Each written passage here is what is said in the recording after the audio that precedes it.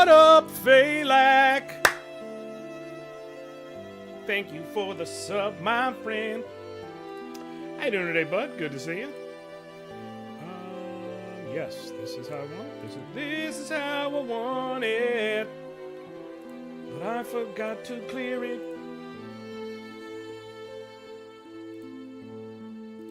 Bam, cool. I always like to test it. What up, Karakal? It's going down for real. Finalizing my Three Kingdoms card game. Ooh. See, now that's that shit I am into and would like to hear about. Faux show.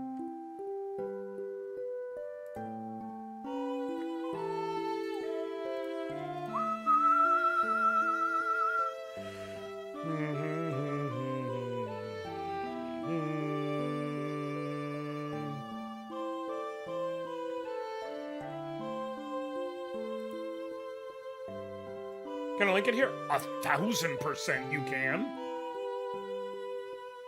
That's not even a question. Please do. That sounds interesting as hell.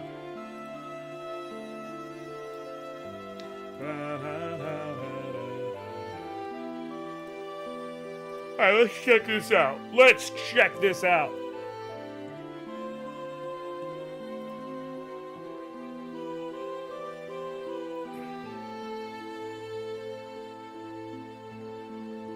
Sally Ray Sujan, of course.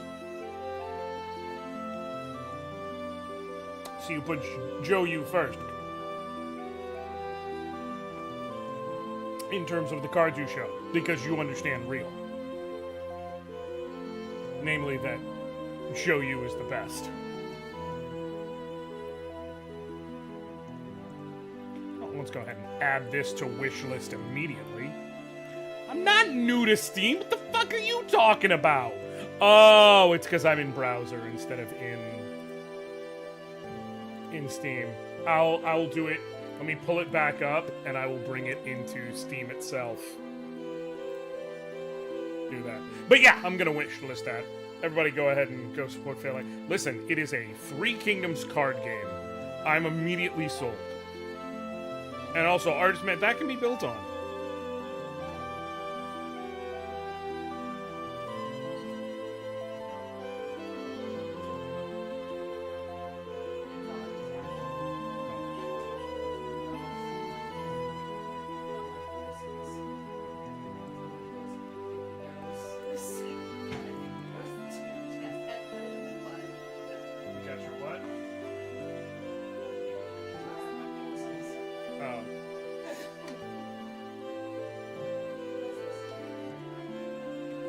Surgical steel.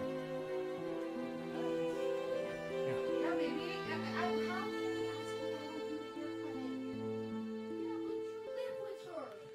I'm That's honestly a valid response. It's a very valid response. But you live in other words, you could have cleared that. Am I gonna get some pistachio cake on Thanksgiving? But you live with her. But you know the answer to that question. You know the answer is yes. You know that she is literally gonna go out of her way to say, no, we have to save some for Lenice. We have to save some for Mama. You know that. Why? Because the fact that we're going to prepare desserts for you, that we're going to make a hand-curated plate of desserts for you specifically, that's why? Is that why? Is that why? Is that why? Is that why? Is that why? Is that why? Is that why? Is that why? Is that why? Is that why? Will you have a surgical steel pyramid? Be careful with it. No, be careful with it though, because it's actually exceedingly sharp. Like that thing's real sharp. Because we're doing stuff? What's going on, Nuisance? Are we there yet? If you're saying, are we there yet? Are we there yet? Are we there yet? Because the back and forth that just happened? Exactly. Exactly that. Exactly that. That is exactly the thing. What is this? This is not Final Fantasy IV music. This is something else that started playing. This is Final Fantasy II. I was like, this ain't no fucking Final Fantasy IV. I know Final Fantasy IV frontwards, backwards, and sideways. I almost said Skyways. I've been on Blue Sky too much. Actually, I would argue I've been on Blue Sky just the right amount. I would argue y'all been on Blue Sky not enough. Lawyered. I forgot to turn on my captions. I've just been... And it burns, burns, burns, the ring of fire, the ring of fire.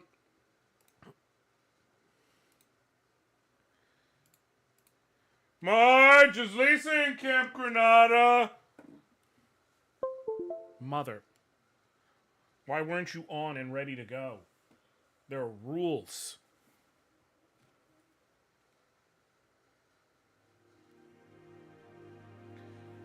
Bam! Okay. Okay. Scooba dooba dooba dooba dooba dooba dooba dooba. Alright. So, I was not able to get Edward all the way up to level 71. I spent 4 hours, and I only got to level 60. Now, I did find... Part of that was looking for where it is best and wisest to level up. To be fair. And the answer is actually right outside of here in Tower of Babel. Specifically, if I get into a proper rhythm against Ghost Knights that are being summoned by a sorcerer, that is exactly the best place to be. But, you know, we're gonna try first, because I figure let's go ahead and try. Here's the thing. Even if I beat him, I know I'm going to run into immediate headache when it comes time for the Demon Wall. So, like, I'll only be able to make so much more forward story progress. And I think the Demon Wall is about the hard limit I would hit at this level. I will need to be in my 70s at minimum, if not max level, for the refight against the 4 Elemental Archfiends. But I can make other progress. Namely, I can go through the Sylph Cave and get some very cool and useful upgrades, one of which, if I could get it now, would make sure I could win this fight right now, but I can't, so I have to continue on with my life. I could also go to the Land of Summoned Beasts. I forgot to switch the screen. Whole time I've been talking to y'all thinking this thing's on screen, and I forgot to change the screen. Whoopsie! Alright, but I walked up to Rubicante. I'm level 60. Let's see if, with all the upgrades I've gotten... Oh, hell. We need to swap rows. Y'all punch him.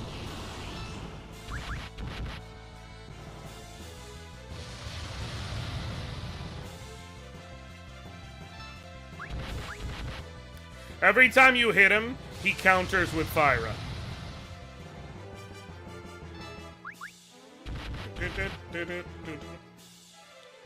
I'm going to see if I'm strong enough to tank an Inferno now that I've leveled up. That's...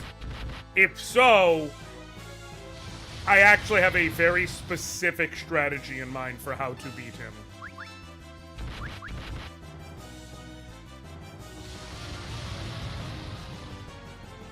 It's really a question of how lazy can I be about this.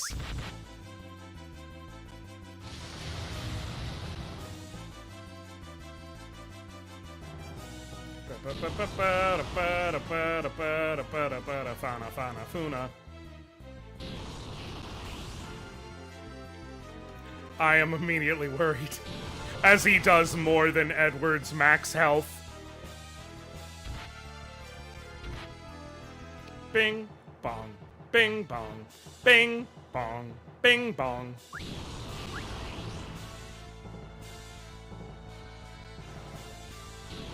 Turn. Okay. Now, I'm going to switch to ice arrows and the killer bow. High potion. And then I'm gonna defend, I don't know if that'll actually do anything of use where I need it, but let's see. Okay. If damage is like that, then this strategy has a prayer. Which is... get hit, shoot him twice. As long as the damage is in the right range, heal heal myself back up. Oh, damn. Okay, so I can't play around with it the way I thought I could.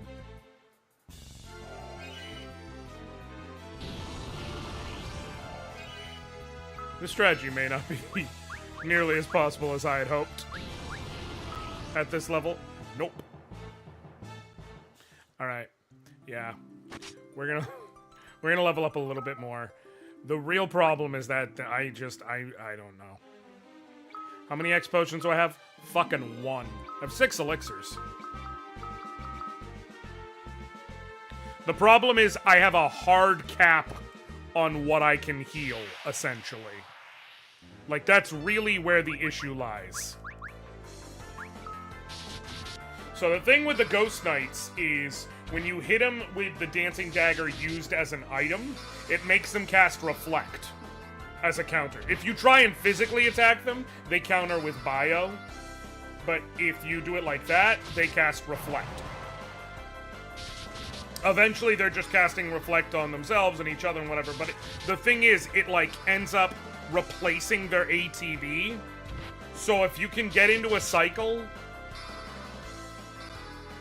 with them, then you're fine, because the only one who's attacking you is the Sorcerer. Sorcerer doesn't have a ton of attack, and I've got great defense and evasion in the back row. The only problem is, okay, this one's going to be a fine enough fight. Sometimes Sorcerers summon Ghost Knights one after the other, and sometimes they summon green dragons? Yellow dragons. One of them. Either green dragons or yellow dragons. Either of whom do a lot more fucking damage than one.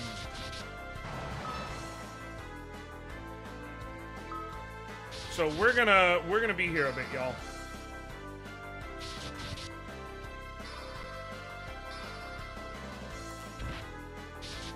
Because reasonably speaking, I think 71 is gonna be the magic level. 71 is going to not just increase my damage greatly, it will give me another magic defense multiplier, which will matter because it will lower the damage I take on average from Inferno, and will hopefully lower the top-end damage, but either way, that will also have my HP up. I believe at that point it'll be somewhere around like 28 or 2900. So even a max power Inferno is not going to kill me. Also, I'll be faster. I'll be able to squeeze in more high potions, which is clearly going to be necessary. The annoying thing is, if this was a Cecil or Kane only challenge, I'd be fine, because I would have, they have both ice armor and fire, whatever one, ice armor and ice shields available to them at this point, so they can resist fire damage. Also, if I was just able to access the one cave I can access the moment I beat this fight, I would be fine. It would give me a bow that is not only stronger and more accurate, both of which will combine to noticeably increase my damage, but also that bow can be used as an item in combat the same way I use my Dancing Dagger to cast Shell on myself, which cuts some magic damage in half. If I had that bow already, I would literally be untouchable right now. Like, I would go through that fight so much more easily. Like, I would be able to beat it at this level, no questions asked. It's not even a debate.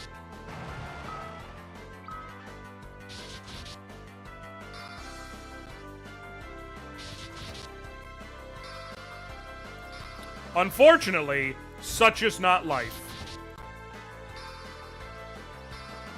Rather, I am gonna have to Do this the good old-fashioned way. And by the good old-fashioned way, I mean I'm doing shit literally the game never intended. Oh, good.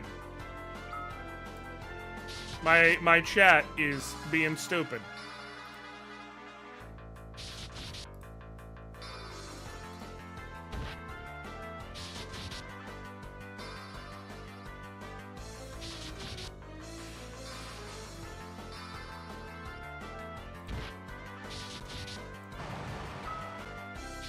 Damn it. The thing is, you have to properly time stopping that.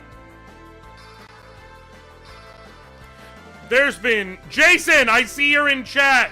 It's not coming up on screen because Caster Lab's acting up. I may have to switch my chat source. I'm giving it a second to see if it properly reconnects.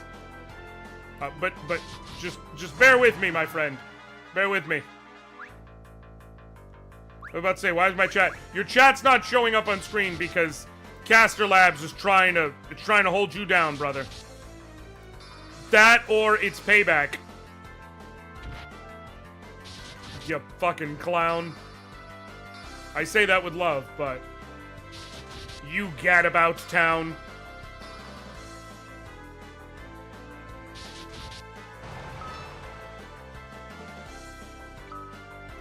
I'm strongly considering doing a Let's Play of that game. And I don't know that I'll keep the same party we did for that little intro thing. I might. But one thing I do know is that if I do, I'm 100% going to still have a gadabout in there, in your honor.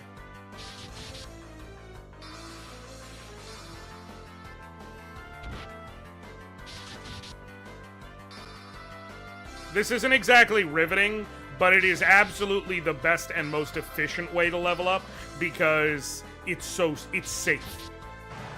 Oh, good. There is a major outage, is what Caster Labs says.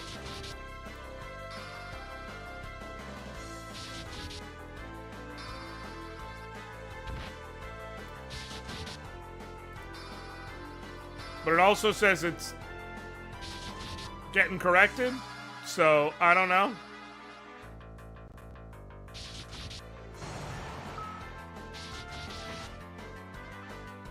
Okay.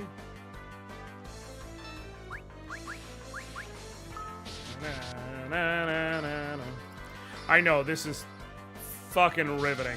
Listen, I did several hours worth of this grind off stream.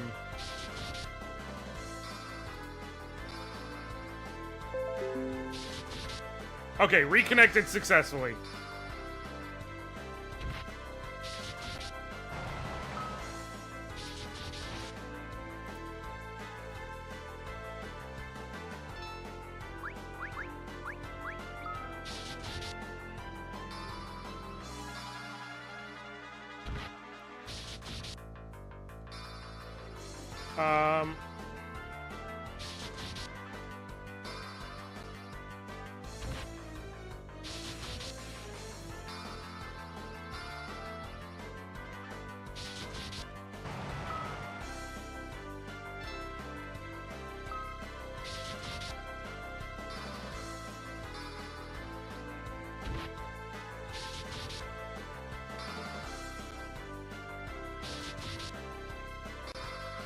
Okay.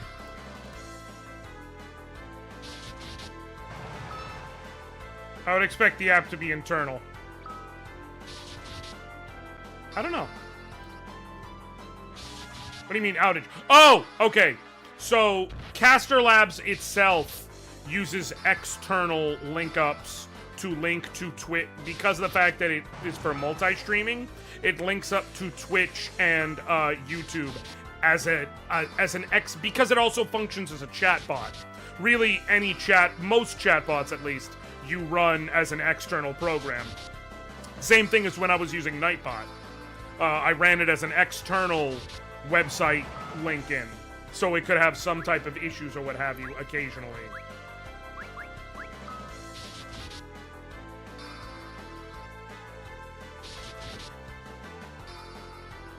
But if it doesn't start picking up chat here in a minute, I'm gonna go ahead and swap to... Yep, it's still dealing with an outage. Okay, cool.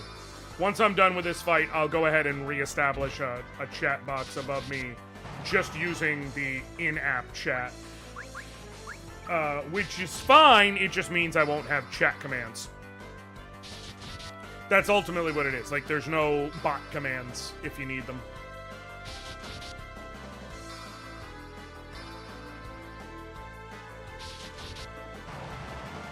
Damn it.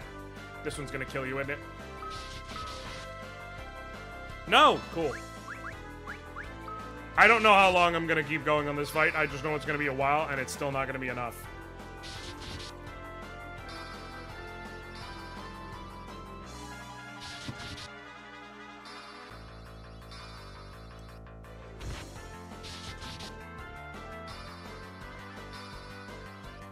Also,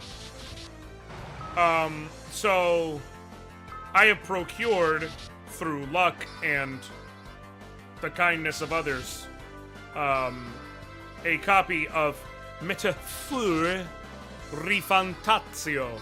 I'm gonna tell y'all right now, I'm not playing that shit on stream. I'm gonna enjoy it myself. It's an Atlas game. Okay, it is an Atlas game. I have spent enough 100-hour fucking journeys on stream. I'm not spending another. This year. I say as I'm about to spend 100 hours leveling Edward. But one thing I have learned about the game is that the beings referred to as humans... Calvin! Everybody in chat, do me a favor. Calvin is a wonderful, wonderful ball of love.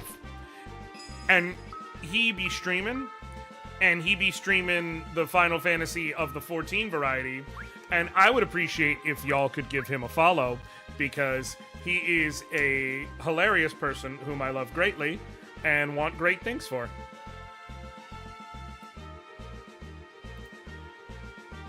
So I would like it if y'all would do me a favor and show the fuck out.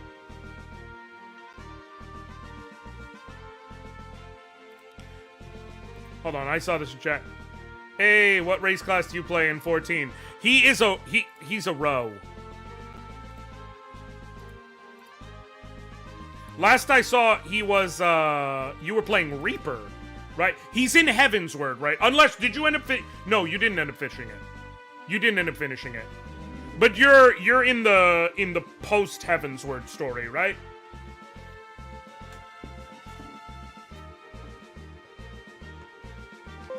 I want to say you're in the post Heavensward story, if I remember correctly, from the last stream I was watching you. Yes, a Reaper. Yeah. Which means, listen, here's what I'm going to tell you, Cal. You need to get me to come join you, because you don't be, you be damage dealing, you don't be tanking. You need to have me come join you when you get to a specific trial. I'm telling you right now. So I can tank for you.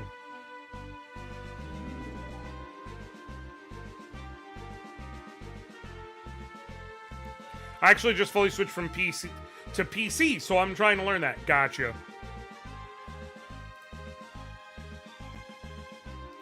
Hold on.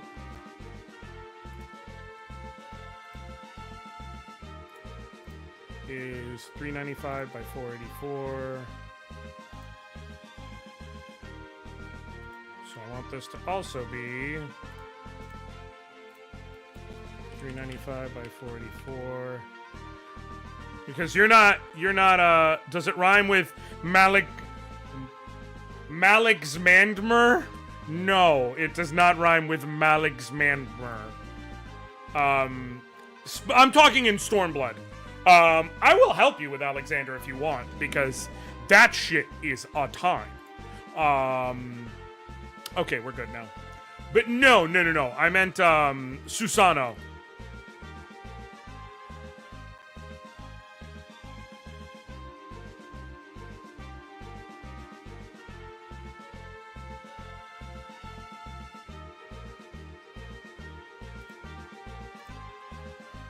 Yeah, Susano has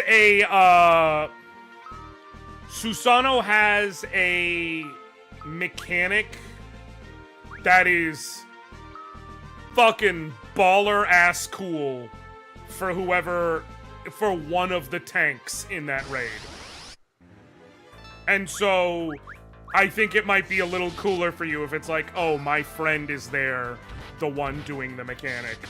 You'll understand when you see it up close. I'm not going to tell you what it is.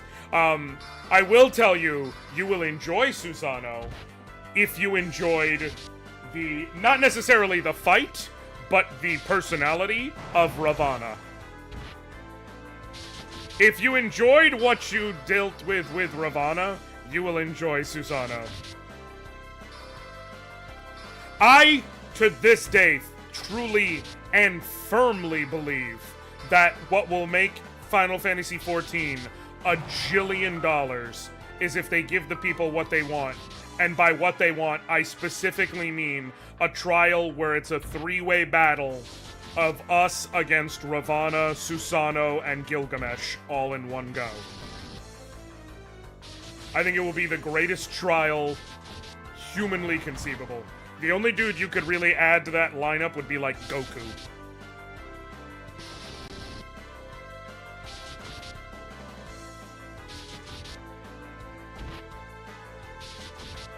And yes, I said Goku.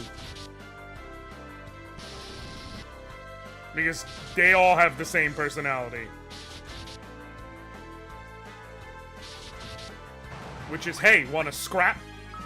Oh shit, a blue fang. That's the thunder one, isn't it?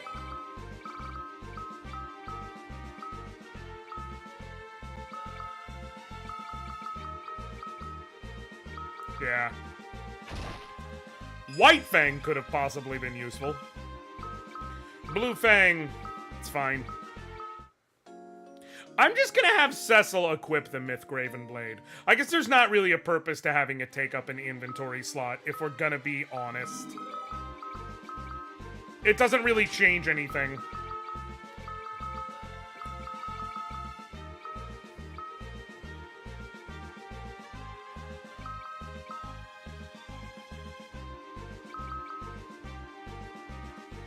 Okay.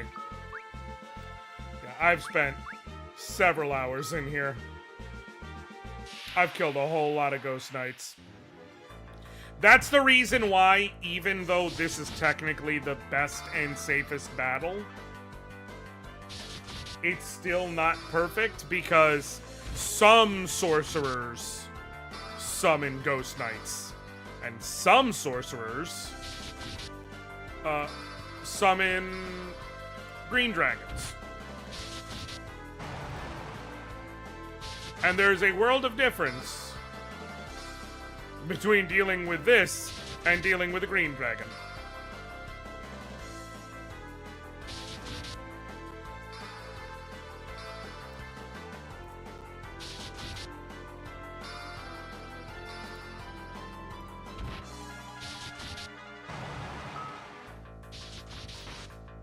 Hey, here's a question. Does Snapchat ever, like, message you, even when you haven't been on it recently, with, like, some random fucking account you don't know or have never interacted with? And it's like, Josh, watch this. Why, Snapchat? Why? For what purpose? It's not... Okay. I'm here to make silly faces and talk with, like, two people who, for whatever reason, our conversation happened to start happening over here, and we're just kind of letting it ride instead of switching to any of the other myriad forms of chat we have available.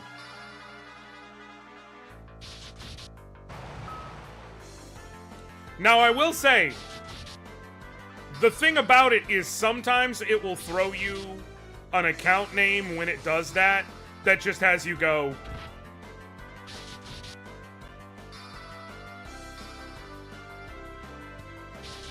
excuse my full pardon?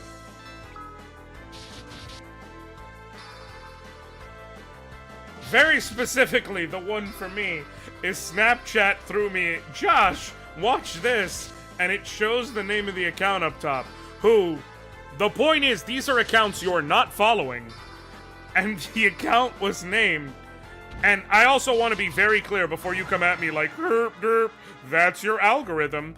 I literally only have people I know on Snapchat. I have never tried using it as some sort of, like, outreach social media. I've never tried using it, like, searching for baddies or anything else. Like, there are more efficient ways to do that. I can just confidently say I've never tried it because that shit would be inefficient as all hell. I wouldn't want to. Okay? So they're barking up the wrong tree. But I got a notification of, Josh, watch this, and I see the name of the account up top, and it is, and I quote, Slurpette the Throatician.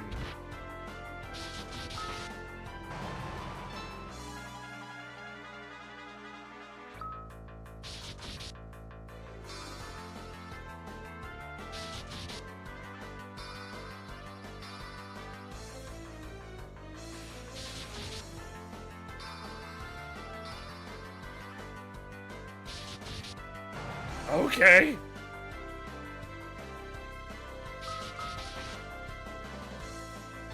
I fucking turned into... Maybe I should get back... Maybe you should get back on Snapchat. I fucking turned it... That's my new Twitter name now. Should be. It should be... Kel, get off of Twitter. Get on fucking Blue Sky, man. Get off Twitter. I use Twitter basically just because, like, certain brands will still possibly look for a presence there. So I'll sometimes cross-post a joke. I'll do my going live posts there for people who don't make the jump. But, like, okay,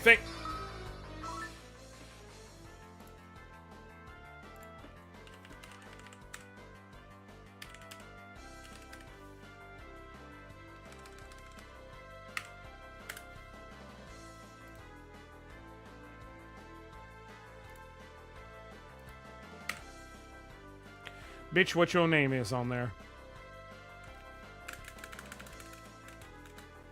I'll search for your fucking government name. You're not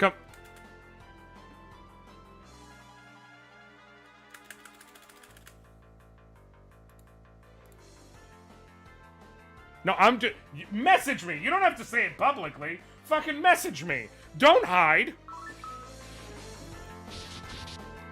Oh! Oh, there's no E. You crafty son of a bitch.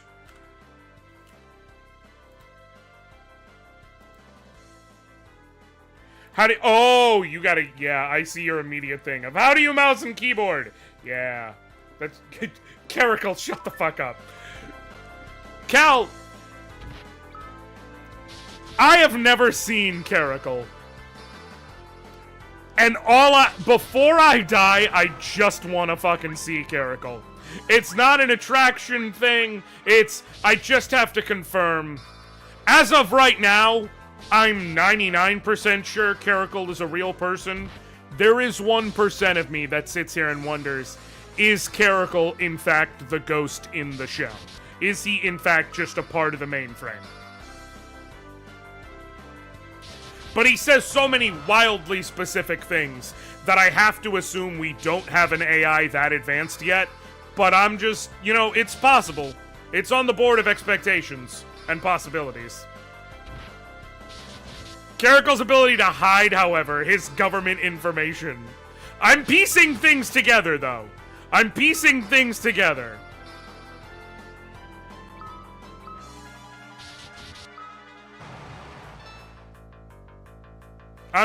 I'm piecing the puzzle together.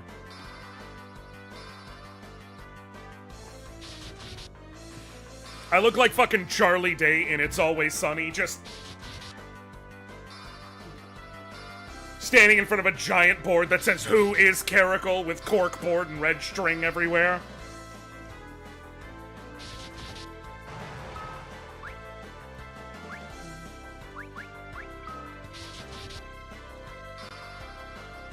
You like Brazilian music?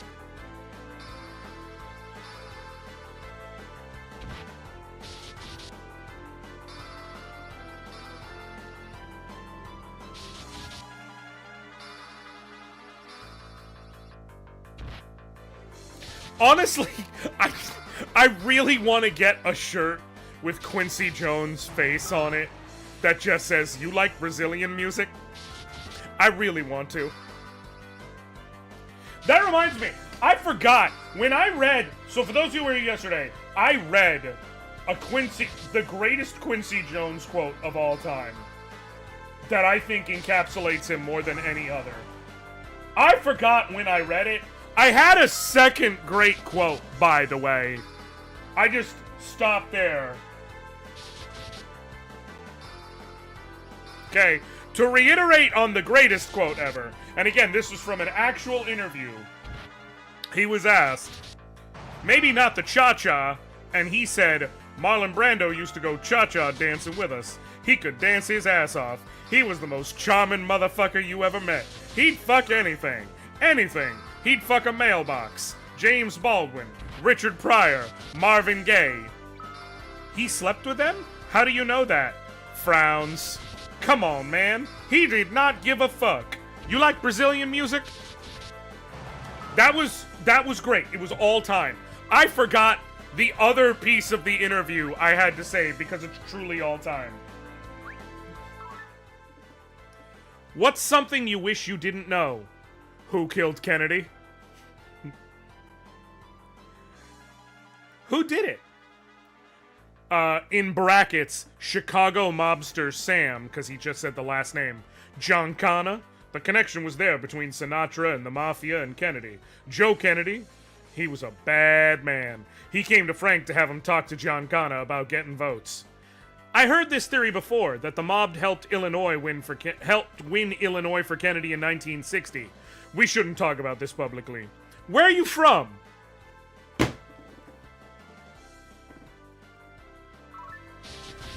The thing that made Quincy Jones the absolute GOAT of, motherfucker, why are you saying this right now, is his ability to end the sentence with a non sequitur to segue out of it, and it's just...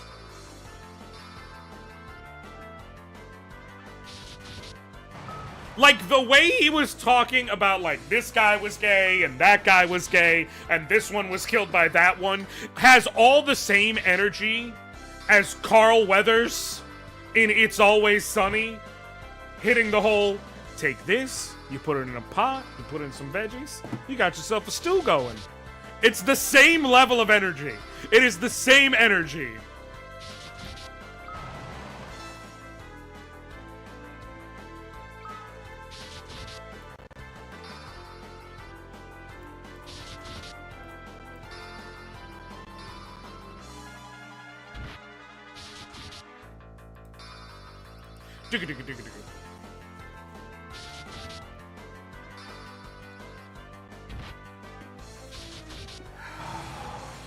Mother. Here's the thing. I know in advance I'm gonna have to deal with Caracal yelling at me for what I'm about to say, but I have to speak my truth.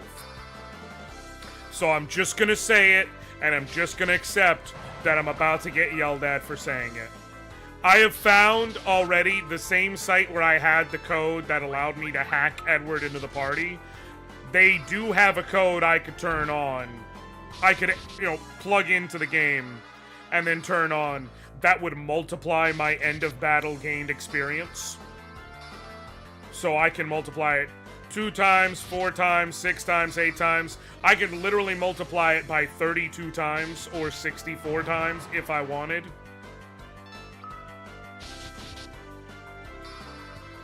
But it feels wrong to cheat in an experience multiplier.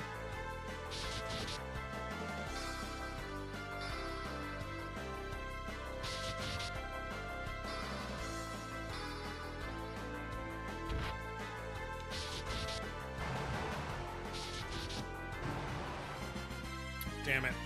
I didn't act fast enough. Ooh. Healing staff, which I can sell.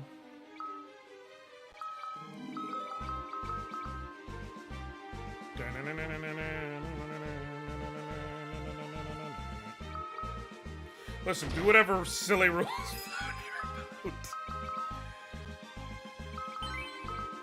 It's okay, Caracal. You're allowed to get mad. I am gonna plug in a code for that. Let me... Because I'm sitting here looking, I'm level 61, and I truly think that the magic number is gonna be 71.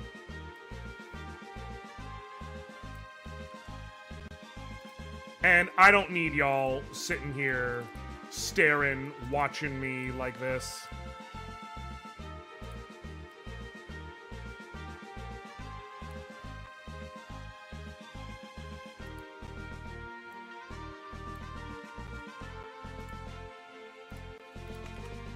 This here.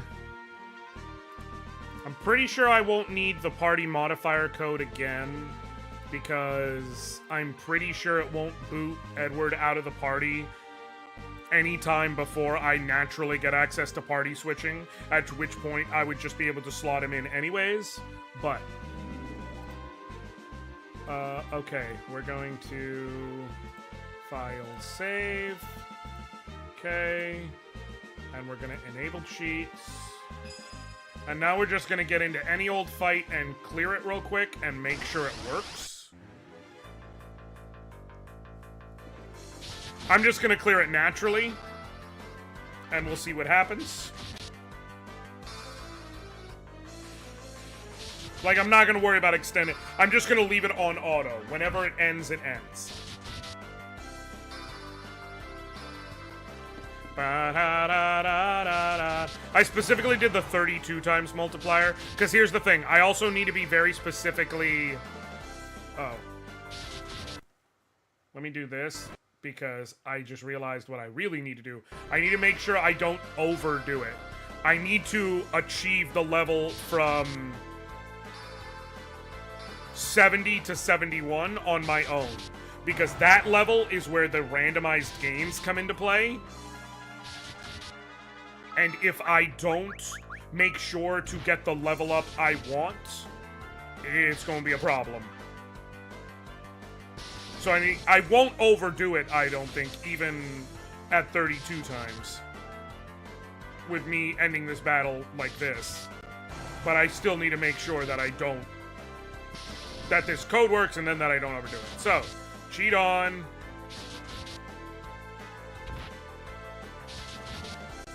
Okay.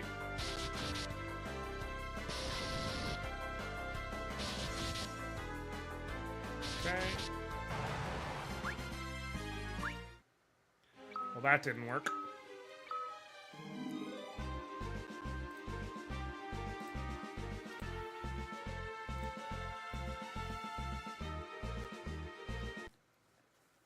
Cheats. Dumbass!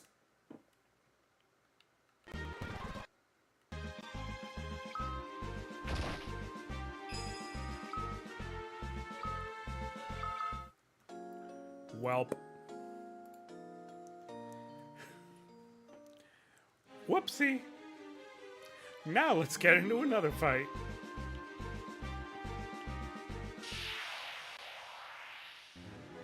No! Oh, God in heaven. Don't kill me. The funniest fucking possible option. The funniest possible option. I will say, if I get strong enough to kill Rubicante, you know, at level 70, I should be able to kill the Demon Wall at that level as well. It's just everything past it where I'm like, I might need more.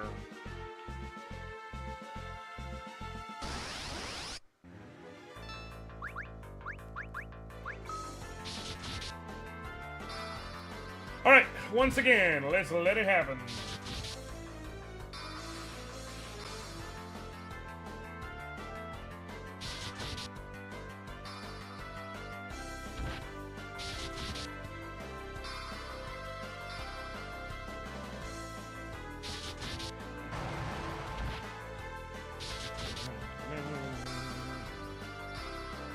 In my defense, codes on PSP are a little wonky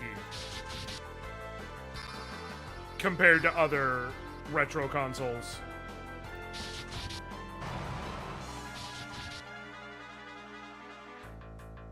Okay.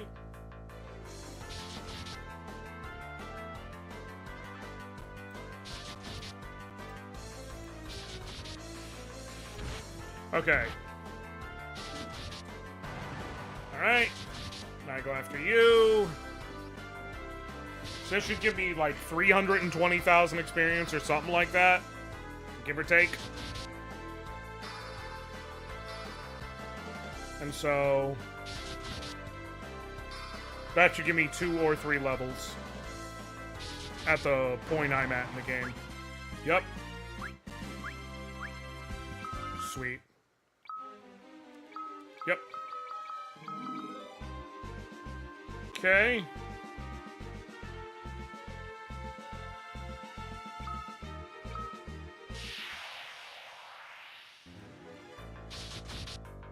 We'll just do it real quick.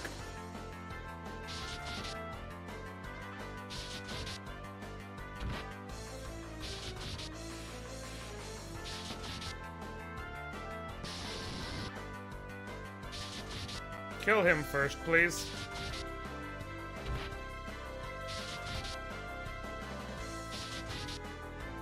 Yeah, the dancing dagger is about at the end of its usefulness. The advantage is there will be,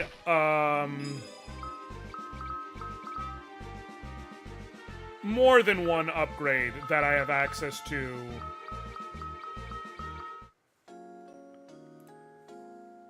Once I get past here and into the next section.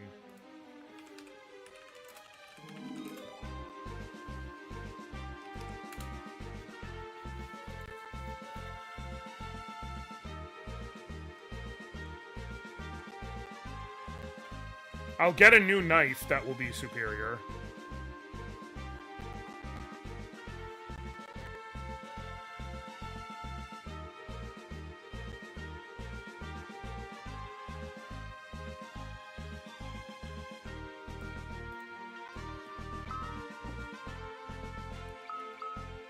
Okay, let's save.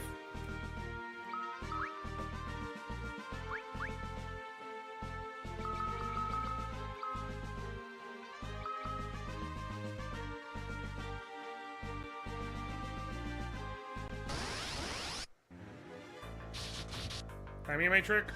Okay, cool. This is an easy fight. That's why I wanted this one. Now it'll give me like 64,000 with this multiplier up. There we go.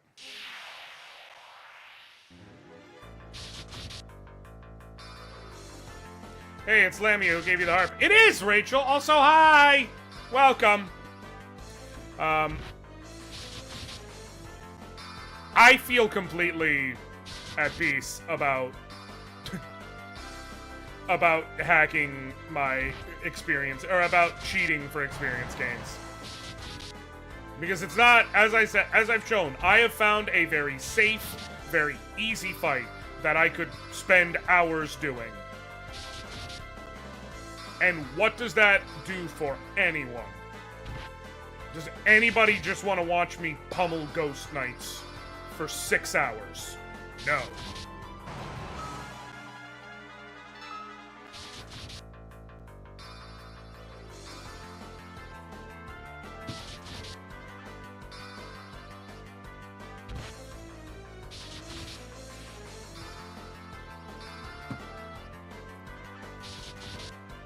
And if you do, you might be a sicko.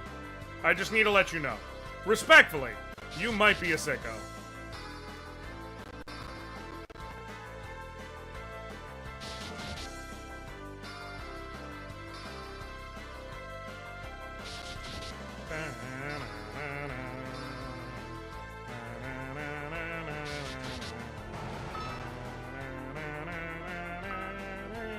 Alright, I will let this play out naturally from here.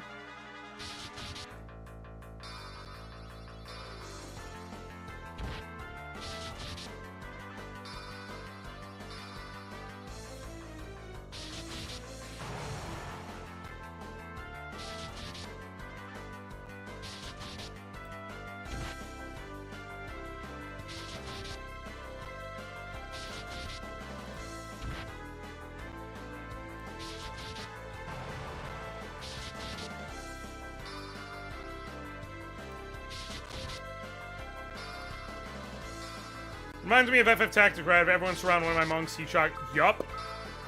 You are in the right place if you're bringing up tactics, Rachel. Let me tell you. You are in the right place.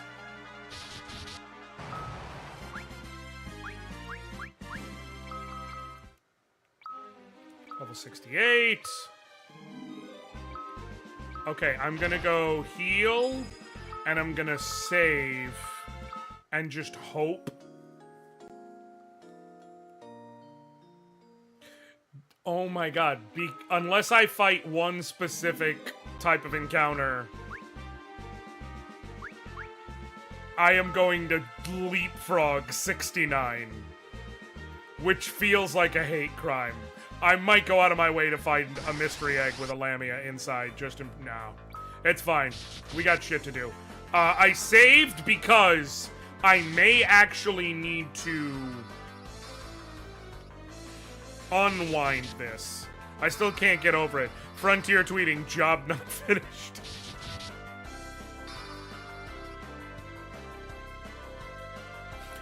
Frontier... That Frontier, like, looking at the spirit situation, is just Tom Brady with his head down while the score says 28-3. It's fucking LeBron with this look. Just all-time performance. All-time hater performance. I got no notes whatsoever. Alright. We're gonna speed through and see... Does this take me to 70 or to 71? So if it takes me to 71, then I gotta find a smaller battle. Or smaller battles. But I may need enough experience that this does the job. 70. Perfect. 70 and 30,000 away. I'm officially going to turn off... First, let me do this. Cheats. Turn off the cheat that way. And turn off the access to the cheats in the settings. Okay. So the point is, I need to... 30,000. I need to get myself real low. Real close. Let me see something.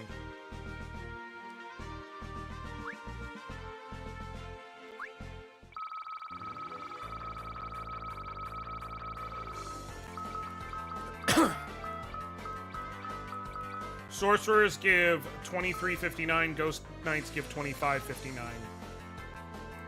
Okay. 23.59 and 25.59.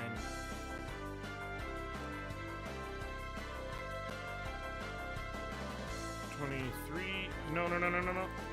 23.59, 25.59. 37.83 minus 23.59 divided by 25.59. 11 and change. So if I'm correct, I am going to tent and save. If I'm correct, I should be able to get into a fight with one of those. Kill 11 Ghost Knights and the Sorcerer. And end up just outside of level 71. And then the real... Please don't. Please don't kill me. Paralyze me and make me wait. That's fine.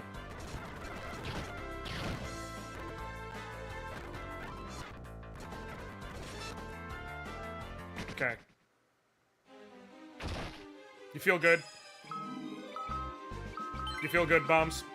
I will need to leave, no matter what, to max out on high potions based on how that quick dry run went.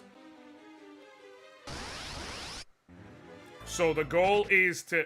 I will get myself down super duper low for experience needed to level up, and then I'm going to run out of here, go max out on high potions and all that stuff, and also I will get the level up wherever I can fight, like, the weakest possible enemies to achieve the level up. Which will allow me to quickly cruise through it. Like, I'll find somewhere... I might go, like, get myself to Baron and fight the enemies from the very beginning of the game. So that I can quickly save and reload until I get the correct level ups. Which is... if I... Basically, Edward's level 70 level up games. I will tell you all of them so that you understand why it matters so much.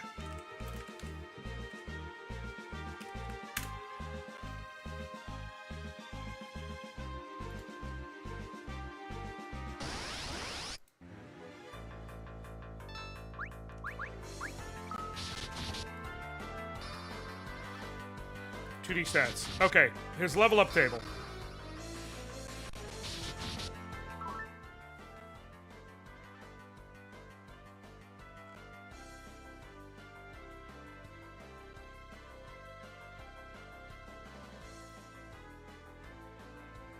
Yeah. The possibilities of what he can gain for level up after level 70. Possibility of one, and this is in order of strength, speed, stamina, intellect, spirit. Possibility 1, 0, 0, 0, 0, 0, 0. 5 zeros. Possibility 2, 0, 0, 0, 0, 0. Possibility 3, 0, 0, 0, 0, 0. Possibility 4, 0, 0, 0, 0, 0. Possibility 5, +1. Wait, damn it. The page just refreshed on me. +1, +1, +0, +1, +1. Possibility 6, +0, +2, +2, +2, 0. Possibility 7, +3, +3, 0, 0, +3.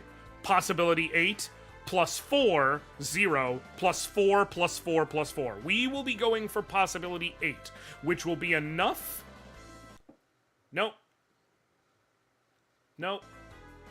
Which will be enough if I pull it off. That it will get me another magic defense multiplier.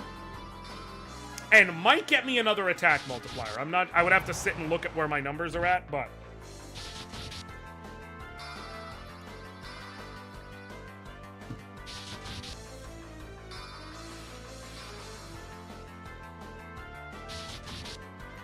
But specifically making sure to maximize my level up gains post 70 will be integral to this run. That's 2. Here's 3. The trick is I gotta count it out until I kill 10 of them, and when the 11th spawns, I have to kill the sorcerer, and then kill the ghost knight. So this will be 3 down. I need to keep going until I got 10 down.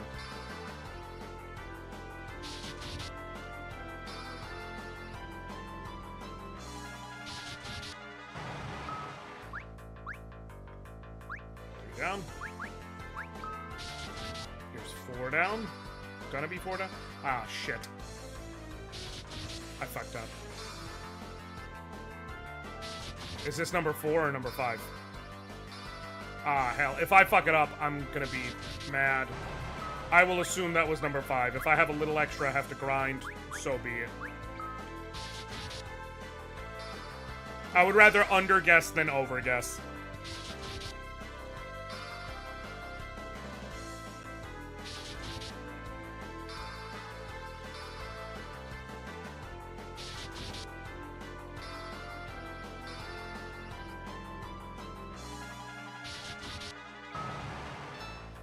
Six.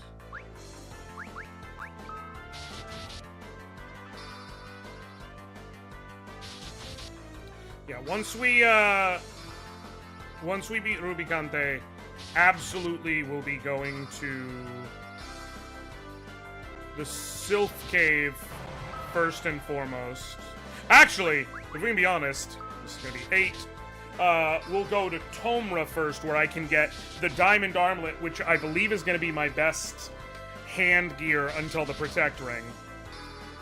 I don't think there's any other upgrades there, but there is that.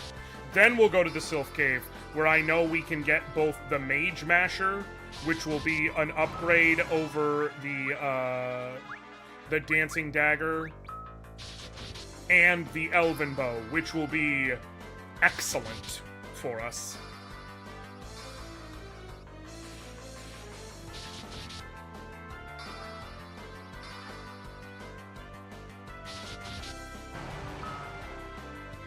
Alright.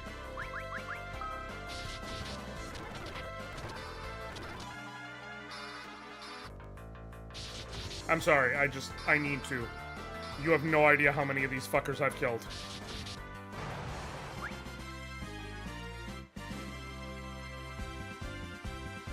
The code must stay active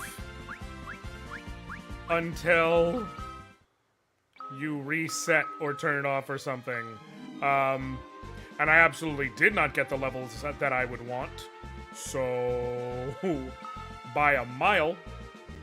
So we gonna go ahead and exit out of the whole thing. And we will turn it back on.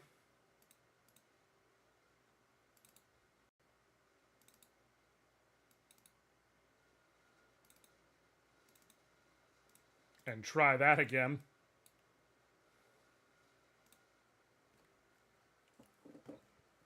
And we will do it differently this time. Again with the headphones. Yeah, it's fine. No harm, no foul. I will, like, try and do the first battle I can that I can naturally do in a way that makes sense.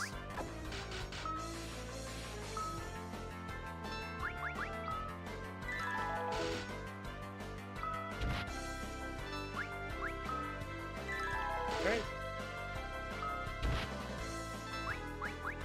Also, I'm gonna lose fantasy football this week, and it sucks because I don't have to. I had to because of my own actions. And I really have only myself to blame. Because I didn't pay attention to the fact, like, I really said, nah, Lamar's gonna keep up his pace, even against Pittsburgh, who has an amazing defense, and always manages to shut that man up. So I'm gonna go ahead and start Lamar, and leave Matthew Stafford on the bench. Because I think the Patriots defense is going to give him trouble.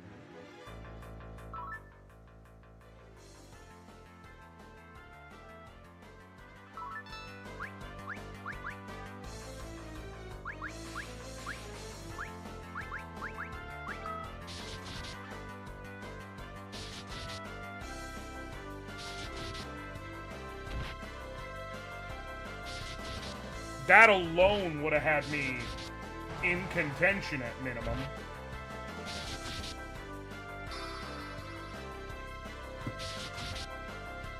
My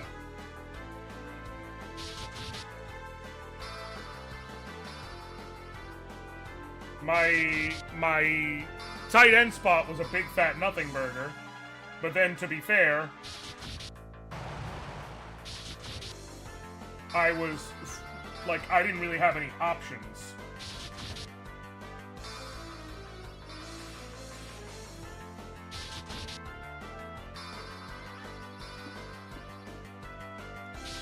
Because my tight end spot was Tucker Kraft. He did literally nothing. But my other tight ends are Cade Otton, who's on a bye, and Sam Laporta, who was called out right before the game started anyways. I was gonna look and see, like, which one should I go with today? And, well, you want nothing or you want nothing was the choices I was provided.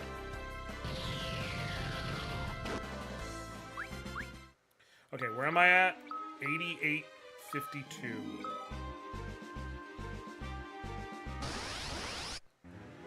No.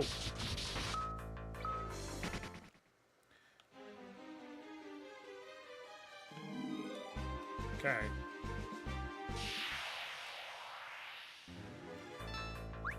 Alright.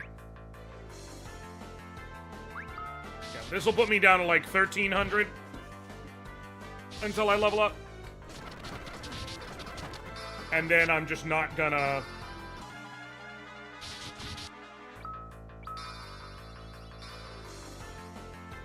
And then I'm just gonna not fight anything else on my way out. 1375, yeah. I'm gonna not fight anything else on my way out of here.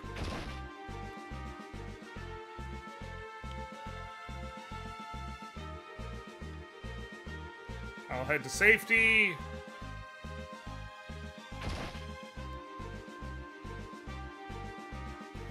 Max out my potion stock, because I'm gonna need to heal a lot, even with all these levels and everything. And I will find somewhere where I can safely get my level, or get my experience way, way, way down low, and then, in the easiest spot in the world, go and save and kill and reload until such time as I get the level up I need. It may take me a while.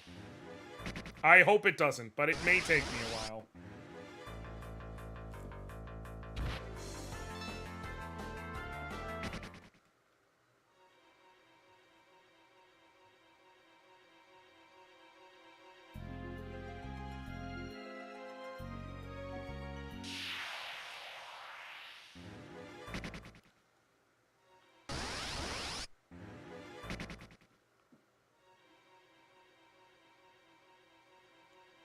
Okay.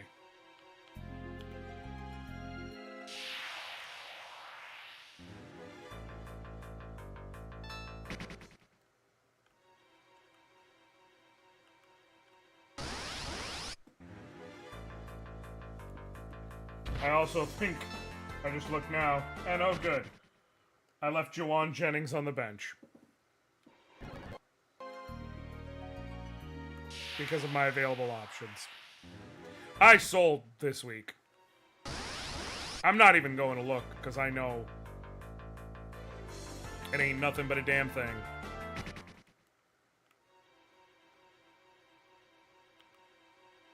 Okay.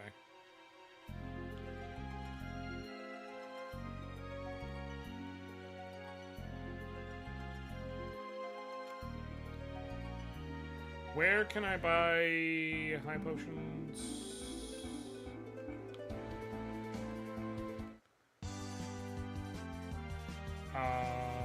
Think I can buy them in Mini Mithril. Mithril. That's the name of the town. Mithril.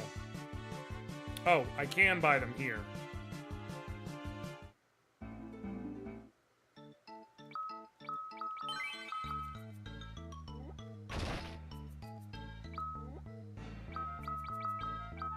Six. 15. Cool.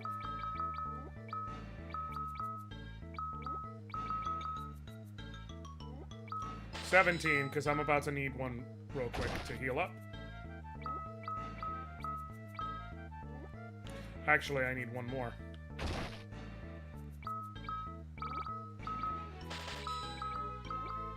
Okay, was there something I got that I needed to that I needed to or could drop? I should probably get rid of the ones that do thunder, blizzard, fire.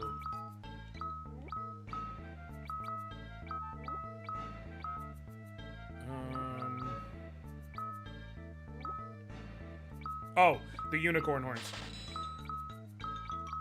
They free you from status effects that it is physically impossible for me to be able to use an item while I am under the effect of.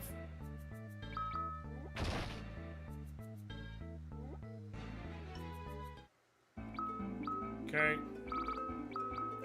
Gonna use one of those tents.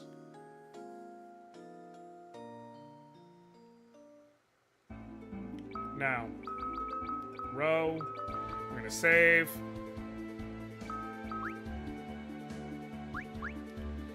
This will at least, I think, bring us close where we need to be in terms of experience.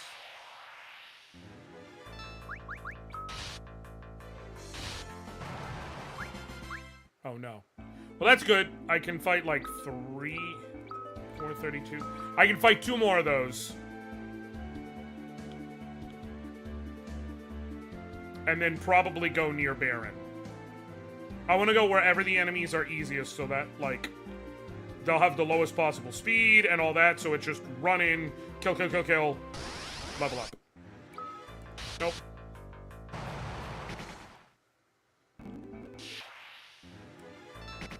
So I'm just gonna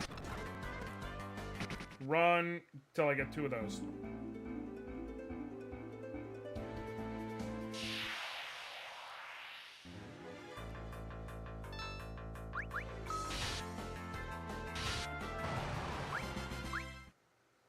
Kill 1 more.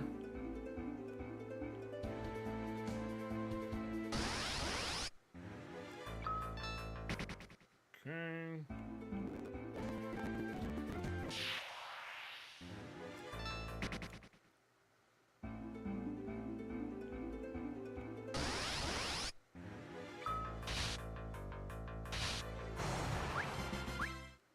Okay.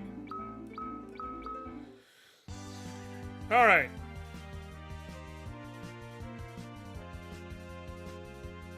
Now we come over here. We save. So, if you check my status screen, Edward has 31 intellect and spirit. We will know we got the right level up if he bumps up to 35 intellect and spirit. Also, while I'm here, I can check.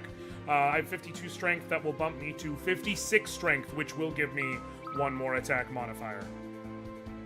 Which is very nice. Any extra damage is always important when you're dealing with situations like this, where you need to make every shot count so that you have the fewest issues.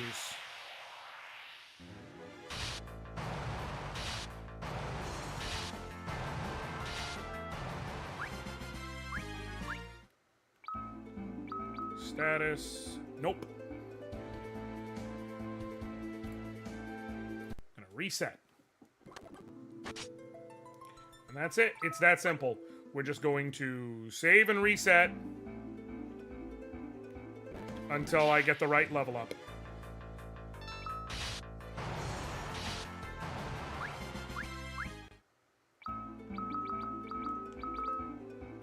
Nope. Control B. I needed to see, like, what is the quick button for it?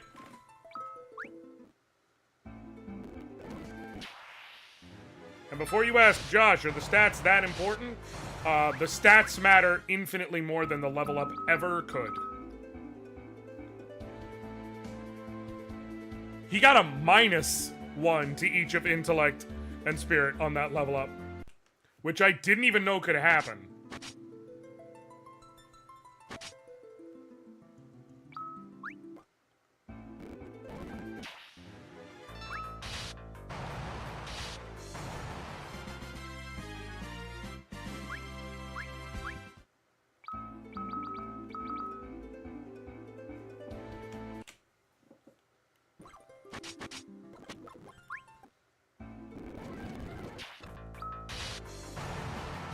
I'm sorry, y'all. Just going... This is just luck of the draw until we get there. There's literally nothing I can do to make this part go faster.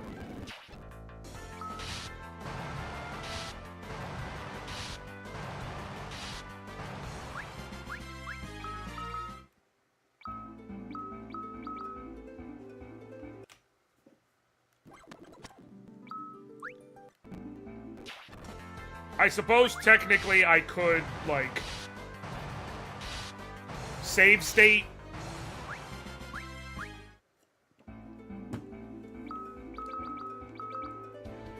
There it is!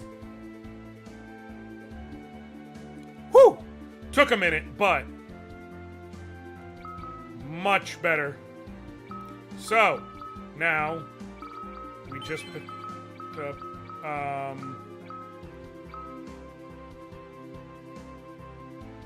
I'll actually go and buy 1 more tent.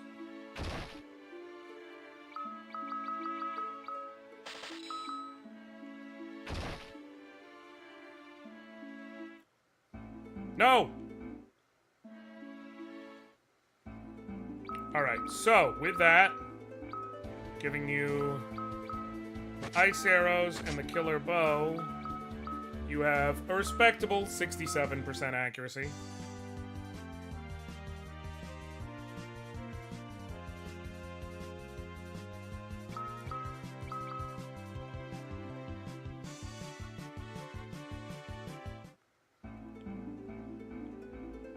Okay. But you also have far superior stats. Notably, you have far superior magic defense and regular defense to mitigate the damage that you take. I should be able to sit in the back row and be fine with the arrows. Hold on. 15.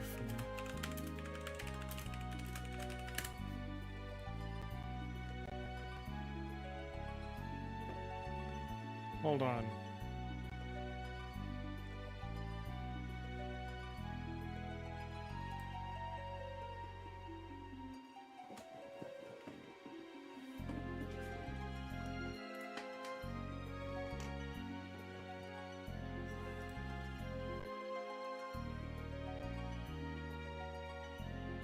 Hold on.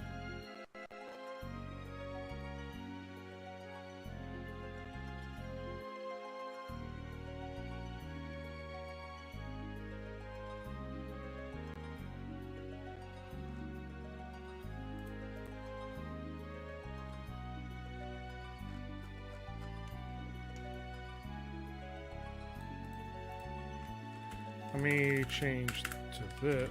I'm just trying to confirm something real quick.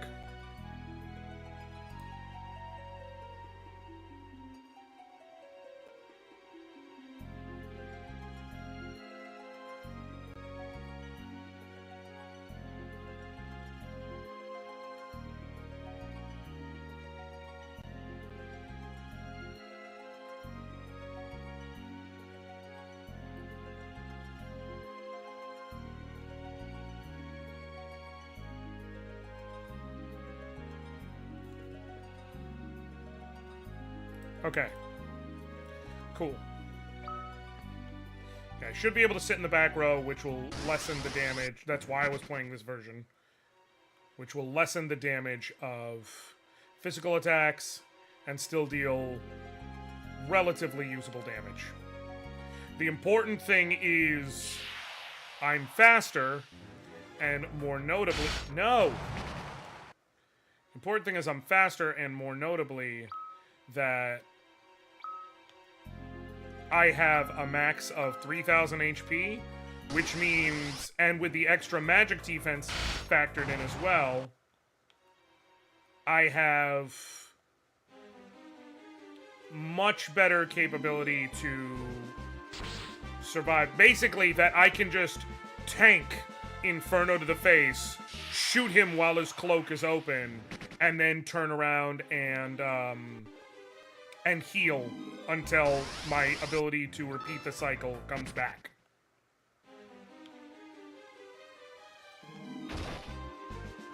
So we got a plan here. We got a plan, and we'll take down Rubicante, and I gotta decide how I want to go, man. I think I want to go Sylph Cave. Well, I'm gonna go Tomra first. I know that. I think I want to go after Tomra to the Sylph Cave.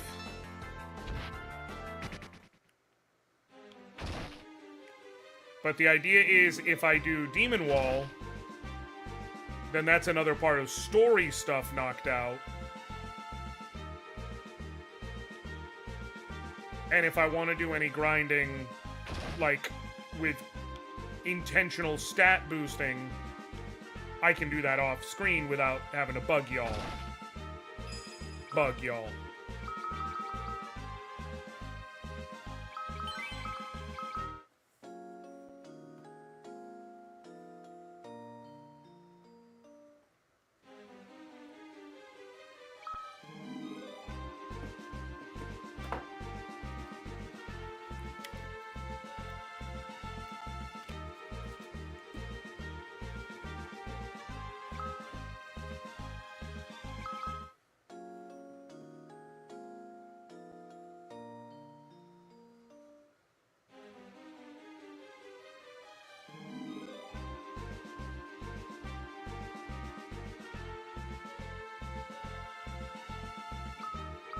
Okay.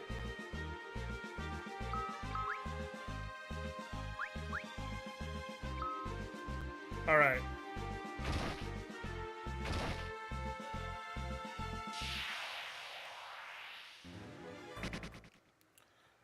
Okay. It's time. Let's see if we got what we need to win this fight. Leave me alone. I am going to swap these two.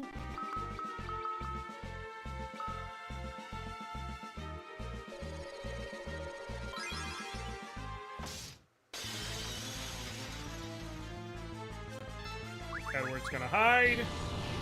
And the rest of them are going to attack, which will kill Cecil just based off of all of the counters.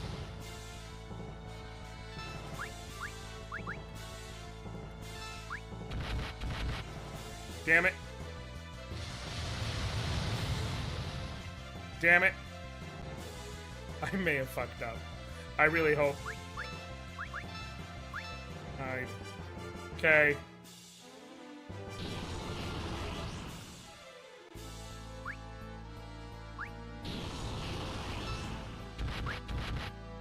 Defend.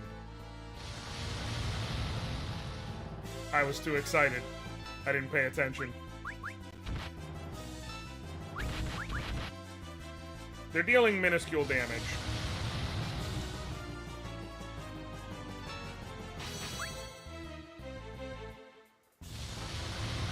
Cool.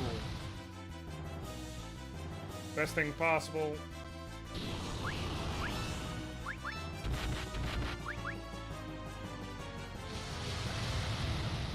That'll take out Cecil.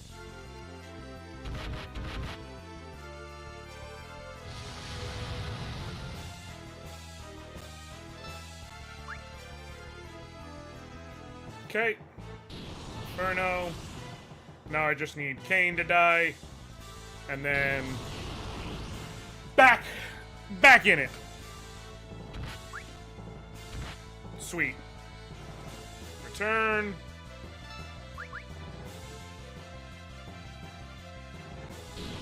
I'm gonna wait until after I get Infernoed.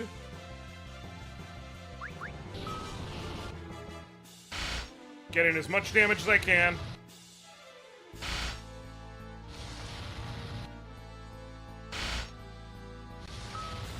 Okay.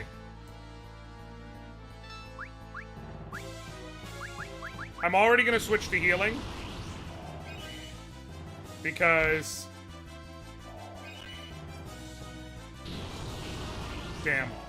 Damn. Why are you so fast? Why are you suddenly so fast? Oh no. My strategy might not work.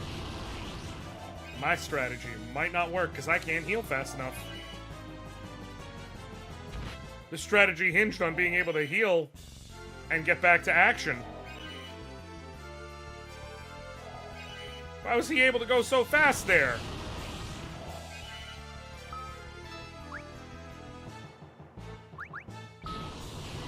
You know what? I might have to dig into my higher grade shit. An elixir.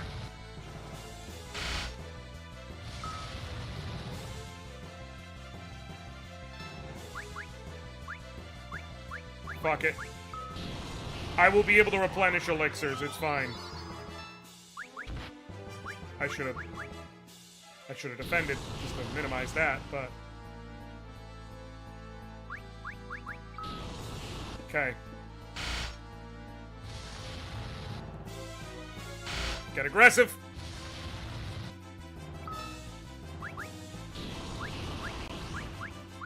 I will X potion.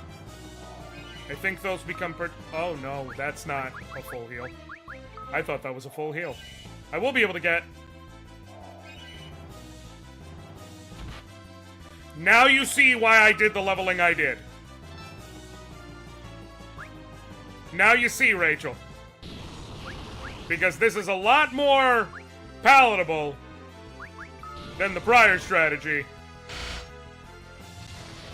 of Can I perfectly dodge every inferno? Answer, no.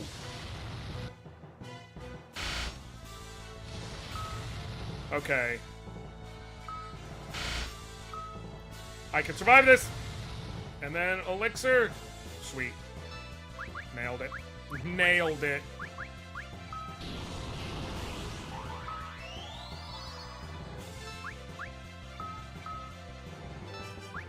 Nice.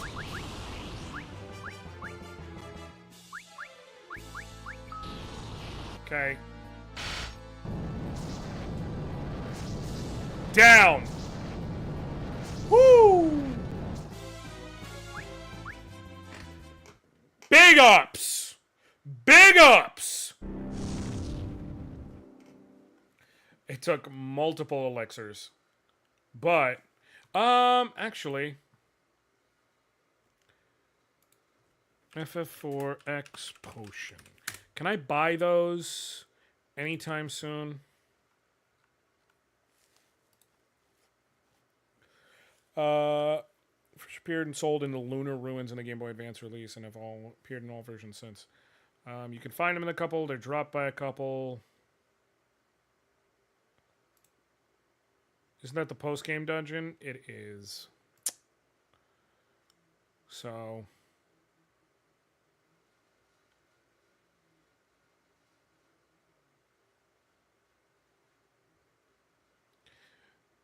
they're droppable, but not exactly at a great rate. But I do know, once I get access to the moon,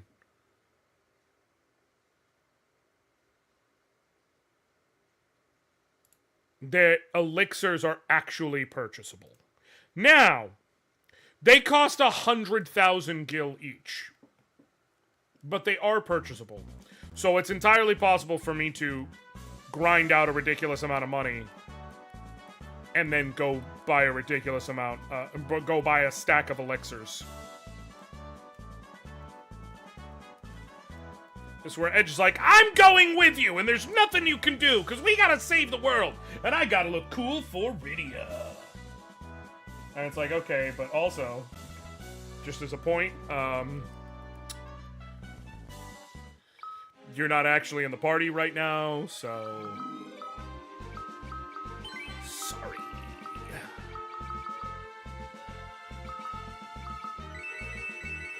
I will minimize elixir usage, just like I minimized... It's a trap! We fall. I will minimize elixir usage, just like I minimized Hermes Sandals usage, though in a slightly different manner. In this case, I'm minimizing it in the sense of, like, I will be better off holding on to them, not if I use them, it is a DEFCON 1 situation.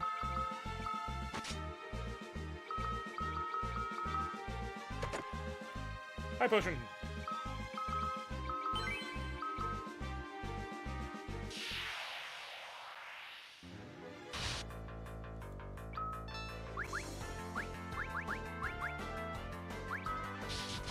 Sweet. Oh, damn. Uh-oh. My evasion's too high.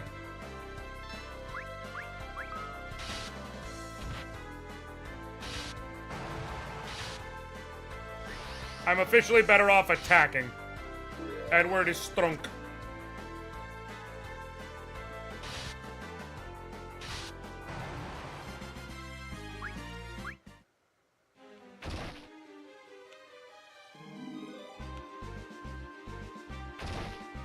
Okay.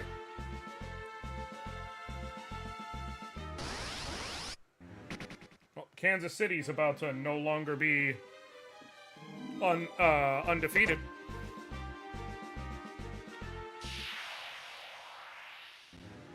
But then, to be fair, if there's literally any team in the league who I look at and it's like, oh, you're down 9 with a minute 22. Do you come back? It's Kansas City. Alright, cool.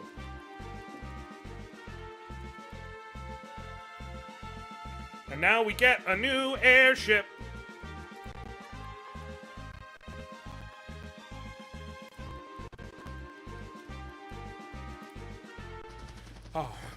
Making forward progress does a lot to make you not fucking hate a challenge run, let me tell you. It does a lot.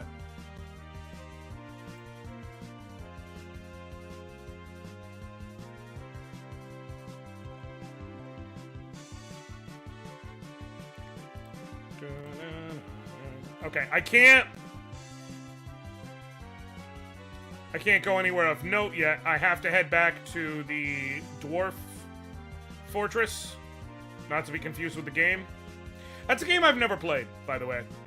It does feel like it would be my shit. Like, it does feel like it would absolutely be my shit. But I've never played Dwarf Fortress.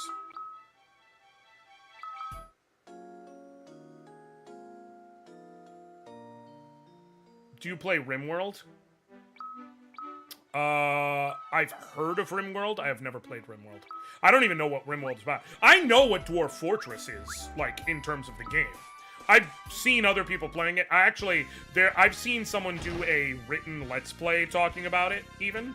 There is this site that I used to go to a good bit that, you know, people would do in written out Let's Plays. The Return of Talking Time was the name of the site. And that was one of the ones that I experienced on there. So I know a good bit about it from that. That was like my first introduction to it, but I have not myself indulged.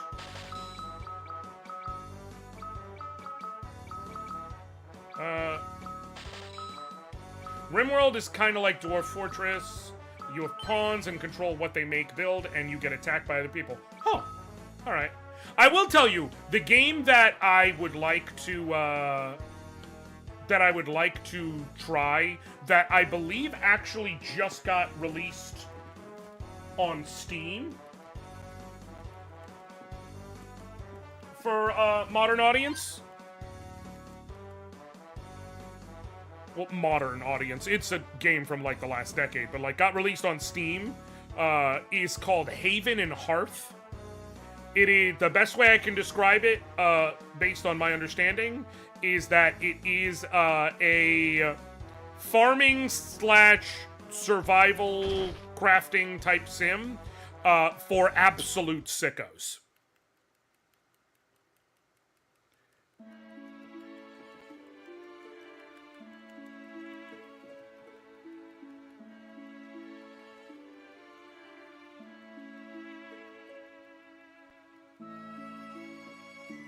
I am a sicko. Yeah, so it's a farming sim that it does farming and life and survival. But the thing is, you make a character and you inhabit a world, and other people are in the world alongside you. And the world is perpetually existent. So, like, you can make a home. You can, in fact, make, like, a colony with other people you're playing with and make, like, walls around it and gates. And other people won't be able to just, like, break in. They won't be able to get through your doors unless you leave them open. But if you leave your gates open, they'll be able to go in and loot your colony. You can kill people. If you die, you die. And then also, as far as the things you do, like, if you tan leather, it takes, like, a couple real-world hours to tan. Shit like that. Like, it is a game for absolute sickos.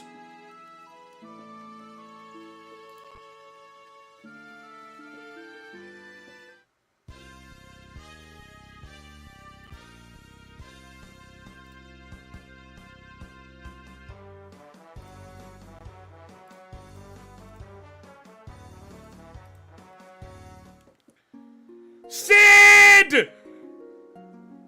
This is one of my favorite fake outs in the whole game, and then the motherfucker just falls asleep.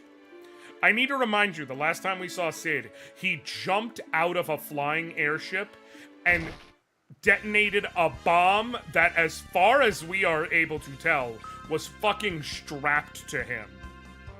And dude just needed to come take a nippy nap, gets up, outfits your airship with armor plating, so that you can go over lava, and then goes right the fuck back to sleep. We stan a king, okay? We stand an absolute fucking unit like him.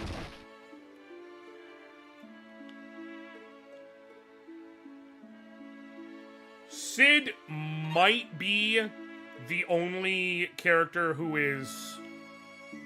I think Sid would be worse than Edward in terms of a challenge run like this, and he might be the only character who's worse than Edward in terms of a challenge run like this. And as much as I love Edward, he is one of the worst. And the reasons why is because of is not even because of his stats. Because as you saw, I just got his stats cranked and they would be able to get cranked very quickly. And they will get cranked very quickly as I level up, to the point where his stats will be ridiculous.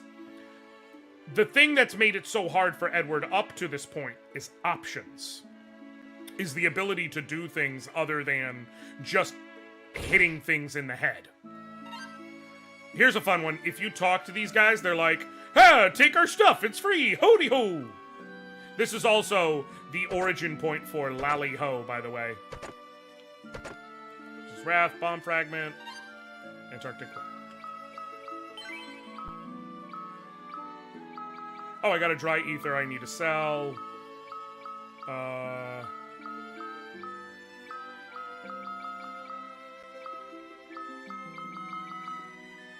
Oh, and I have Luca's necklace in my army. In my inventory. Jesus, my army. What do you sell for items?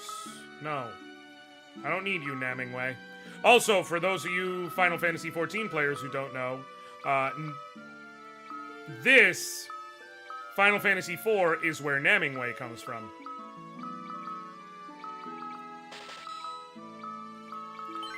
Endwalker is, by and large, built entirely on the framework of the story of Final Fantasy IV. Going to the moon, Namingway, the whole thing about Golbez and the Four Fiends, all of it comes from this game. We will max out on silencing arrows, because those are, in a vacuum, still my strongest arrows. So if I can't exploit an elemental weakness, they are my best option. Come here. I can get a diamond armlet, and that's it. But it at least gives me crucial... Well, hold on, actually. Let me look at my stats. I'm at 35... Okay, so I think I specifically get to keep my 3 times 12. 19%. Even taking off the rune armlet. It gives me 1 point of defense. It does lower them, but I'm still at 3 times 12. Was that at 17% evasion before? 19%. I lose 2% magic evasion, but I gain a point of defense. Far more importantly, I gain lightning resistance. How much I'll use that in the near future, I'm not sure, but I would much rather have lightning resistance than 2% more magic evasion. That I will say without hesitation. Do I got anything in here? I can't remember. Nope. Cool. Alright. Alright. Next stop is going to be the Sylph Cave. We're going to get the Elven Bow, and we're going to get the Mage Mech. The Elven Bow especially, it actually won't be very mattering. It won't matter much for, I'm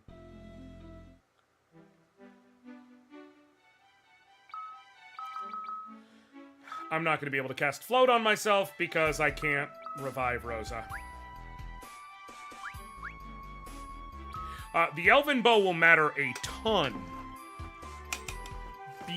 Because even beyond it increasing my accuracy like 15% with a bow, crucially, the real big thing it brings to the table is...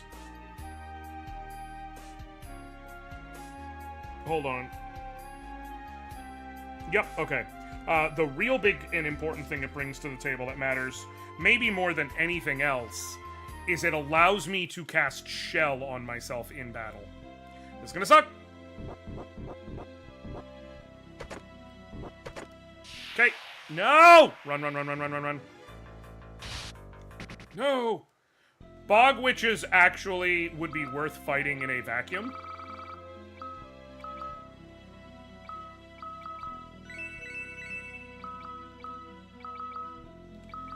Because, if I'm correct...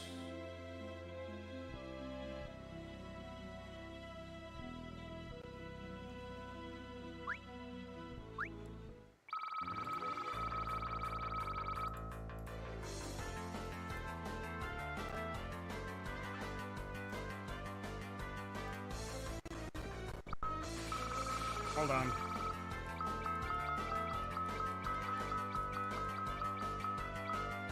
Yeah. I could technically get a ribbon way early. Which has obvious uses.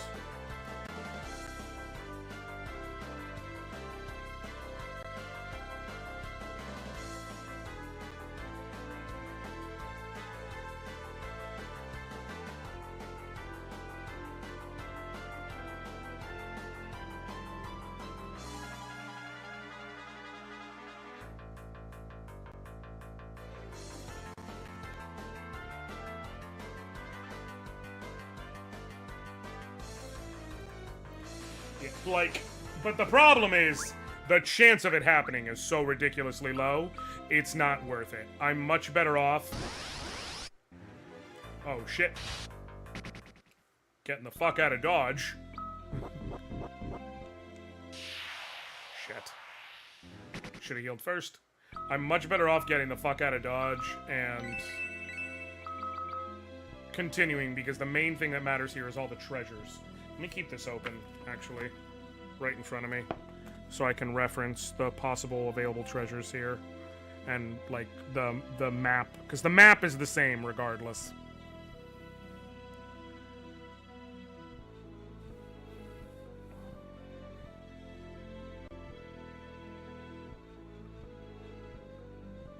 I am gonna have to take out a group of a Bog Witch and Tiny Toads to get the Mage Masher, and I'm 10,000% gonna get the Mage Masher.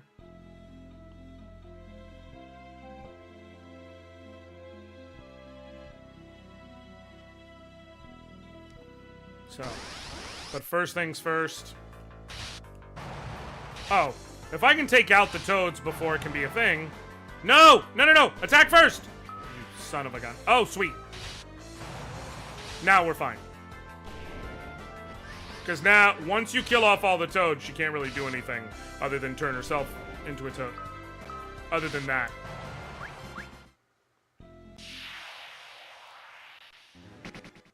I'm just trying to go. Okay.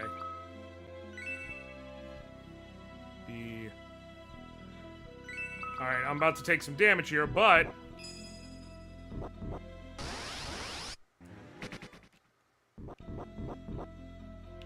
Go up here. And survey says, Elfin Bow. And let me tell you, the thing about this Elfin Bow is it ain't never lied.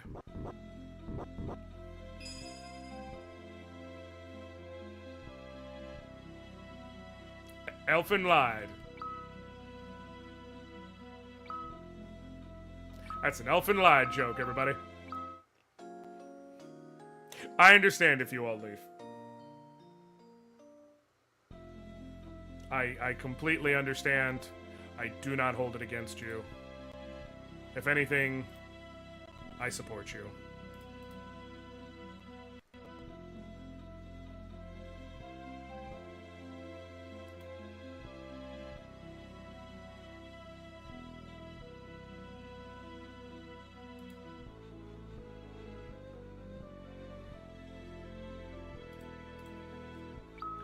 Okay, so just for to show you, by the way, let's just say I go with my my silencing arrows, because the angel arrows are actually my strongest option, but I have 74 attack right now, and with the Elfin Bow, I go all the way up to 92% accuracy. So basically, I'm damn near as accurate as I am with my knife. It's a huge damage increase. It also actually gives me 5 points of intellect for what it's worth. Doesn't really do much of anything. But like I said, the main advantage is whether or not I have it equipped, this is worth I can also sell the killer bow when I get back to any store. But whether or not I have it equipped, this is worth the effort because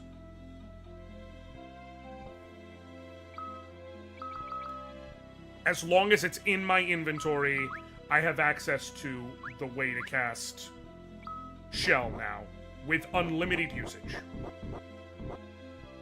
Unlike, you know, how I have a handful of uses of haste available to me the entire fucking game, I now have Shell whenever I need it.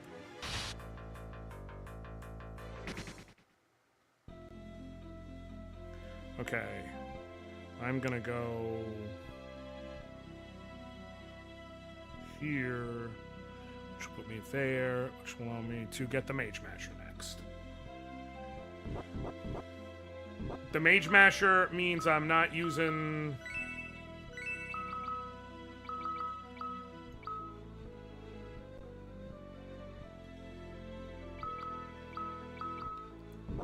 I'm gonna stay like this for now.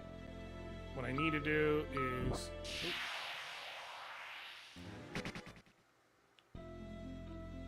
get over here.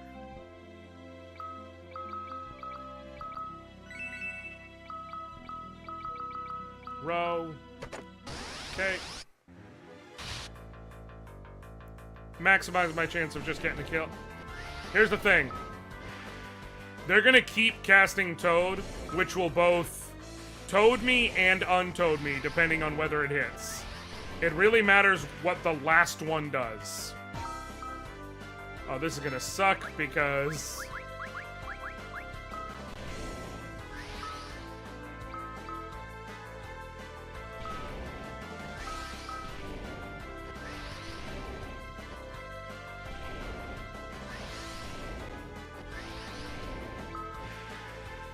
Nice! So I can go back to attacking.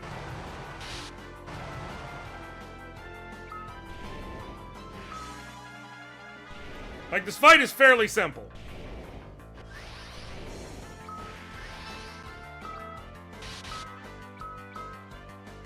Damn it.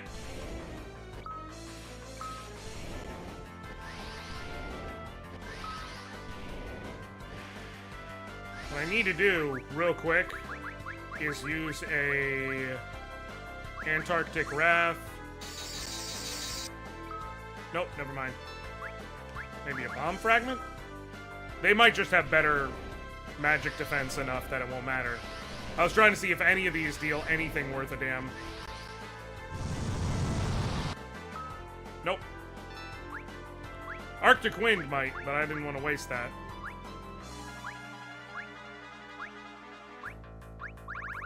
The point was that I wanted to, like, see if I could do enough damage with those that I could... At this point, I do just need to get rid of the level 1 spell replacement items.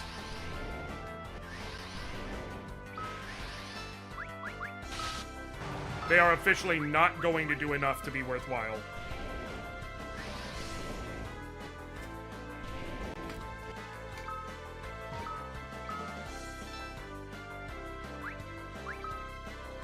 Let me hope I am untoaded.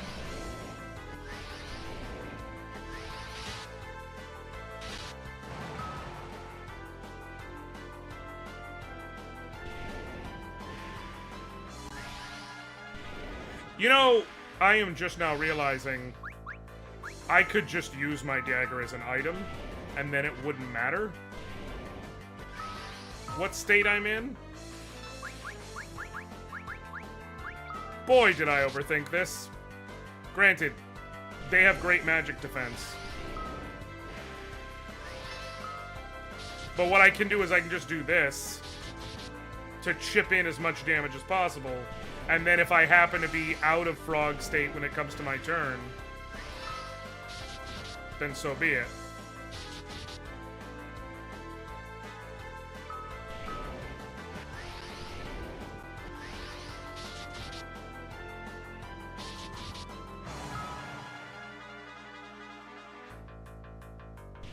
Turn me human! Sweet. Miss! You son of a bitch.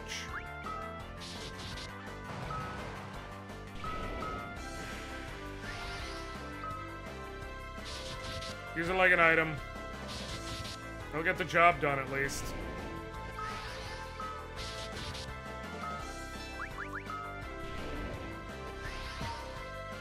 Son of a bitch.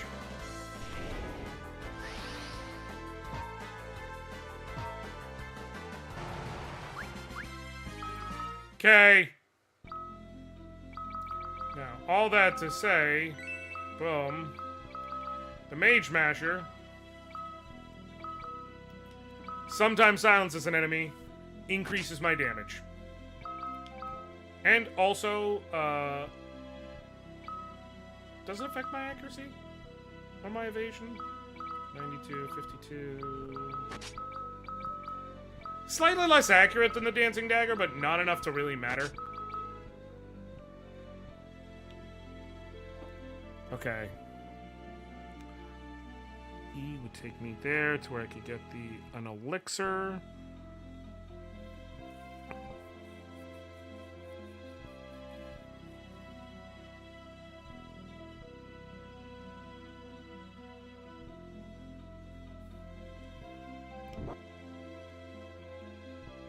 Nope, I want to go this way first. It's going to take more than one trip to get everything I need out of here. Well, everything I'm going to get out of here, I should say. But so I'm trying to be efficient with each path.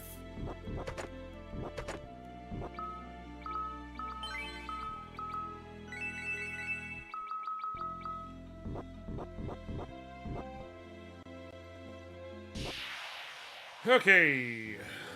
Ambushed. Run! Just got my clear from EX3. What's EX3?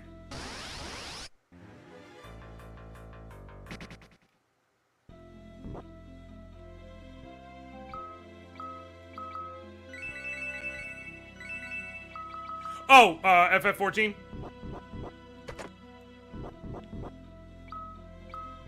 The very last fight in Dawn Trail. Got it. I think I'm gonna wait until, till like 3.2 drops before I go back and do post MSQ. Okay. You can talk to the Sylphs and they're like, yikes, go away! Stop! No! We won't hand him over! But Yang's asleep. That's the main thing. Okay. We went through that whole path. Now we can go back to Tomra. Restock on the potions we used. First things first. Tent. To be fair, that's a good idea. Yeah, because it's like, I don't want to go back and do just like one at a time. I figure, let me wait.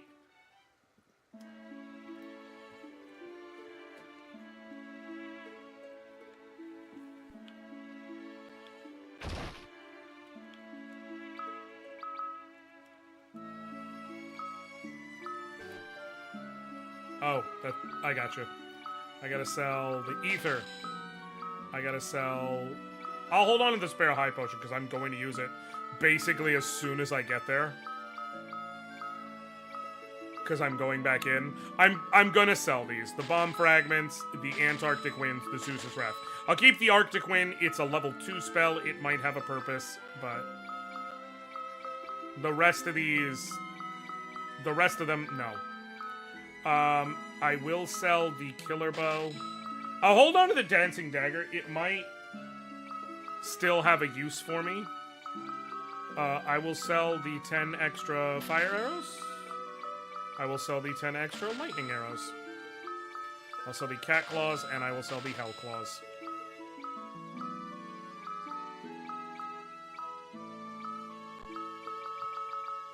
$37 potions. Cool. Alright, perfect. And yeah, I'll end up using that, that high potion very quickly in there, going through the spiked floors. New Alliance raid makes my eyes hurt. Ooh. That's not good. That's not good for several reasons. Okay. No matter what, I need to go to A, and then from there... Got that stuff. I got that. And I got all that. So now I would go to H. Which will allow me to get those. And back over. So it'll allow me to go to I. I would allow me to get those. And these go to J. J will put me there, go there, and then boom. Okay. Alright. Yep, I did everything. There's essentially 2 paths you can go down. You can go through the Sylph Cave taking.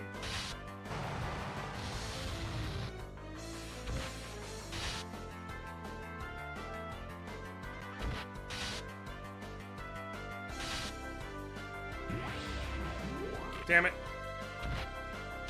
I took one path and made sure to get everything possible from it, and so now I'm going down the other path.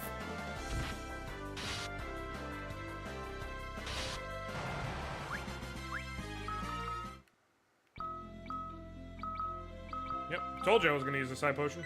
I didn't think it was going to be for that, but told you I was going to use this high potion.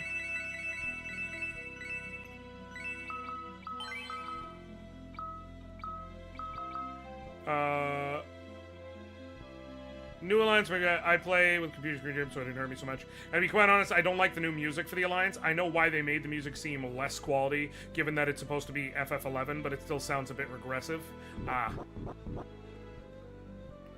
Is it FF11 music that they went with?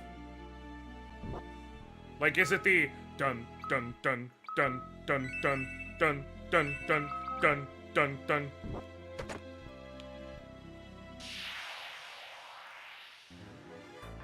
Gotcha. I'll probably enjoy it a decent bit because I have so much fond nostalgia for FF11. But I can see where you're coming from completely.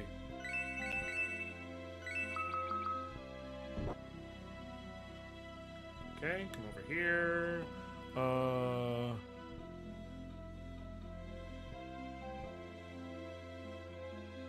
Yep, okay.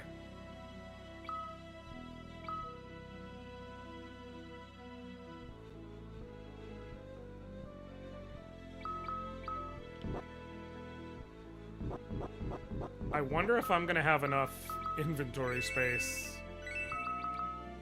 I need to heal every few steps so that if I get caught off guard, I'm not screwed.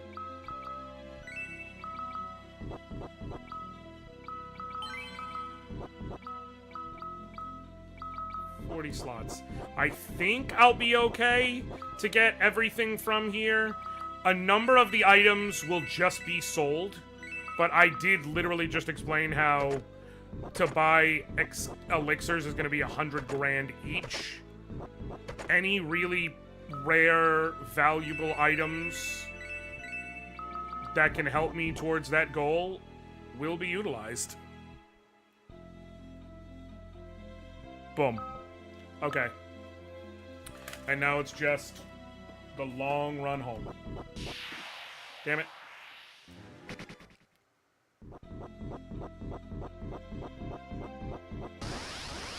Leave me! Leave me!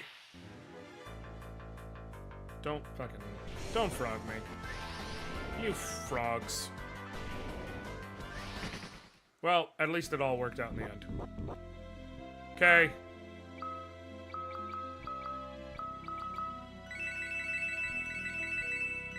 Potions go first because they are intrinsically the least useful. Okay, we're good.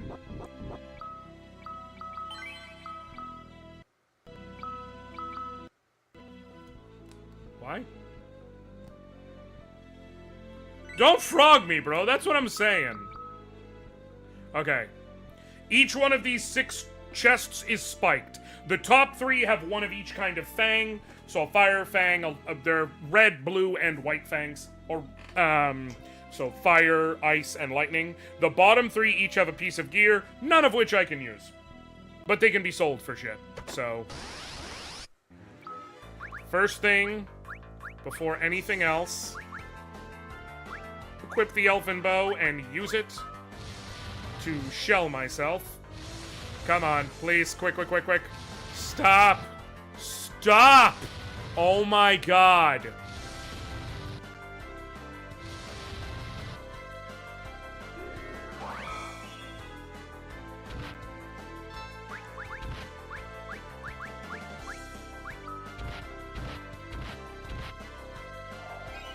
I may be fucked.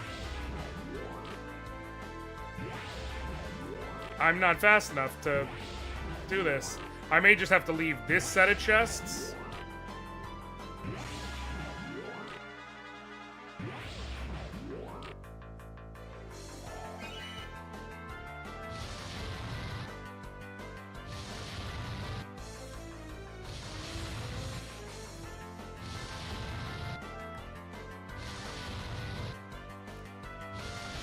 Can you run from a spike to... Nope.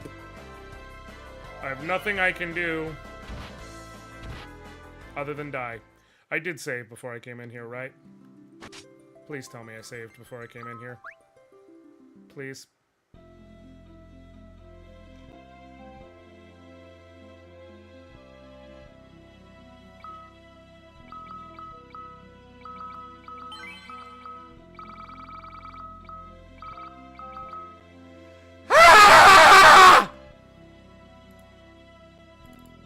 I'm fine, everything's fine. It's fucking fine.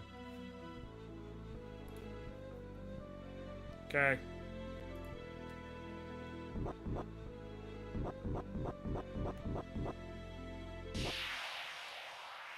Oh, do you remember how the show My Wife and Kids did Claire like they did Dark Skin and Viv? I do. I am exceedingly familiar. I love My Wife and Kids. Listen.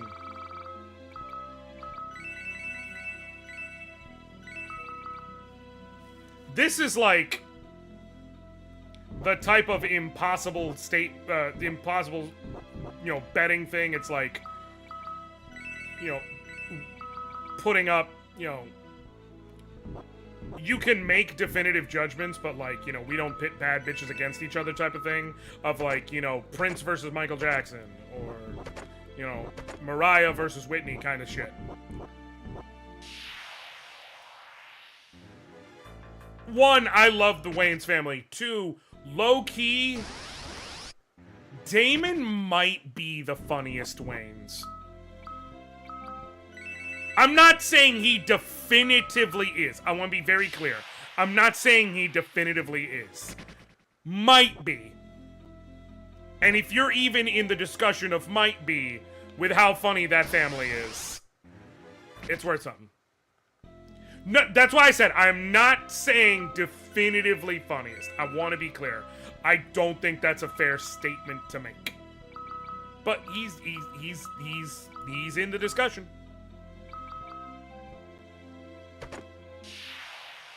They're gonna be on a show together? Oh, that's gonna be a good time. That's gonna be good times. Alright, I have to go back through. What I'm gonna do is I'm gonna do...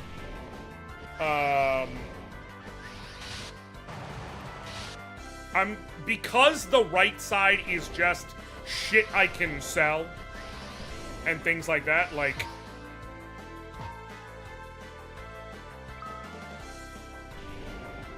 Listen, it's why DJ Vlad already was on my hit list. But when he said that shit about Marlon, it's like, oh, you are the culturist vulture. Vulturist of the culture vultures.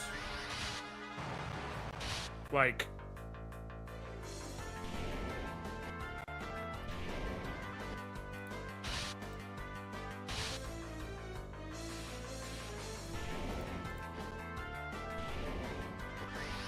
Exactly. We have them to thank for the modern day fucking Super Bowl show, halftime show. Which is still the wildest shit when you think about it. Like, that is a hell of a thing to be able to say. Yeah, you have me to thank for the existence of the Super Bowl halftime show as we know it in modern America. But I'm sorry, what?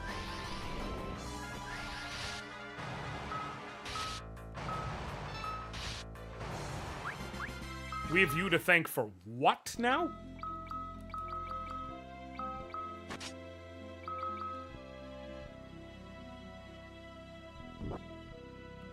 Like, think about that! Think about that. The goddamn... Just, it is baffling to try and wrap your head about. The NFL. The Super Bowl. The type of event that literally often defines a section of the calendar for a year could not hold people's attention over a new episode of In Living Color.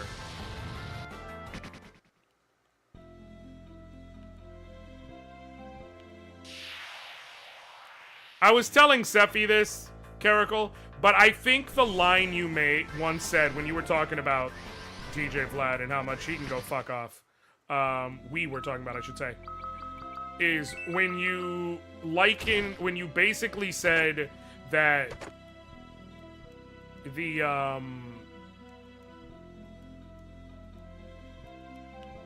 when you said that the Wayans were the black equivalent of the Kennedy family. And it's like, to this day, I've stopped and been like,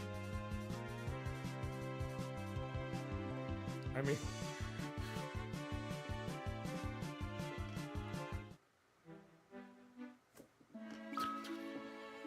fuck do I say? You're wrong?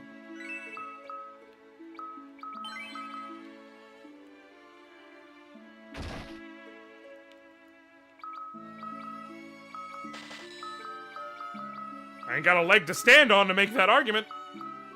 Say that much.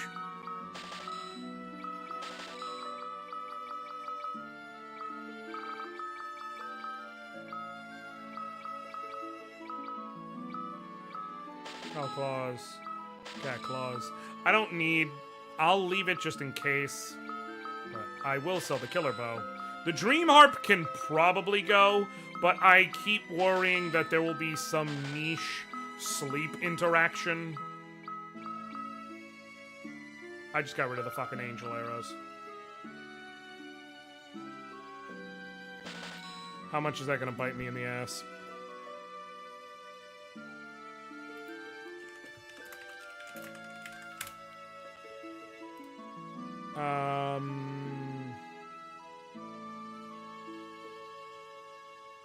I can buy them from the summon kit. Okay, thank God. That's fine. That's fine. Ah!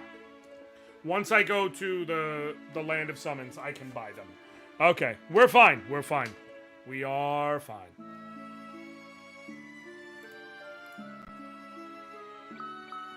It's slightly annoying, very foolish of me. Ultimately not a humongous deal.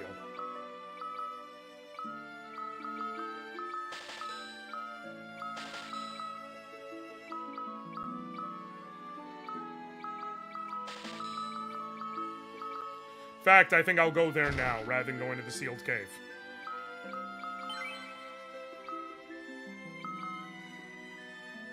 I remember when I went to see another comedy fave of mine, Wanda Sykes, and one of the most embarrassing things happened. Oh, no. I will go to the cave, the Land of Summons first, because I can't remember if once I enter the sealed cave, I'm allowed to leave.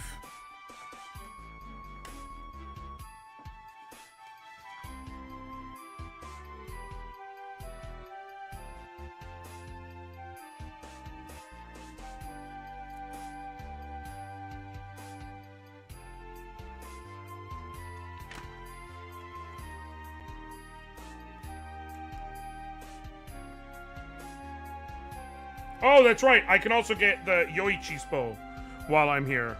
So, it's 100% worth it.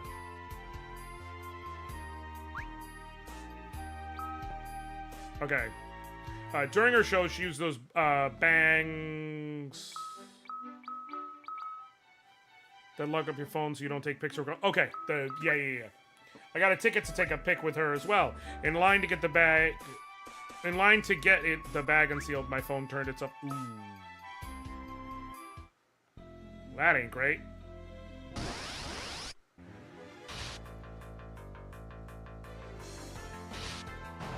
Okay. It will silence. Turn off Thunderbolt by any chance.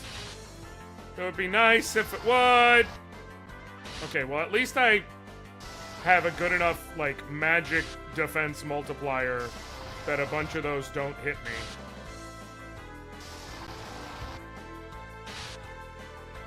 Thunder Dragons have a chance of dropping something useful. I don't remember what it is. Let me look and see.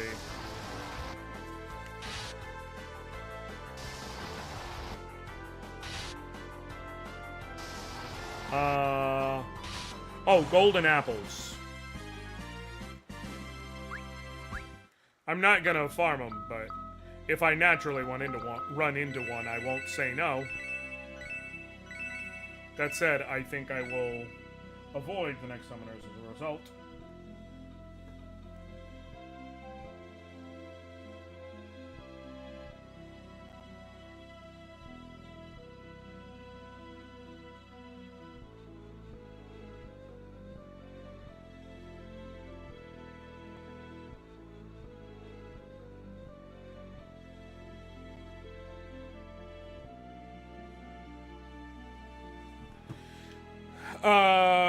Her head of security was like, hey, your phone is on. Let me see if you took pictures of the show. I didn't, but I had a bunch of pics of Prime on my phone.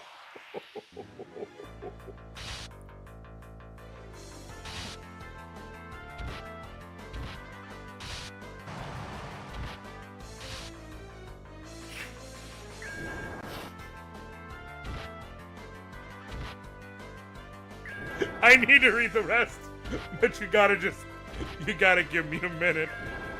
I might have to just run away from every encounter in here. This place may be beyond my pay grade, and is beyond my pay grade. Yep, cool. We're just gonna run from every encounter. I'm gonna get the chest, but we're gonna run from every encounter. Okay, let me compose myself enough to read this. Prime ripped my phone, so now my fat ass can show her head of security all the pics of me.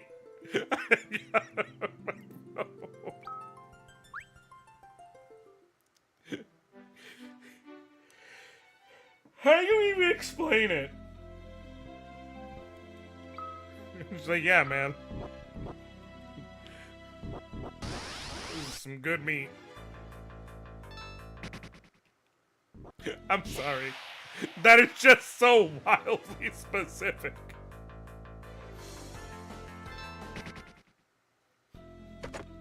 I'm sorry! I'm not trying to laugh at your pain, but that is so wildly specific. Hey. It's fine. I understand what you're saying. I need to confirm whether or not you took pictures of the show. Alright, here you go. Is your whole gallery Osobuco?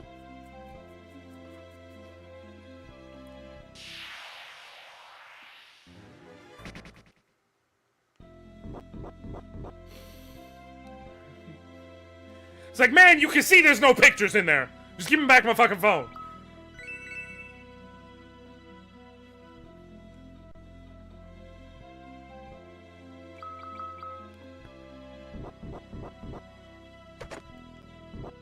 Oh, dang it.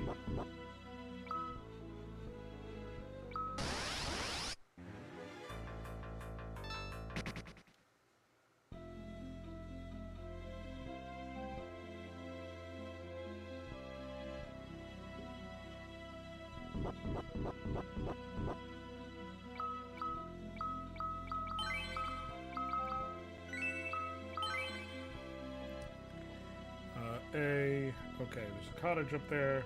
There's a high potion down there. Now here's the thing. This is not worth the HP investment to get it, but I want to be able to say I got the chest. But yeah, after that, I got in line, and then I had to tell her, I loved you in Booty Tang. Did she kick you out?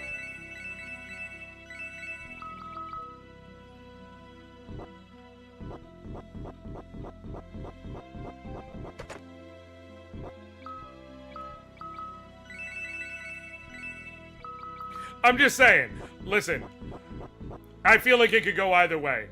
It's kind of like how, if I ever meet Hal, because let's be real, I'm never going to have, but she apparently hears it all the time. I'm not surprised, the movie's hilarious, but I'm going to be real.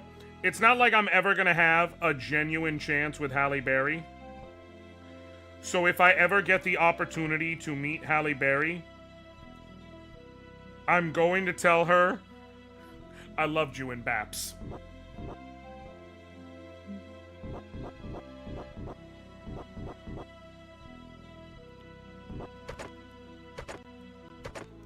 She's either gonna really appreciate it, or have her security kick me out. It's gonna go one way or the other. We are going for broke on this one.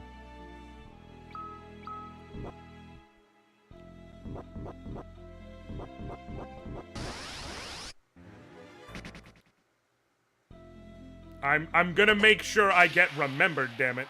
Especially me? Me? If I go up to her and I tell her I loved you in Baps, I don't care what anyone said. She's gonna say, come again?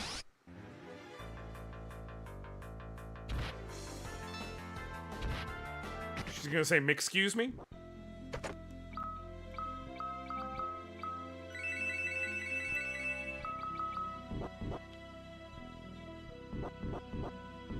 I will not be silenced, Caracal. She might have to call the NAACP on you for that. But it's okay, because Blue Sky will vouch. Shit! I didn't know. I didn't know. I'm good. Nope, this is going to be a Lamia Heart battle, I feel like, if I can even survive it. Yep, I'm gonna have to do some real confusion shit if I want to survive. Damn it! Come on.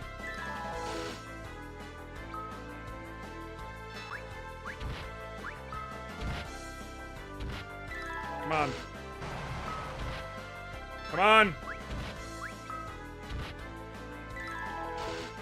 Okay, next turn I'll heal.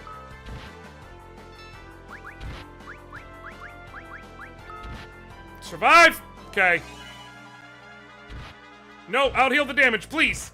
Shit. Okay. Now I know. It's fine, I can actually beat that fight. I just got to back row it and have the Lamia Harp when I do. So I guess realistically, I should go ahead and just get in the back row with the Lamia Harp now. Because there's no other fight I'm going to be doing in there on purpose. That chest has the Defender, which I know will sell for at least a decent chunk of cash. No!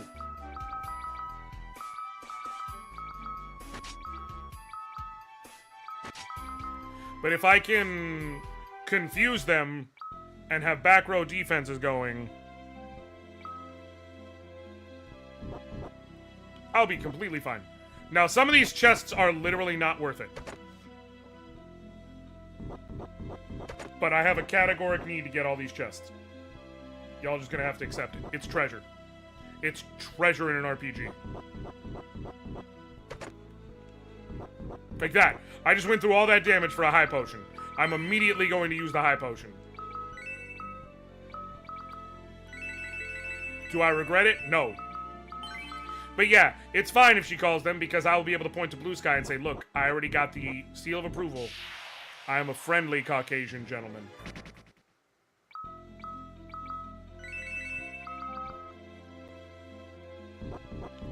From the mountains of Caucasus.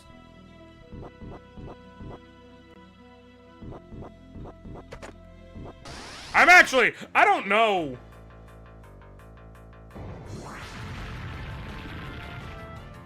If there are even any mountains in like any mountains whatsoever in Portugal. I don't even know if it's got hilly terrain.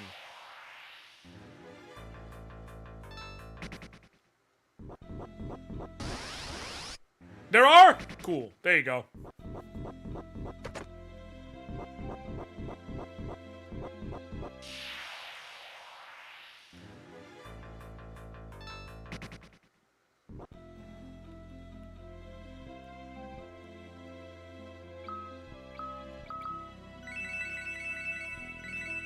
Caracal, are you mountain fishing me right now?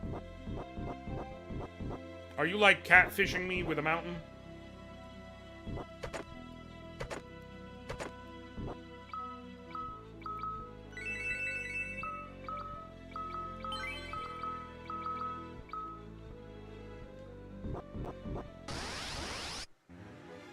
Come on.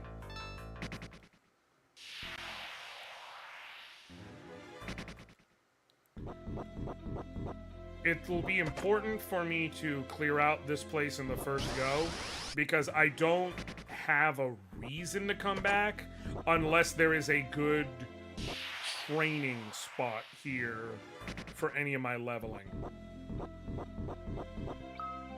Like, reasonably speaking, it doesn't, I'm not going for, Leviathan or for Ashura.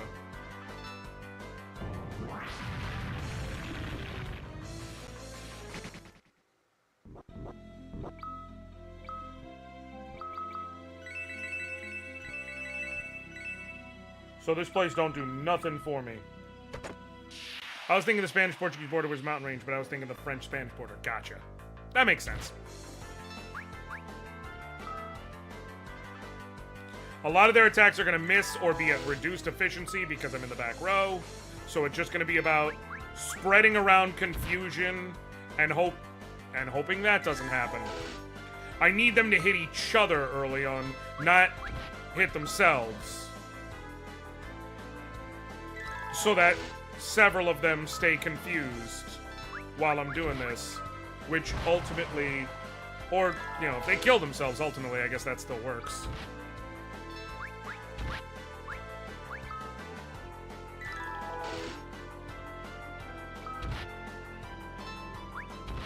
Confusion is a hella legit weapon. There's a reason why I refuse to get rid of the Lamia Harp.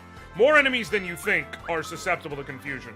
It's kind of like how you have very few good access tools that inflict instant death, which is why you don't realize it unless you hack in the Dark Knight version of Cecil, just how many enemies are susceptible to his Deathbringer. It's not all of them, but it's enough of them.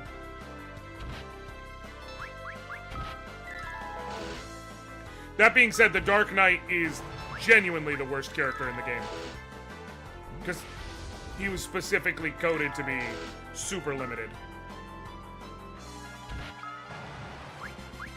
Cool, get the defender.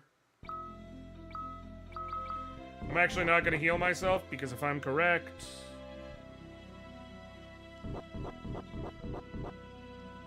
once I get in here, boom, I'm safe.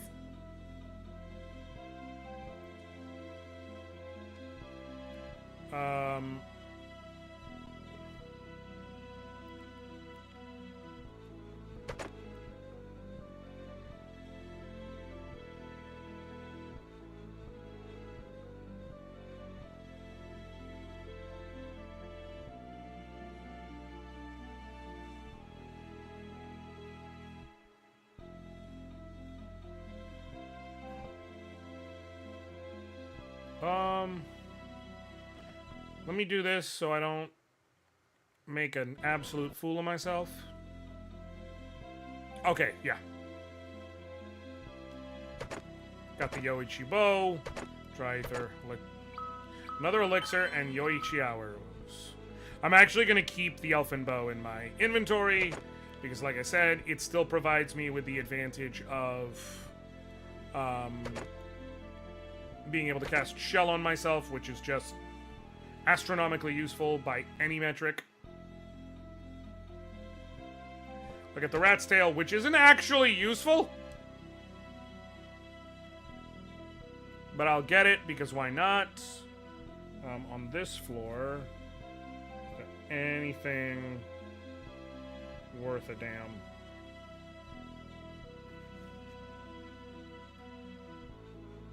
There's the item shop doesn't have anything I really care about. The armor and the weapon shop do.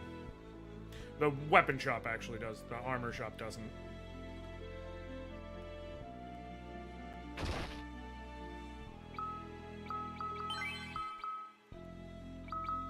Sell the ethers, sell the dry ether. Sell the Phoenix Downs.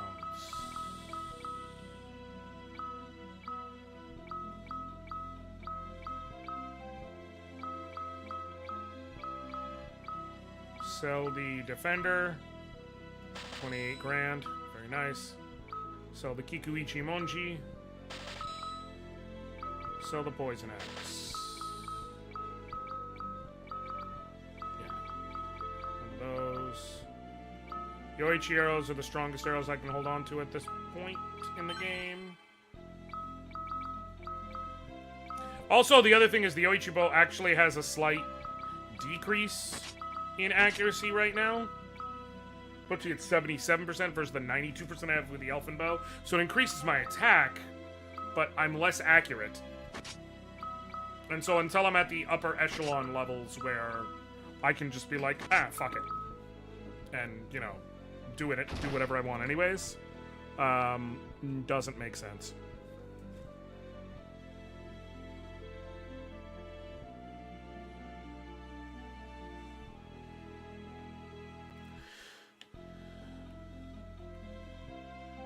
Alright. I don't believe I can use anything here, but nope.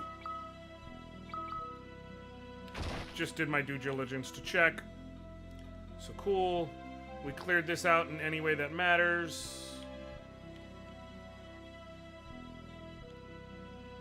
May come back through here.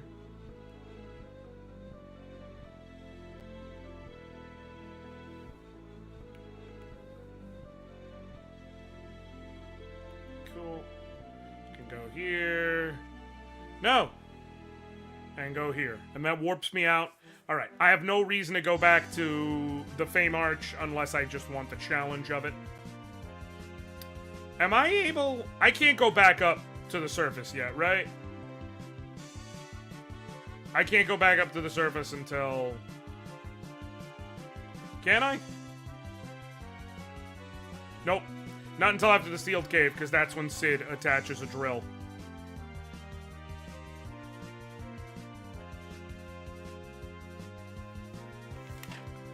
Okay.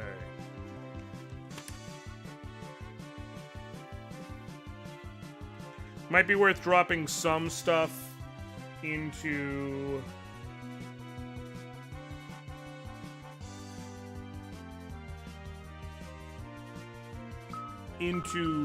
Fat Chocobo.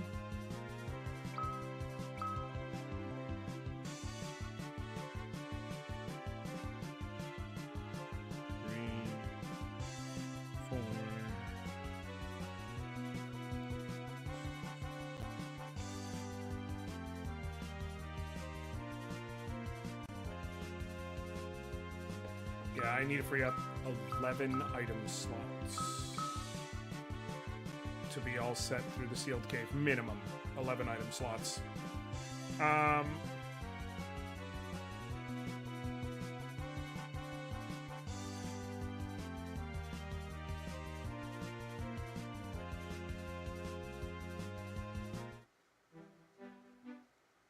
Here.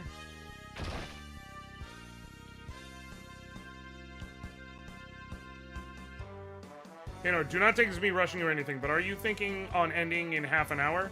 I wasn't going to. Why? Are you doing it for running plans?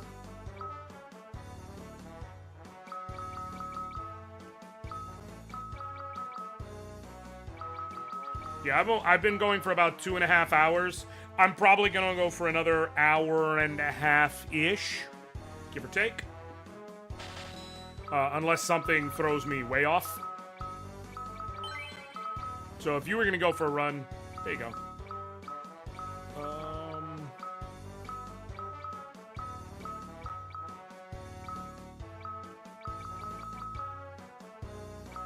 Sweet, I'll see you like now and then. Alrighty, I'll be here.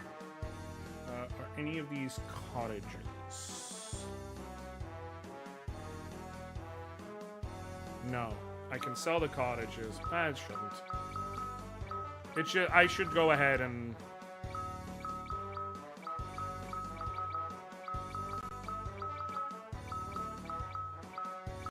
should go ahead and bite the bullet and just put some stuff in Fat Chocobo.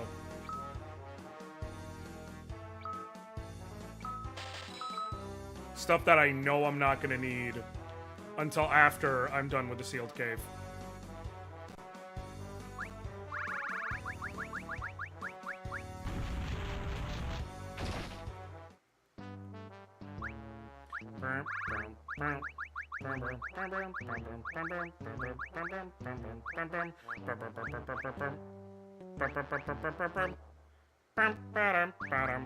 I can put... oh, I can't put the rat tail. I can put the coral risker. That's not going to be useful against anything of note down there. I can put the goblin spell. I know. I can put the cottage.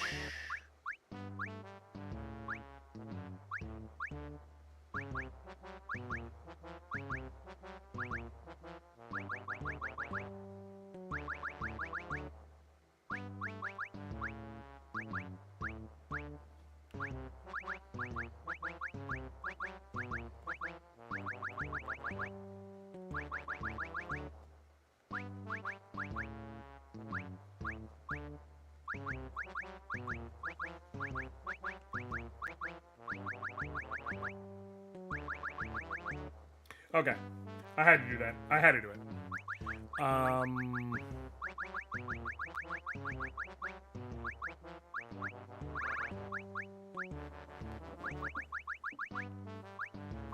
One, 2, 3, 4, 5, 6, 7, 8, 9, 10, 11, 12. Okay, cool. Plus one of these is like a high potion, I think, and things like that. Well...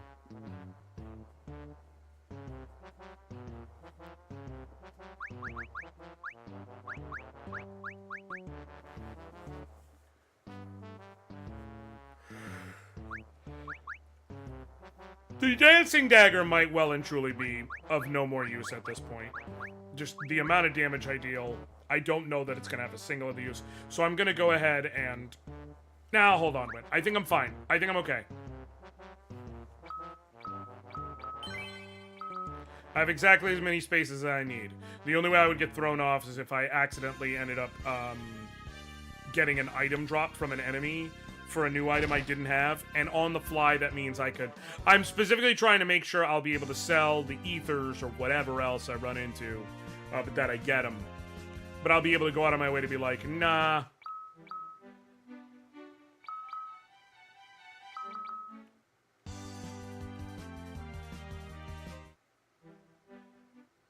How much is a tent and how much is a cottage? Yeah, 2 tents is cheaper. So I'm going to do that and use 2 of them. I have to sit here and think about my money. Because I'm going to try and avoid using cheats still. I know I already used the XP cheat during this stream. I did it to save you all time. But, like, I will be able to do stuff off screen if I need to. Hold on 1 second.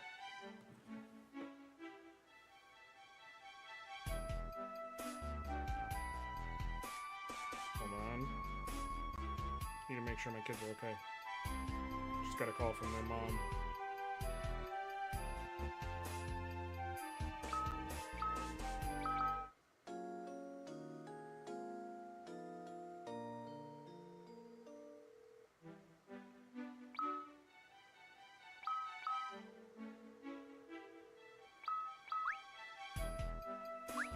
Hey, I missed your call. What's up?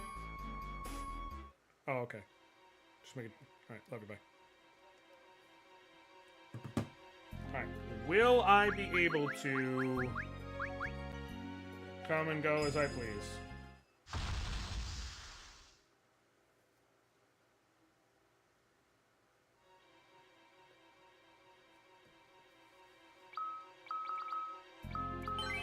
Yep, cool.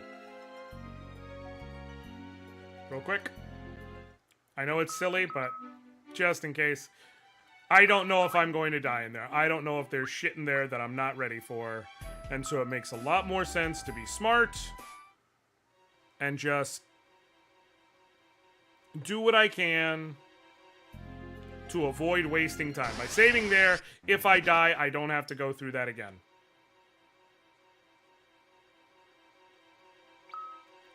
I'm equipped with a mage matcher, right? Yeah. Oh, fuck. I might already die. Can I run?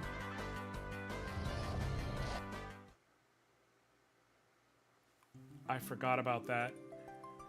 And some of these doors are mandatory. How much HP do the doors have?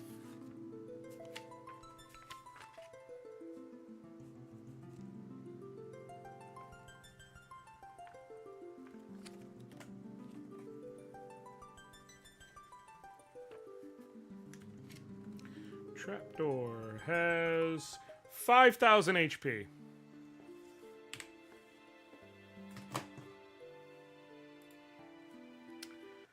Well, that's great. If I'm in the front row, can I deal anywhere near that much? That's the big question. Like, if I go with the silencing arrows, not Yoichi arrows. I forgot to buy the angel arrows while I was down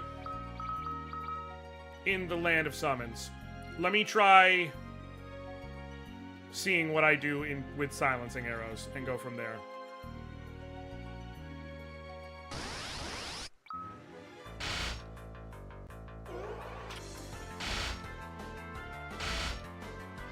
Nope. Even if I switch to angel arrows, it won't be enough. I would need to be able to get in a 4th hit. Which means I cannot make progress because there are multiple doors that are necessary. That door is optional, but every single door in that place is necessary. Which means I have to go back to the land of the summons.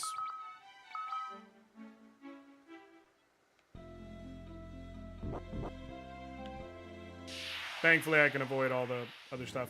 I do need to get a stack of 99 angel arrows, for sure.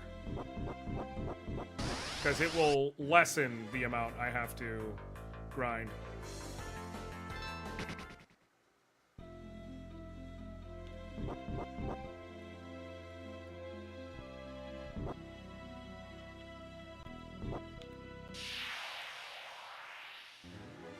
Ah, man.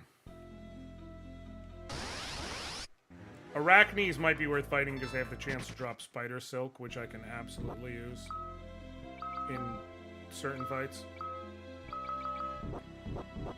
If I just make it through to the teleporter over here without getting hit, don't surprise attack me, then I won't need to use my potions. Don't damage me. Leave me the hell alone.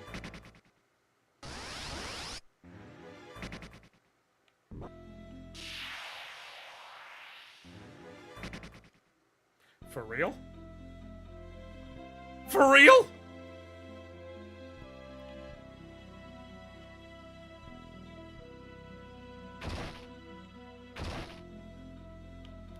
Wait. I didn't buy a stack of angel arrows? I thought I did. I guess I didn't.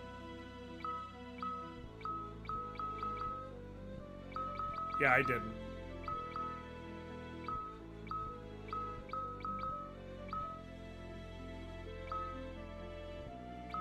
No.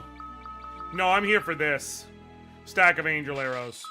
Which, technically, the Yoichi arrows are the strongest weapon I can hold right now.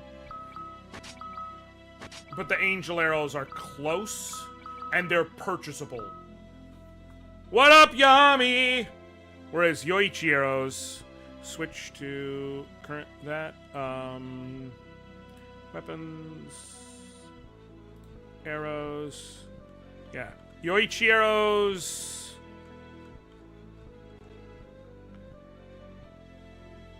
Can be bought. Wait, what?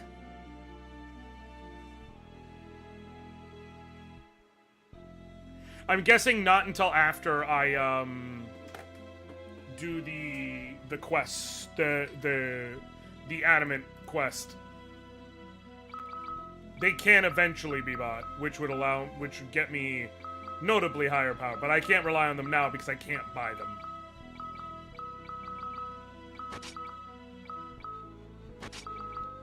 But I wanted to stack because just got back home from a Friendsgiving. Nice! How was that?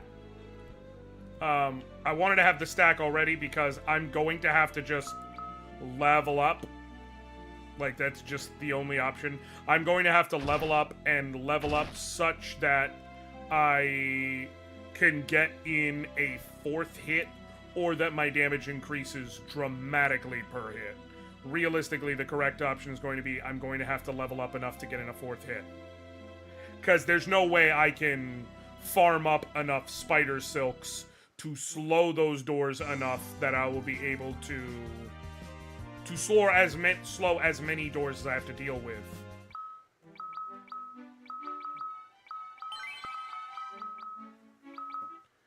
The perfect amount of chisme and food. Excellent. That's what I like to hear.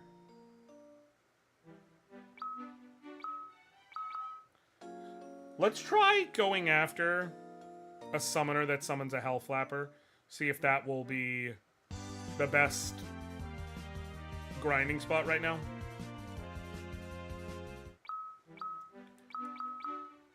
And see how much it gives.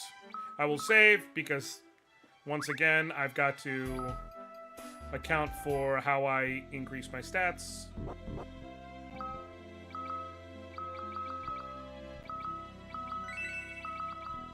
Okay.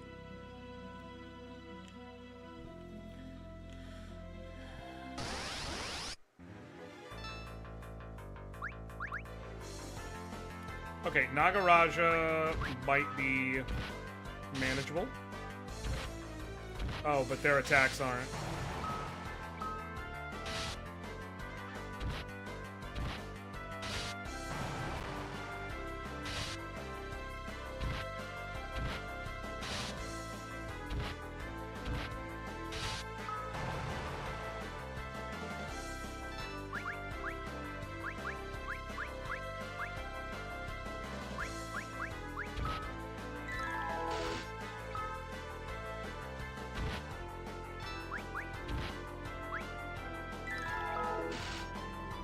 Perfect.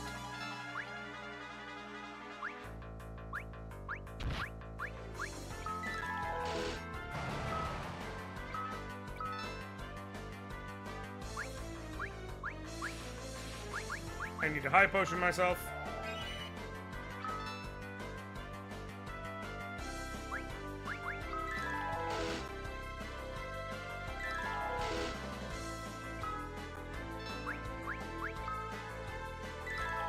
Okay. Let the Nagaraja do a bunch of the work for me, or not.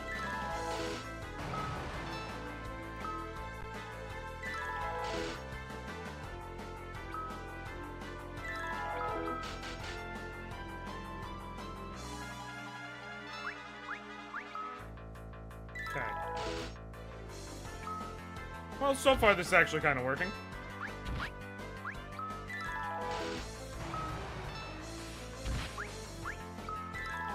Okay.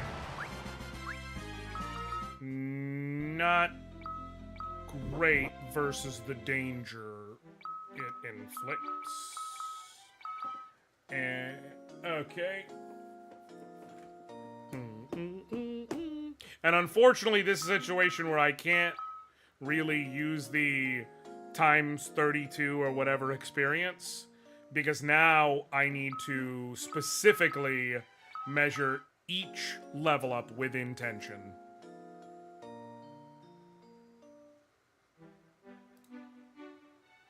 In fact, I need to chart out.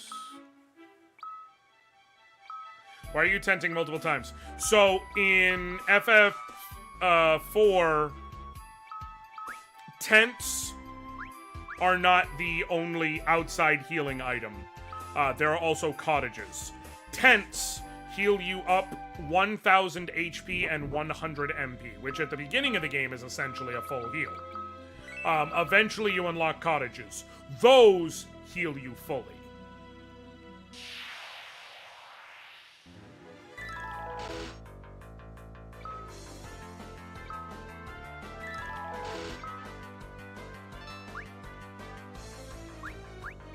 Can I confuse you by any chance? No? No, I can't? Okay, I'm running away.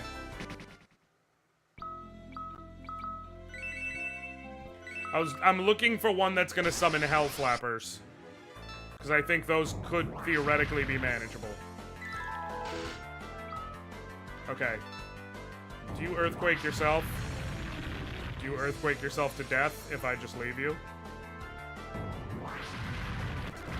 You do.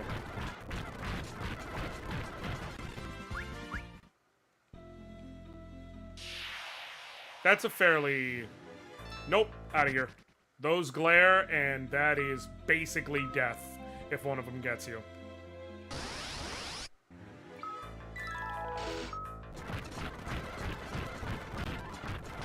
I will let her kill herself.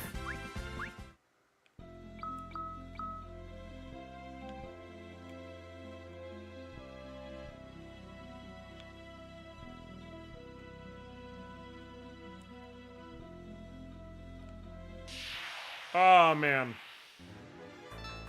Hellflapper? Thunder Dragon. Get out of there.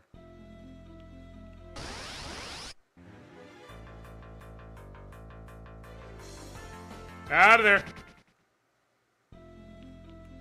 I ain't dealing with Thunder Dragons, man. Especially because it goes against my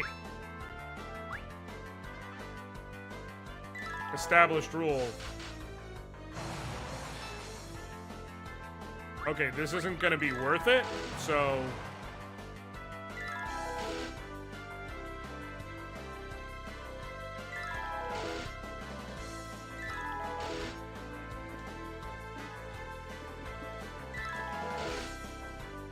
I forgot that they could theoretically summon regular-ass goblins.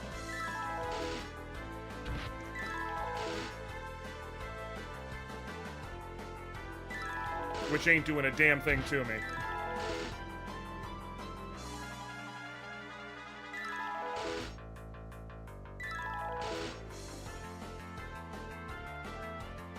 Okay, I should chart out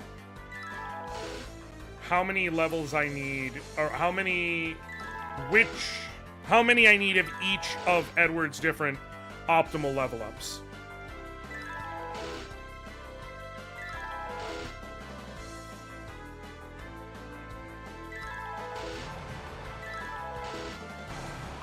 Absolute priority is going to be on maxing out. Let me do this. Let me chart it out. No gear.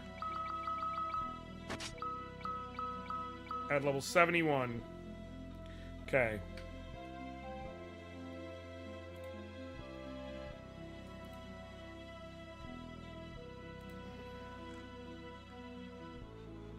Characters.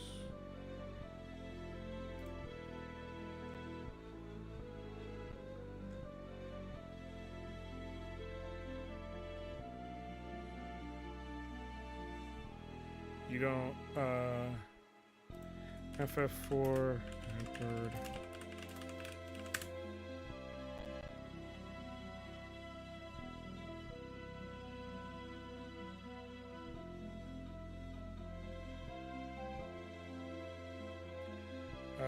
Edward. Okay, cool. Here we go.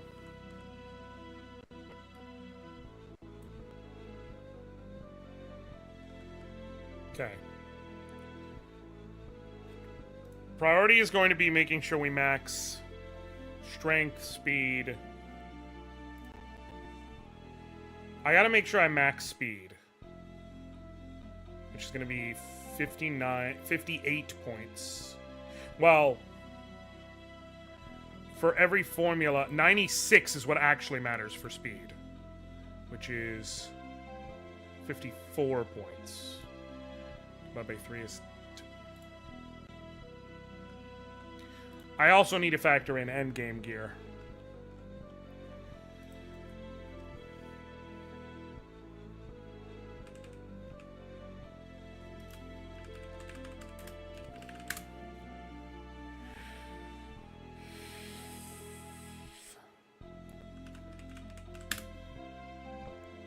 Give me a second, y'all. I know this is riveting, but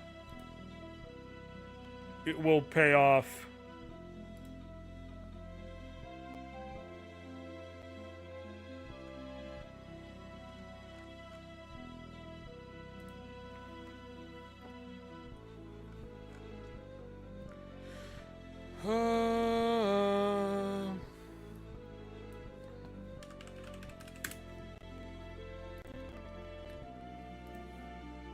This one? No.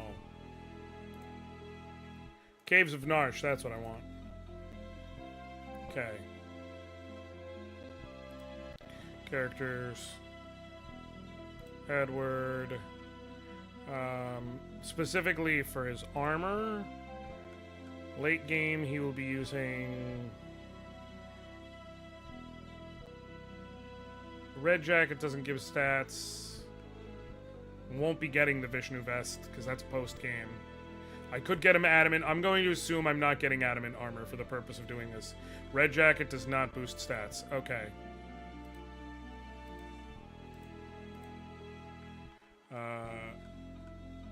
Red Cap. We'll give stamina plus 10. Or the ribbon. Whatever. Gauntlet slash rings. You'll be definitely equipping a protect ring.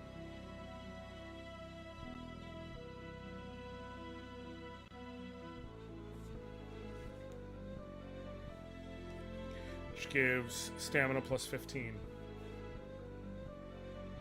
That's about it in terms of that stuff. Weapons-wise...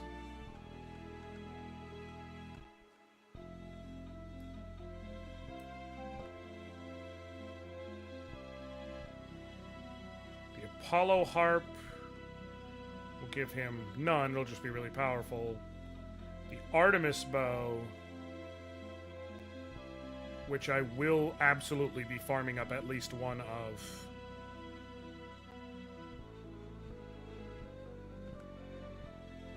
Gives strength plus 10, agility plus 10, vitality plus 10. It's the rarest drop, but I 100% will. I have to get an Artemis Bow. I just don't know if that's going to be better than... Because it'll be my best option from the back row. The only thing I need to see is... Artemis Bow's Wind Elemental. All bows are Wind Elemental. Make sure...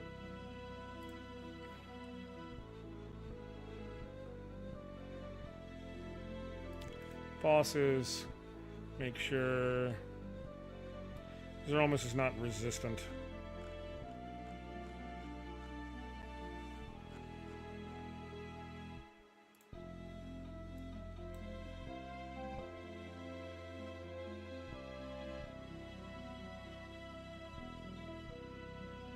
His mind is, and his breath is.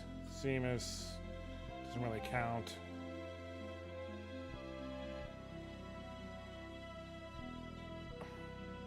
Resistant to status.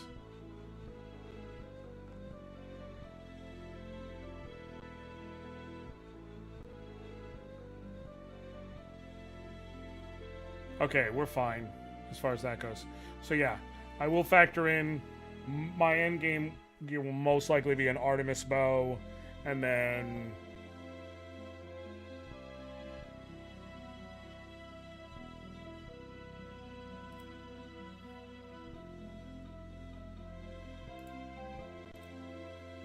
Artemis arrows, hopefully.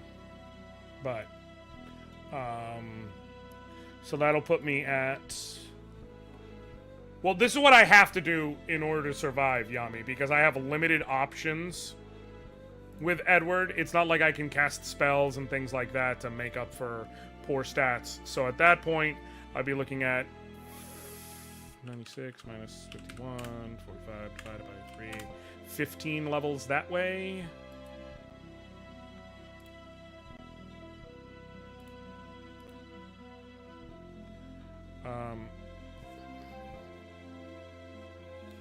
That'll put me at 86, give me 13 more levels the other way. So my stats would be... Strength will get maxed out. I'll have 86 base speed is the important thing to state. With a Artemis bow, it'll go to 96.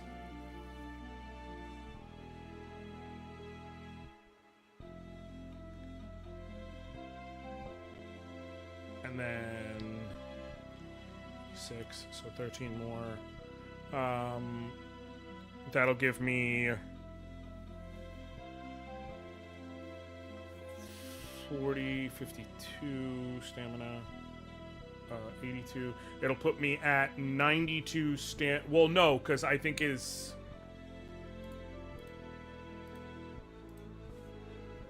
The Protect Ring.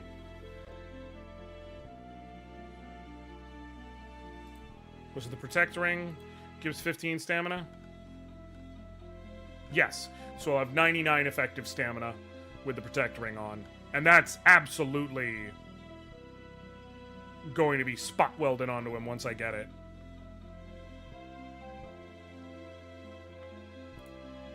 So we'll end up with an effective 99 stamina, because that'll be 52, yeah, with the bow.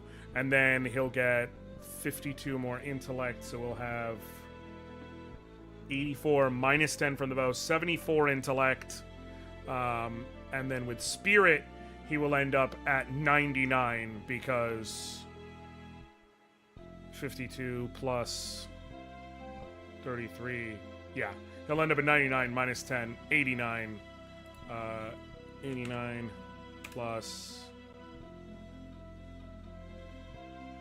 74 divided by 32.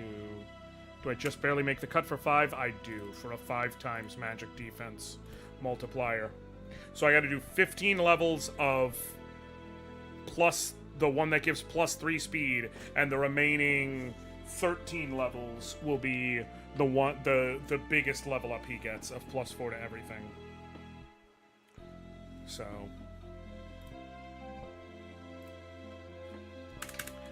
plus 3 speed until level 6. Alright. I had to get that out of the way to make sure I factored in what I'm actually doing. Let me leave here. I will probably be better off. I might be better off, we'll see. But I will at least like to try and see if I'm better off fighting... What? Oh shit, I unequipped everything. I unequipped all my shit. Whoopsie. My bad. What I could do... Silencing arrows and Yoichibo, because I can buy the silencing arrows right here, right? Y'all sell silence arrows? Get the fuck... No! Y'all sell silence arrows? Yes. So I can use those here to farm things. Okay, cool. I can leave in the back row, and we will just attack.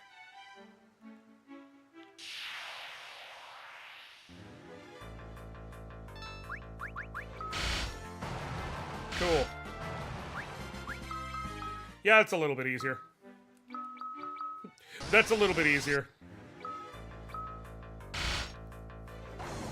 Okay, well that's not perfect. But I'm still decent, at least.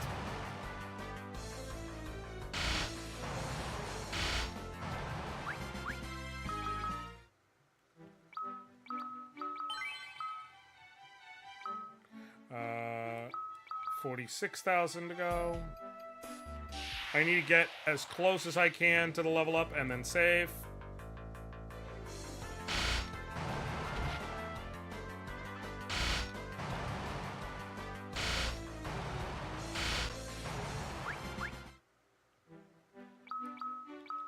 $35,000. Going just with caterpillars seems like the wisest choice. I think I need to double check and see how much they actually give me. But I think if I do them, I can get it to where I am so close that literally any group I run into will be the guaranteed level up that I'm looking for. 11,288. Yes.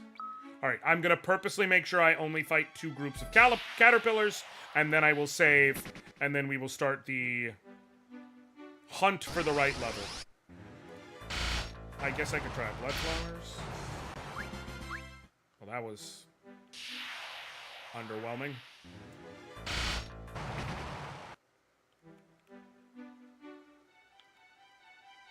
And that also completely throws off my math, so it was not worth it. Let's try with the tunnelers and the blood flower. Damn it. 600. Okay, 11 will still be fine.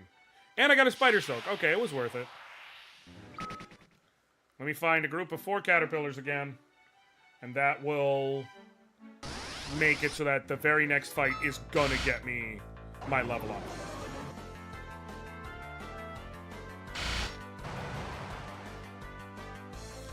And then we save, and then we start farming up a level up. Though I think I will go back to over here, where I believe the enemies are a tick weaker, and so it will just be the smarter choice.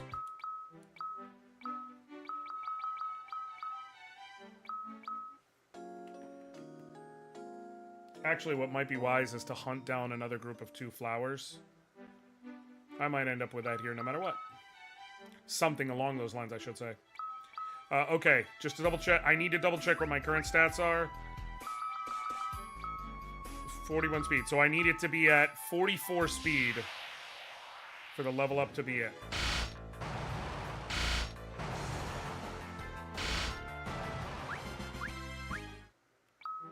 Survey says, nope.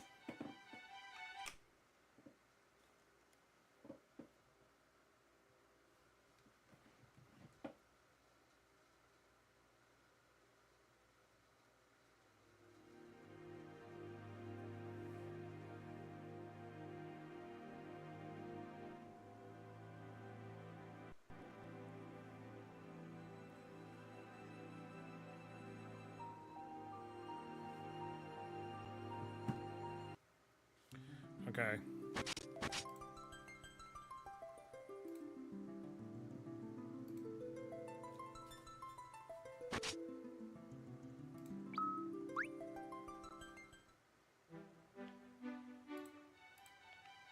Okay.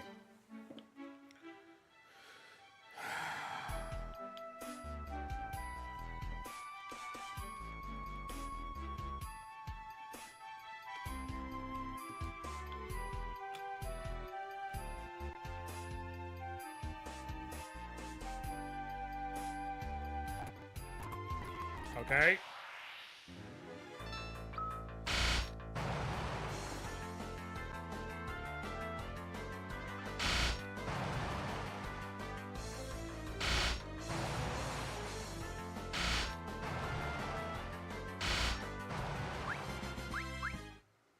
Survey says, nope. Also, little fun fact, if you ever decide to do any type of Final Fantasy IV solo challenge run, make sure whatever character you're deciding to use, you put them in the middle like I'm doing with Edward. It's not just for the symmetry of having 2 dead people over you and 2 dead people under you. One thing the game doesn't tell you that it does, as a secret, it was a secret way of buffing Cecil's stats. Because Cecil defaulted to being in that center slot. is the character that's in that middle slot gets a slight boost to their accuracy. It is a vaguely 25% boost. Game never tells you. It doesn't show up on the status screen. It's hidden in the background when it's doing the check for the running the calculations in the back. It just has a check of, is it the character in the center slot? If it happens to be that the character is in the center slot, they get a 5/4 multiplier or a 25% boost to their accuracy. First person FF1 party also gets it. Yep. Actually, it's scaling. First person gets hit the most, second slot gets hit the second most, so on. So much the same, if you're trying to do a solo run in FF1, you want to put whoever you're going to use your solo run in down at the bottom, and while you're trying to kill the other characters in battle.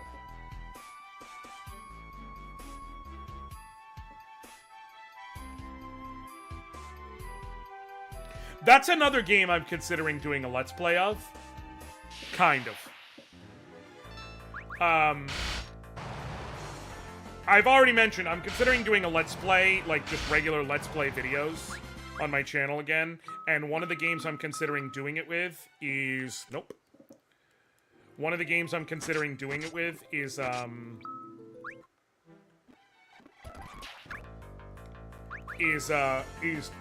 Dragon Quest III HD 2D remake.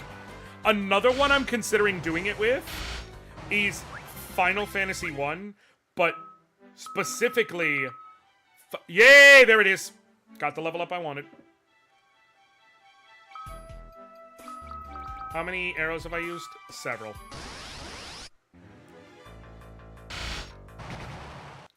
But it is a notable damage increase. I'm curious, is it notable enough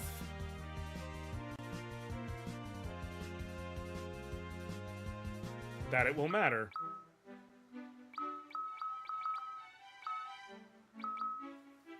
We're about to go see.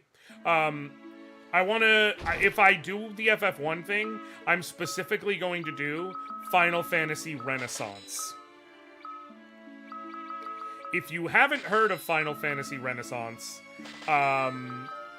basically, someone took Final Fantasy 1 and said, I'm going to fix all the bugs and all the issues and recompile it and redo all of it as an EXE. But also, I'm going to add a whole new mode, adding all types of shit to the game. It adds new classes. It adds,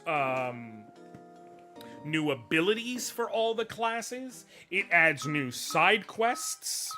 It adds a ton. And so it's like, okay.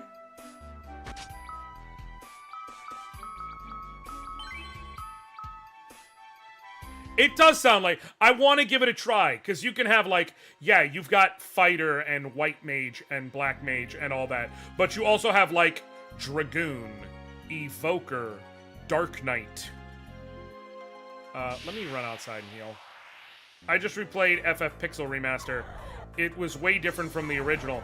Like, temper actually works. Game-changing. Exactly! So here's the thing. If you would like to play, like, something that is aesthetically the original Final Fantasy, but without all the changes I mentioned, you can still do that. Still download Final Fantasy Renaissance. When you start it, it has two modes. You can play it in Classic mode or Renaissance mode. Classic mode is, this is regular Final Fantasy 1, NES graphics as you remember them, NES limitations as you remember them, stats, the whole nine, but we fixed all the bugs. Spells all work. Intelligence actually does something, etc., etc.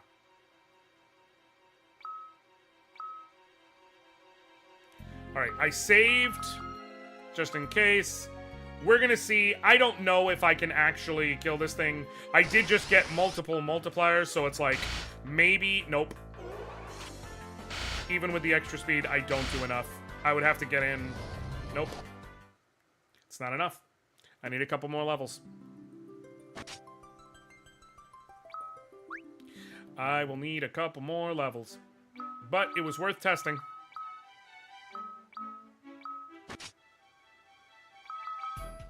It was worth testing.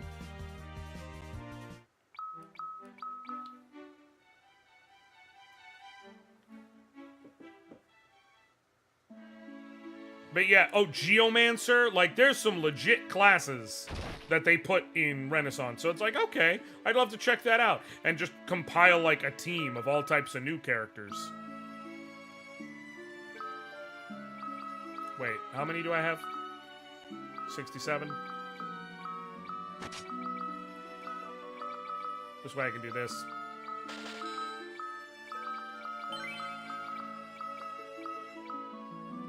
Prancing arrows. Technically, angel arrows would obviously be best, but I don't want to have to go all the way down to... It doesn't really matter for what I'm doing right now, and I wouldn't want to have to go all the way down to, you know, the pits of the Fey March in order to get more.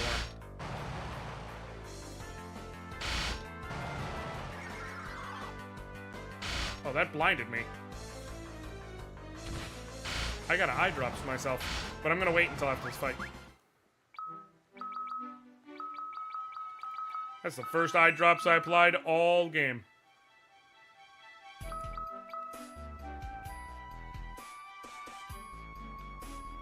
This is probably just gonna be mainly leveling for the remainder of the stream. I'm doing as much as I can. I just want to hang out with y'all. Might not be the most riveting. I just want to hang out with y'all and talk. I got nothing else to do tonight, so, you know.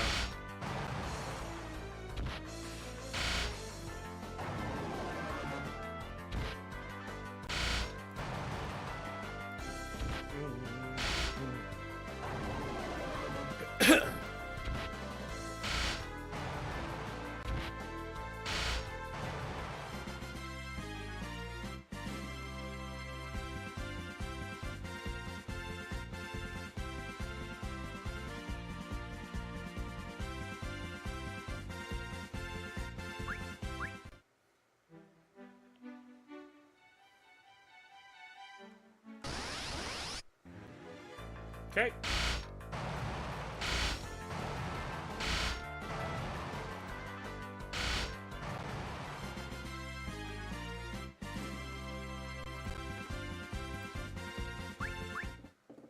Okay.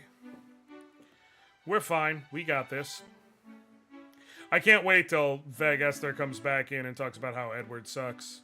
I honestly kind of hope he comes back in, because it is very amusing for someone to come in and be like, Edward sucks and he can't do this, and then I beat that boss.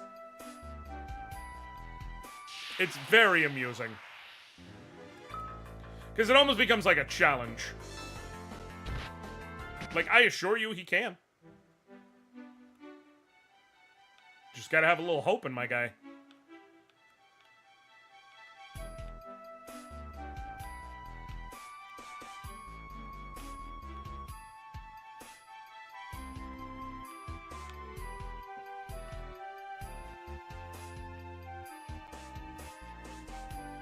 I suddenly have a better idea of what it feels like to be Dave Stereo. For those of you who don't know, this guy who is a very cool streamer, as far as I've been able to tell, super chill dude. Dave Stereo. Like Mysterio, but Dave. He, not last year, but the year before, I want to say, took the month of December and gave himself a challenge run. I want to say it was in 2022. Might have been 2021, but no, it was in 2021. I wasn't at this house yet. Right? Oh my god, time is a soup. I can't remember. It was a little while back. He took a month of December and he streamed basically every day, and he streamed 14 to 16 hours every day. And he live streamed a Barret and Cloud level 99 Reactor 8 whatever, the opening reactor. The reactor you do in the beginning of the game with Guard Scorpion. A level 99 challenge. We got Barret and Cloud to level 99 before fighting Guard Scorpion.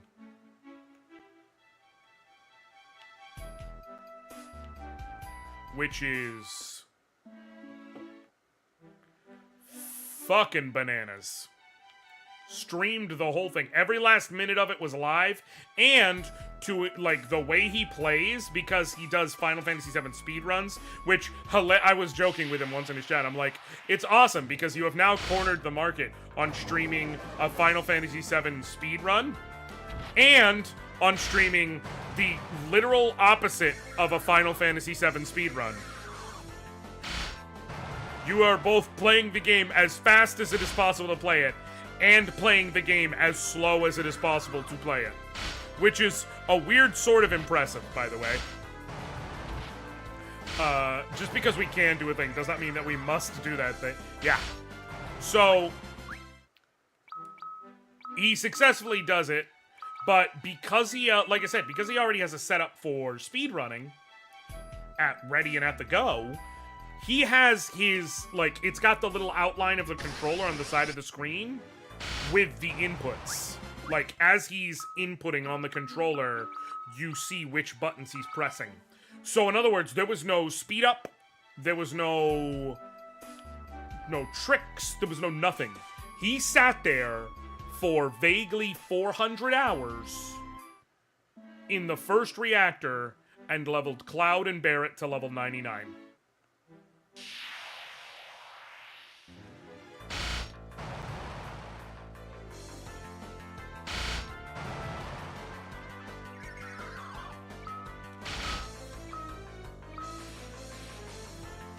If you ever consider doing such a run, I want to give this positive advice to you. Don't!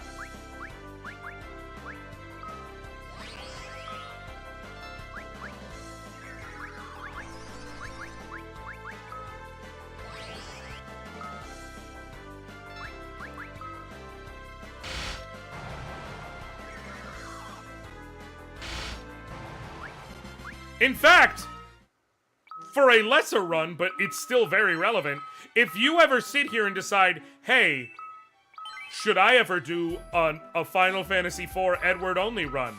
Don't!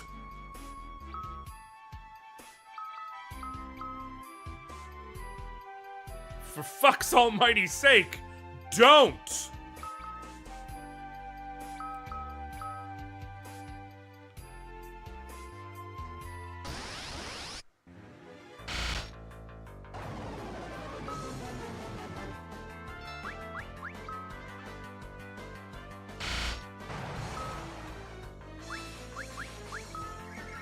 Son of a bitch. I was trying to do it before I could be blinded. The problem is the blind doesn't just lower my damage. Well, what blind does is it lowers your accuracy, which means it fundamentally lowers my damage because I have multiple hit possibilities. But it ends up lowering my damage, and so I end up using more arrows, which costs more money.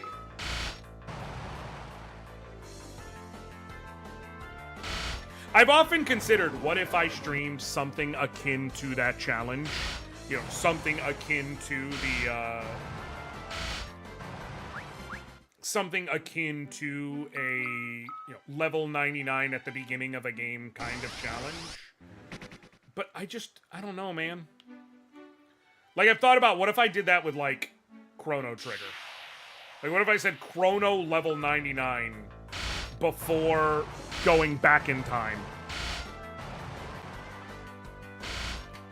And I've seen someone do the math on it, and I believe it's like 240 hours. And specifically, it's 240 hours. The most efficient way to do it is to fight Gato over and over again. And 240, like, it's actually a little bit more than 240 hours. But, like, someone sat and broke down the math of once you get to a point where you can go in, start the fight with Gato, one-hit KO him, and if you run out fast enough, that you avoid his other shield, that is going to be, like, the most efficient way to do it because of how random, like, battles not being random in that game. No! No! No! No. Just no. No. Like, sorry, but I'm not gonna clock in for my job at the Go Kill Gato factory for the next month. I'm just not gonna do that.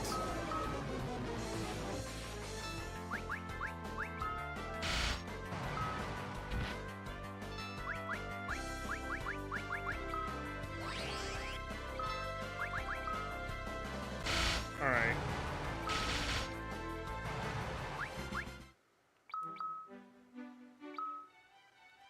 Alright, we're going to look for blood flowers, specifically, so I can get that. Or 2 hell flappers? I can't remember how much hell flappers give. Let me double check.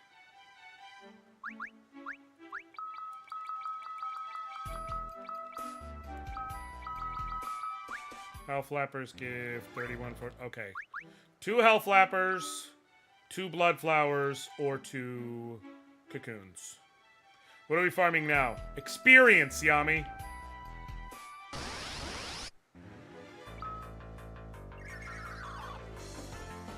That's it. Just levels.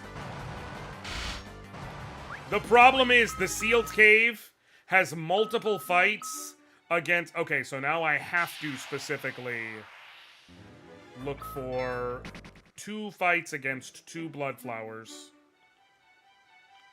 which will get my experience low enough to once again guarantee a kill, or guarantee a level up on whatever fight is next. And we go and do the whole thing again. Experiences the friends, party members that were dead the whole time. Exactly. But yeah, the sealed cave, where you fight the demon wall at the end, every single door you have to interact with in the sealed cave is a trapdoor enemy. Trapdoors have a very, very specific, AI pattern. On their first action, they target a character. On their second action, they use the ability 9th Dimension to instantly kill that character. They have 5,000 HP, and as of right now, Edward can get in 3 attacks before they respond, and I can reliably hit for about 1,100 damage. I need to level up enough that I am fast enough that... No, I have to run. I need to level up enough that I'm fast enough that if I'm already in auto mode when I start the fight, I will be able to get in 4 hits against the trapdoor. And at that point, my average damage should raise up from 1,100 to over the 1,250 mark, because I should hit another attack multiplier at that point. And so I will be able to kill them before they can kill me. And even then, because there's some variance in damage, I'm probably going to make it so that every time I kill a trapdoor, I'm going to leave and save. Is the final boss actually Edward's therapist after all this? It's my therapist, who is going to ask me, yo, why the fuck did you do this? And so I'm looking for specific encounters now, because... you know, the whole problem is I need to...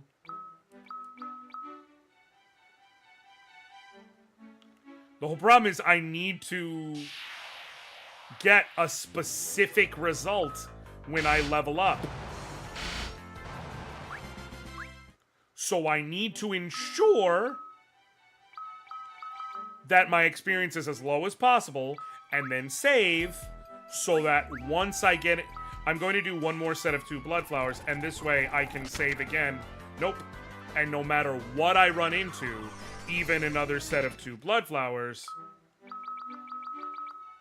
I am guaranteed the level up. and then level up, and then save, and we start the process of hunting the level up again. Cool.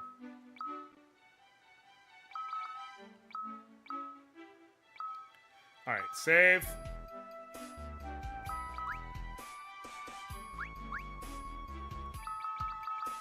So now we need to get to 47 speed.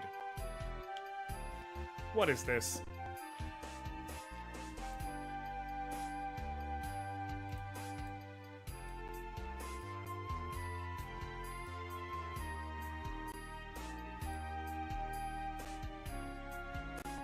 Of course you're gonna tell Nova. Of course you're gonna tell Nova.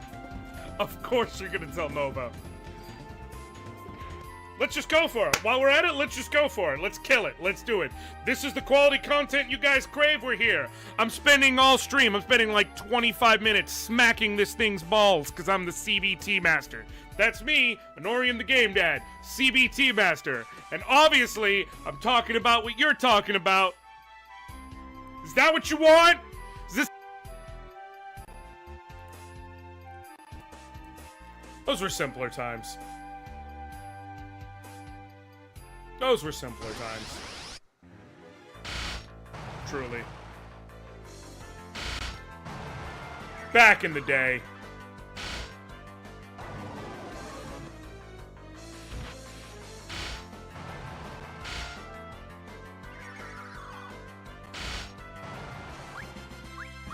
.47 speed? Son of a bitch. Nope.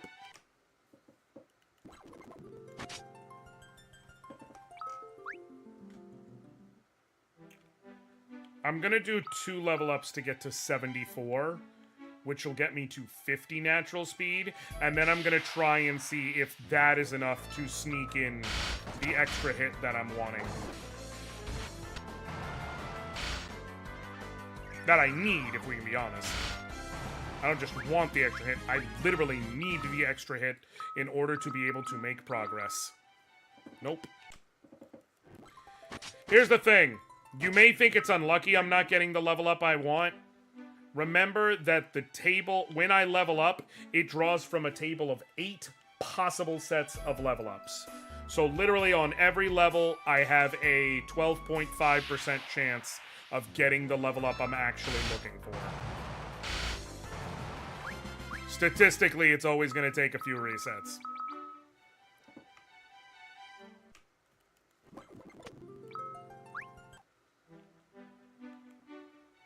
And unfortunately, there is no way to make it any easier. I just gotta live this life.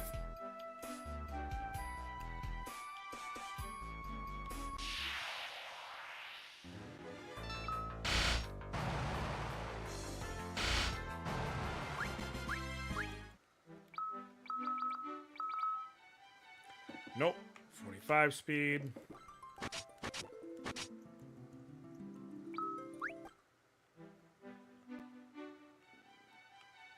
Maybe just for the purpose of making everybody's life, including my own, easier and trying to save some semblance of time, I'm going to kill all but one enemy. And then save state. And then I will load save right before killing them and see if the level up is determined during combat, or if it's determined, like, afterwards.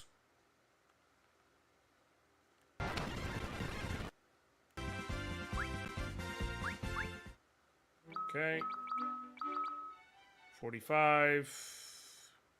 Load state. 45. I don't have a lot of hope.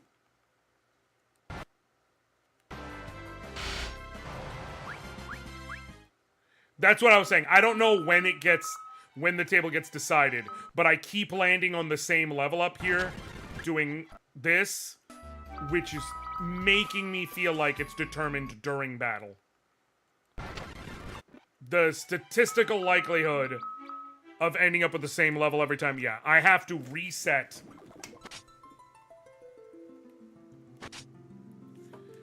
So, I don't know, I'm gonna be real with you. I don't know if it's determined during battle. I think it will be determined on the loading of the state. But by forcibly resetting, I am resetting the entire RNG string. And so that is what's making it lead to different results every time I reset, as opposed to just load state.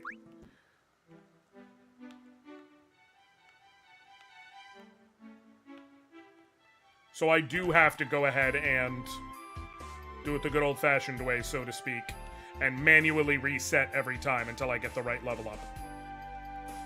Specifically, the level up that puts me to 47 speed.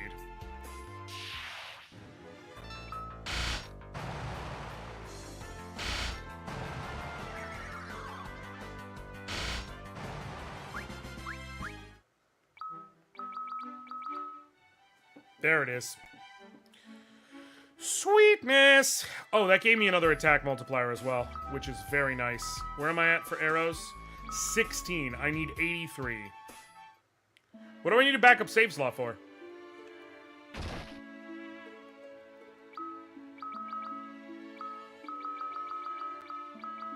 Like, in this case, to be clear. I'm not sitting here like, burger. I'm saying, like, is there something you're worried about me screwing up in the leveling process itself? Safety in general. So I have several backup saves throughout. In this case, I'm going to level here, but I have backup saves at prior points in case I screw up something, like I got rid of something or I did something I shouldn't do for the health of the game. But it has been a minute. Basically, my last save that's not this is right before the grind I did for Rubicante.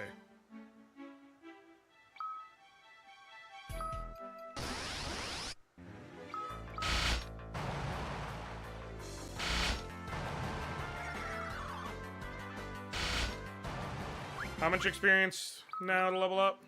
154. Okay.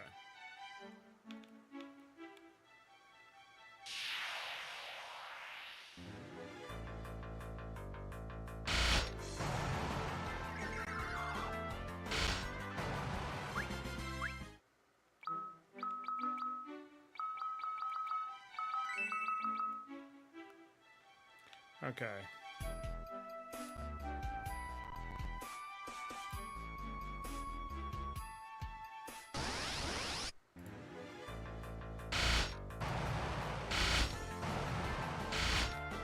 Okay. Sell that mallet when I get back in town.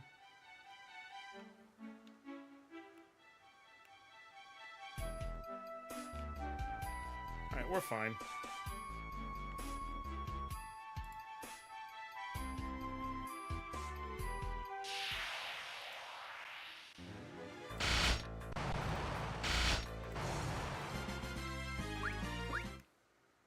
Is XP shared across the not-alive party members? No. XP is normally divided amongst party members. So Edward is leveling faster because he's by himself.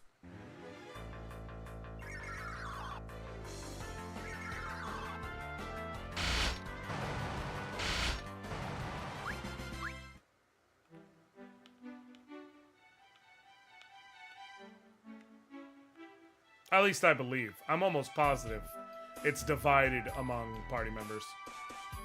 But, so I believe, if I'm correct, here's a fun little quirk on it.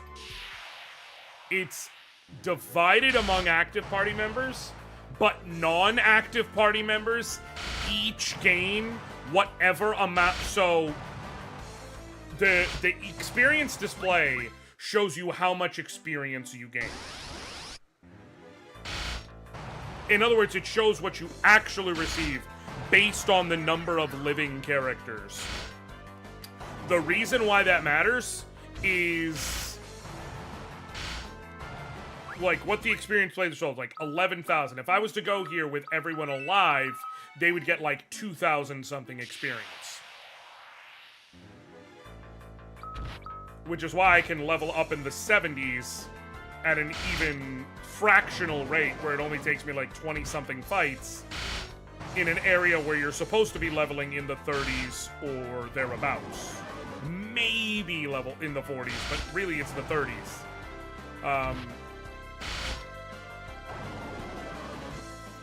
But a little quirk of Final Fantasy IV, characters who join you and then leave the party and return later continue to get experience while you're playing. And the idea is they built the experience curve around the and what level new characters join you around the idea that if you're just playing normally, when characters rejoin you, they'll be about the level you're at, with the notable exceptions being that Paladin Cecil at his lower levels gains experience super quickly.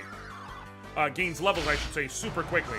They gave him like a unique leveling curve, and they did that so that he would kind of just naturally catch up to everyone where they're supposed to be.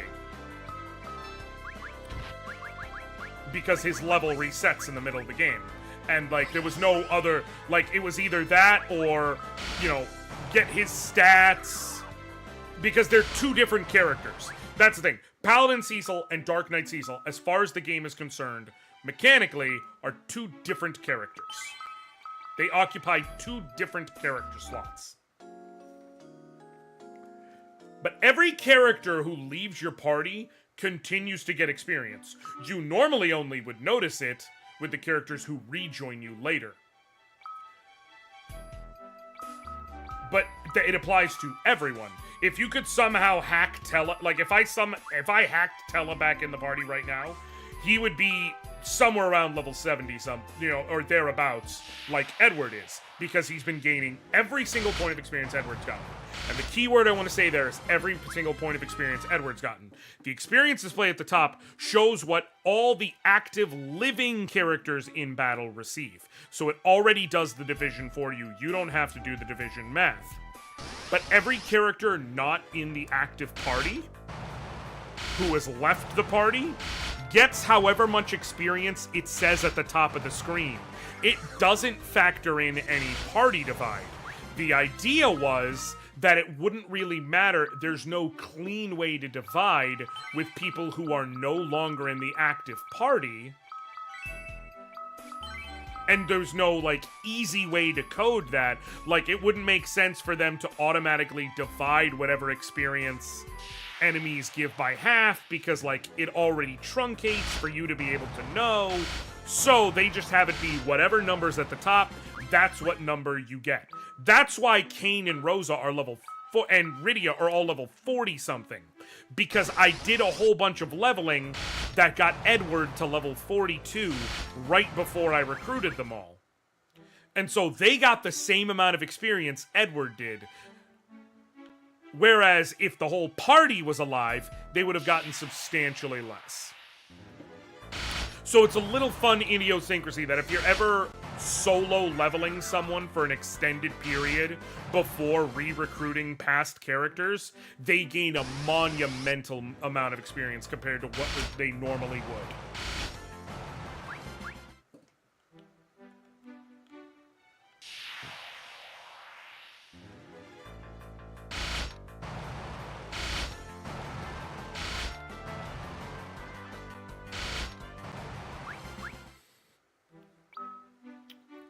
This is also why the random leveling past level 70 is such a noteworthy deal. Because it's very difficult in a game where multiple characters keep track of their stats upon return and so on to methodically get their stats lined up the way you need to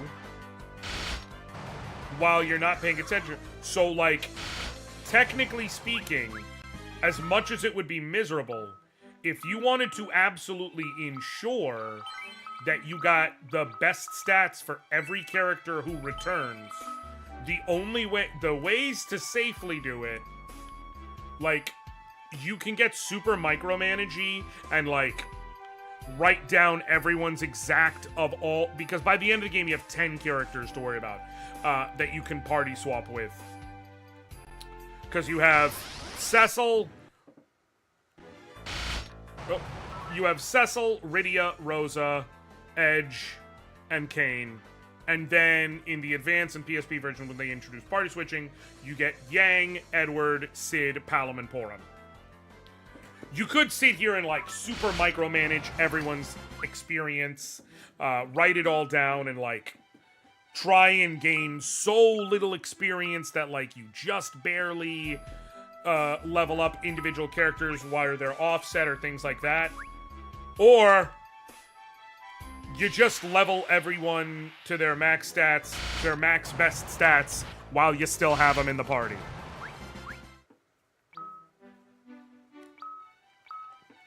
The thing about that is, and I cannot stress this enough, it's fucking lunacy.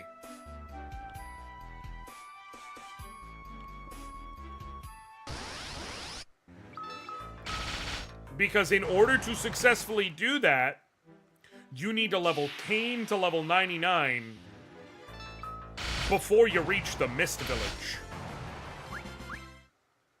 You need to level... Rydia keeps all her stuff. She'll gain whatever she needs to post-time skip.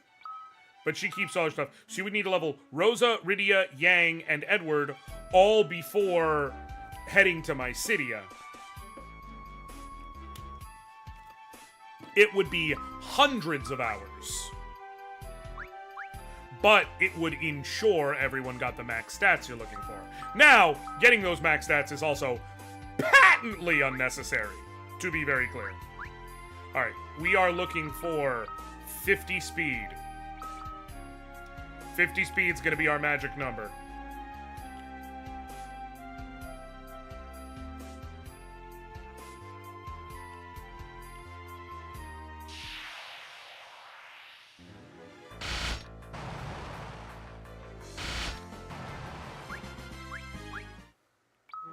Survey says, nope.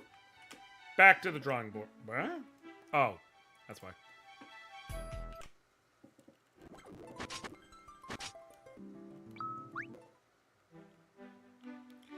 Keep going until we level up, get 50 speed. After we get to 50 speed, that's when I next want to check against these doors what we're looking at in terms of, can I kill one? Oh, shit. 2 attempts in, baby. Let's go. And that got me up to 13 times. Before I was at 11 times on the multiplier. So, nice. Nice, nice. That was fast.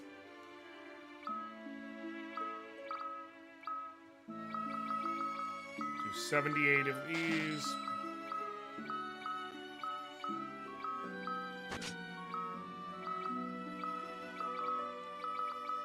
High drops.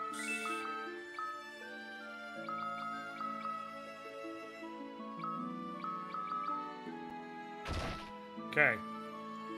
I will need to swap to the angel arrows before I engage with the trapdoor in any meaningful way, but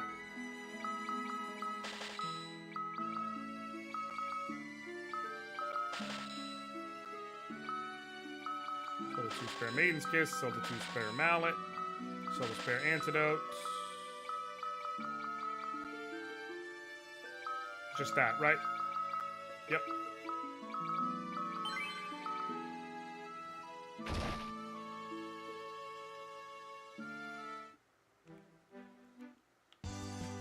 Okay. Here, tent up. Alright, let's try it. I got no clue, but we're gonna try. I'll leave myself back row until I get there.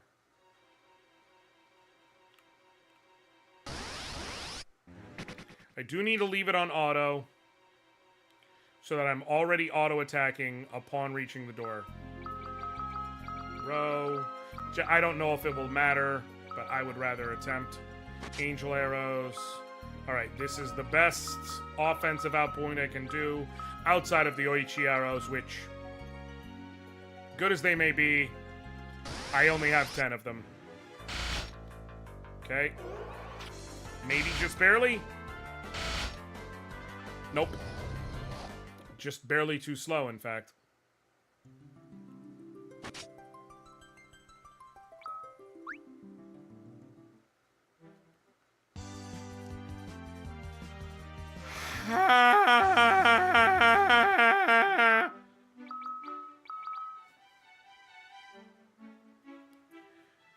Back to... You know what? I'm gonna switch to the Mage Masher and switch to the front row instead of using the silencing arrows and see how badly it affects me, like, in terms of the damage I take.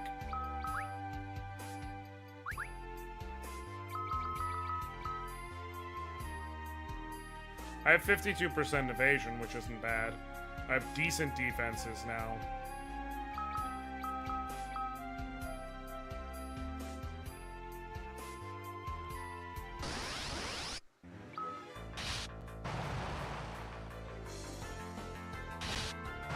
Okay.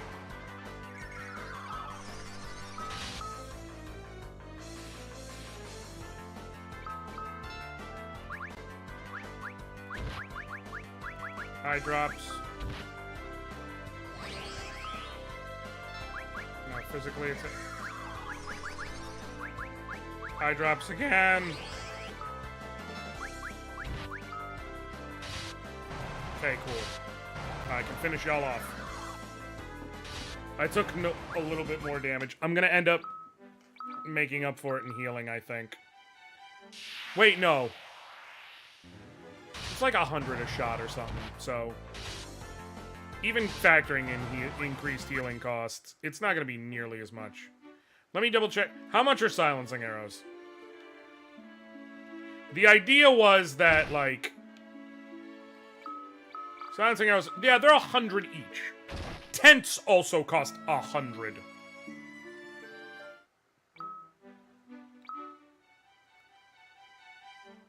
Each one shot is going to be the equivalent of healing 1,000 damage.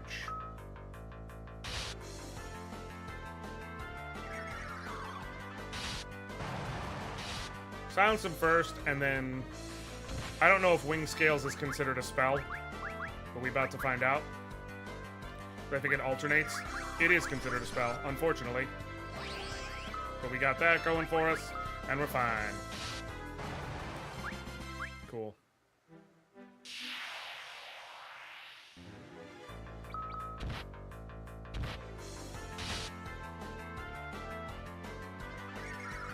Damn it. I just have to push through and kill the gloom, the hella flappers.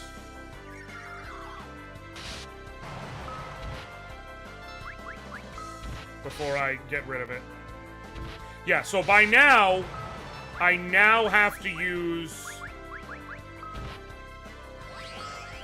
a tent, and then some. But I also would have had to use, like, 12 arrows by now, so I am at net savings of 1,000 gil. So I'm fine. This strategy makes sense. And we will continue and level up a bit more.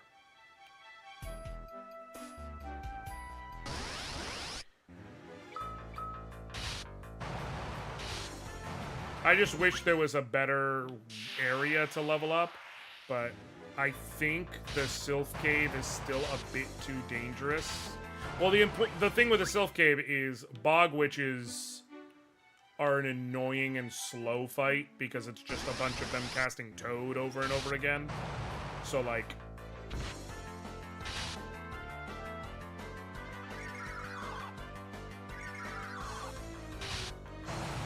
And there's not really a lot of safe encounters in the Cave of Summons.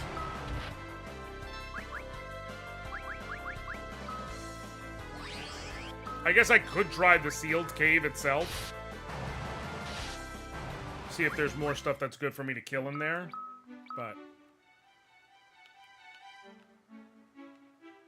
that's fine. Folks, if you're not prepared to do a lot of leveling, you're not prepared to do a solo challenge run. And quite frankly, if you're not prepared to do if you're not prepared to put in a ton of time,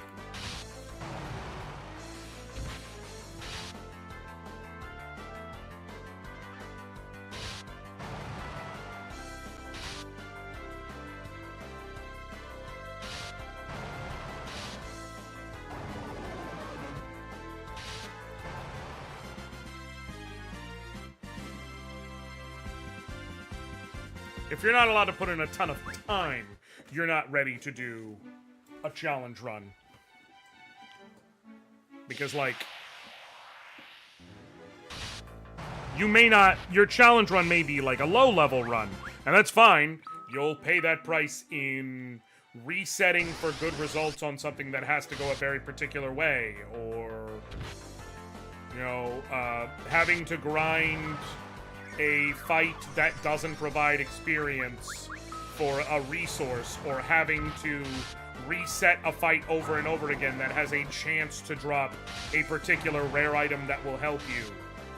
Like, just because you're not spending your time grinding doesn't mean you're not spending the time. I can tell you now, I've done for fun on my own, and yes, I use the word fun loosely, but because I've done on Final Fantasy VI Advance on my Game Boy Advance, I wanted to do a perfect game file, and so that included it being a low-level run, because the way leveling works in Final Fantasy VI is you get a level-up bonus from the espers you have equipped to your stats. And in order to get your stats to the highest possible level, you need to get access to the espers that give the good bonuses at the lowest possible level. And so you have to run it as a low-level game, especially based on how experience works across different party members and whatnot. That doesn't mean you don't spend a lot of time grinding. It just means you don't spend a lot of time grinding for levels. I said I wanted it to be a perfect game file, so, like, I wanted to have one of everything in my inventory, things like that. So you know what that meant? I spent so many fucking hours grinding up at the beginning to get the money I needed to buy everything up until the next point where I could grind efficiently with Biggs and Wedge, and made sure I could get all the things I needed for my inventory and had everything I needed, and then moved on. And then where I did the next major grind, where I knew, like, okay, this is going to be a safe grind. I will be grinding for a ton of cash to be able to get all the shit I need through the entire World of Balance, so I don't have to worry. I grinded with fucking Bannon of the Returners. Specifically, when you first get him in your little sequence with him, you can actually, before you go to the Lathe River, you can go back out to where you came from, and you can just go and kill shit in the open field area outside of the Returners HQ. And you don't have to worry about getting, restocking healing items or whatever, because Bannon's unique command basically acts as Cure 2 across the entire party. It's very useful. Oh, hold on one second. Hold on one second, y'all. Ooh, can we get a dub in chat, my fresh guy?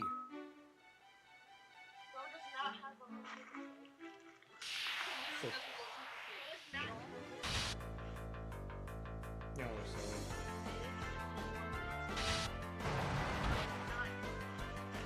Nee.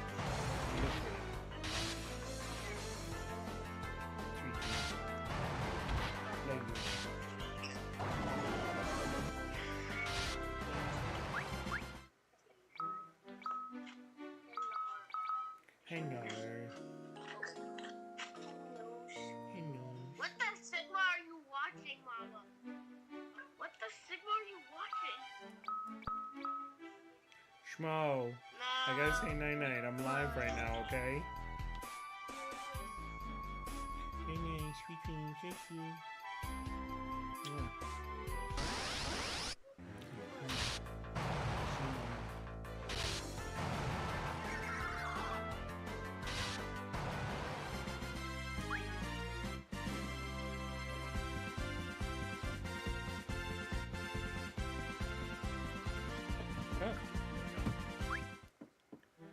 Okay. Let's save. I don't think anything here can give more than 15,000, but...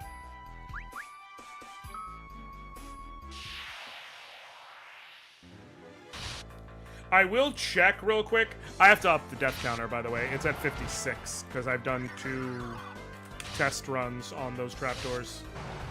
I will check real quick and see if level 75 is enough. I don't think it will be, but I figure it's worth checking real quick. Like, the worst case is I add another death counter. Oh no, or another death to the counter. Oh.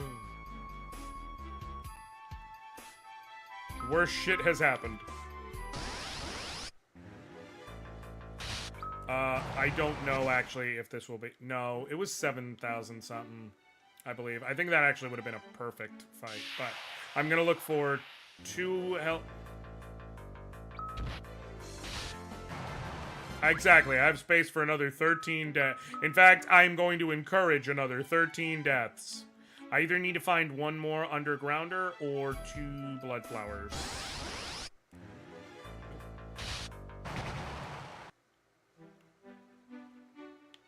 Tunneler, not undergrounder. What up, Caracal?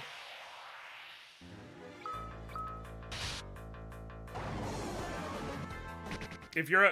just so you know, the discovery is... there is no fucking way I can defeat the trapdoors in the sealed cave right now, so I literally have to level more. And I can't put it in the code to supercharge experience, because now... no, too much. Because now... it would be multiple levels. Now I have to sit here and measure every level from here on out, and make sure I get the gains that I want. So... is what it is.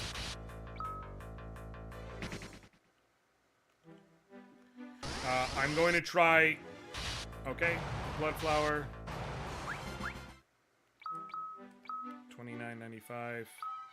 I'm gonna save. I'm gonna find 1 more fight against blood flowers. Wait, how could you not get the gains you want? Okay, so, with Final Fantasy IV, leveling is good to a degree. Leveling up until literally from level 1 up to exactly level 70 is done on 1 predetermined set of stats. If you are at level 48, you have these stats. If you are at level 56, you have these stats. Once you hit level 70, that goes out the door.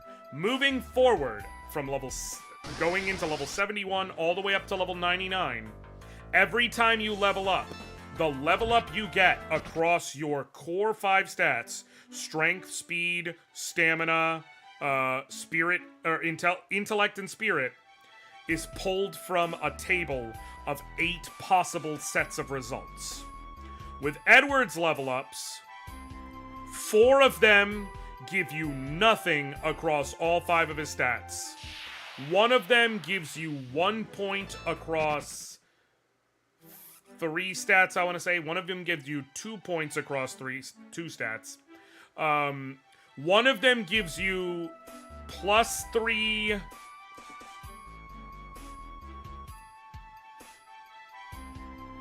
One of them gives you +3 strength, speed, and intellect, which is what I'm currently doing because it's the best possible... level up for what I need. And 1 of them gives you +4 strength, stamina, spirit, and intellect. That one obviously gives the most all-around points, but it doesn't give anything to speed.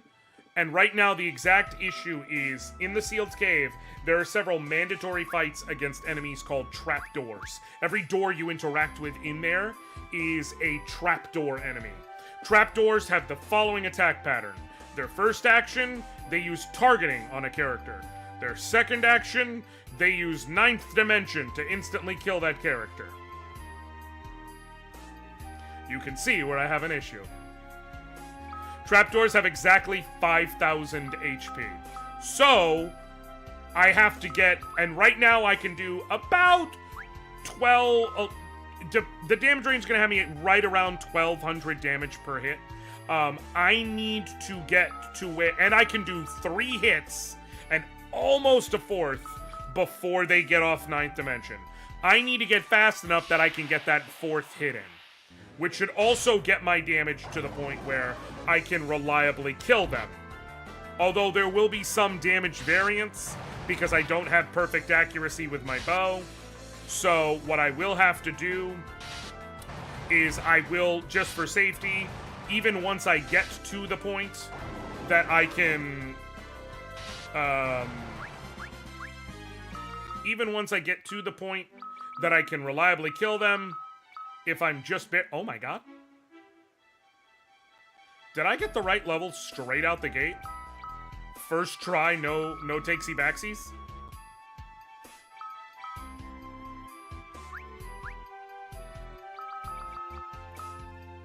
53 speed. Let me make sure I'm not... tripping here.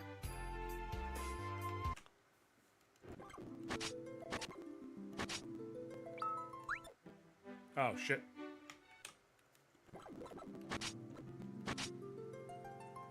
Load slot 5. Yeah! Hell yeah! I'll take a first try. Again, it's a 1 in 8 chance that you get the level up you actually want. So every level up I have about a 12.5% chance of getting the level I want. So, sweet! I'll take it. Alright, we'll go with Angel Arrows, Yoichibo. Alright, don't honestly think this will be enough. I'm going to see, however, if the incremental extra 1 speed, or 3 speed going in across each of my actions builds up at the end to be enough that I can get in a 4th hit. We're about to see. Okay.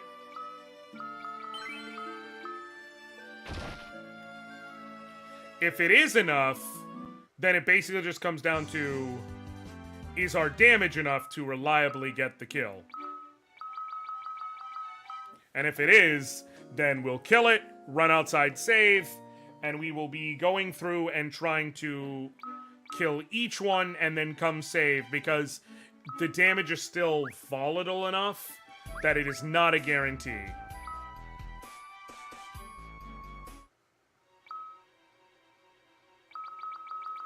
I'm going to equip my silencing arrows until I get to it, just in case I actually shoot one. Thankfully, it's right here, so my test can be quick. Angel arrows. Let's try it, and let's see.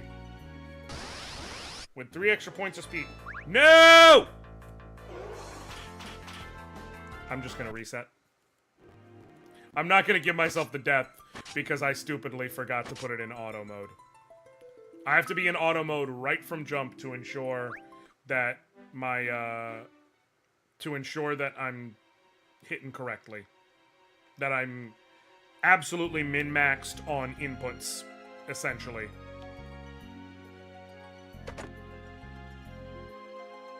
Other than loving seeing Aaron Rodgers fall, I love the fact that the Russell Wilson, Mike Tomlin combo. I do like to see that. I'm not gonna lie. You know what? Russ is corny as hell.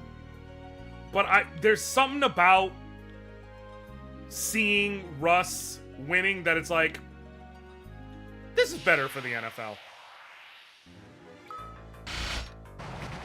I know he's corny, but this is better for the NFL. Okay, Angel Arrows, Yoichibo, all proper gear. Let's do the damn thing. Alright. It's gonna be close. Just barely not enough still. Okay. Honestly, I probably need 2 more levels.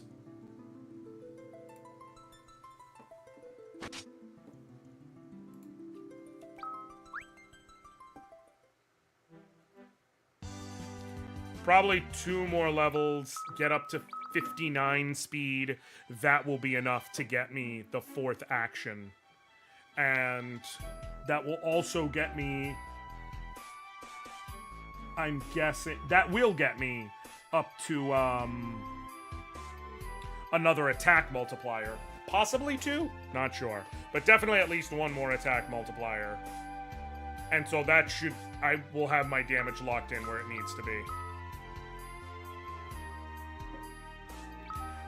Jesus, it's 4 hours and change in. I'm gonna... And it's 10 o'clock at night. I have to work tomorrow, too. I'm gonna go ahead and cut off here. I will be back Tuesday this week. I'm gonna go live Tuesday, because I don't have my kids on Tuesday. And we'll continue... Between here and Tuesday, I will level up to level 77... And then I will... Basically, what I'm going to do is I'm going to get myself up to whatever level allows me to start reliably killing the sealed doors.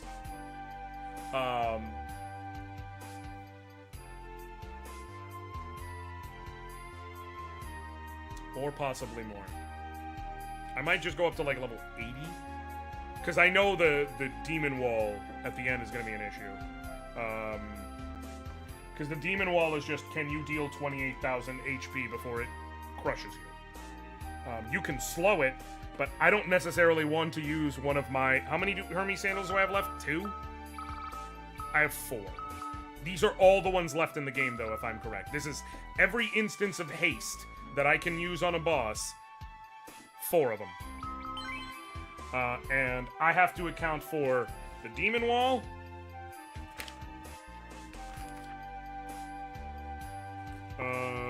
those are optional. I'm not doing that. I'm not doing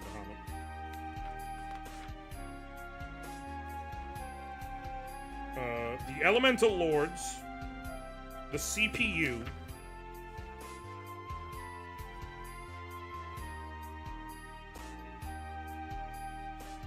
the Gigasworm, which is going to give me Edward's Apollo Harp. So that's 4 right there. And then...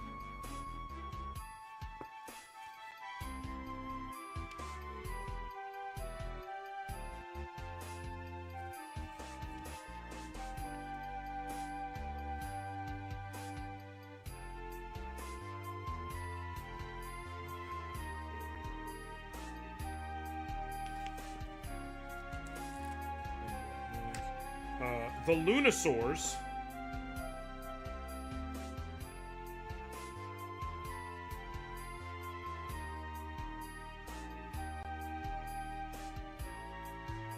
Though those should be easy.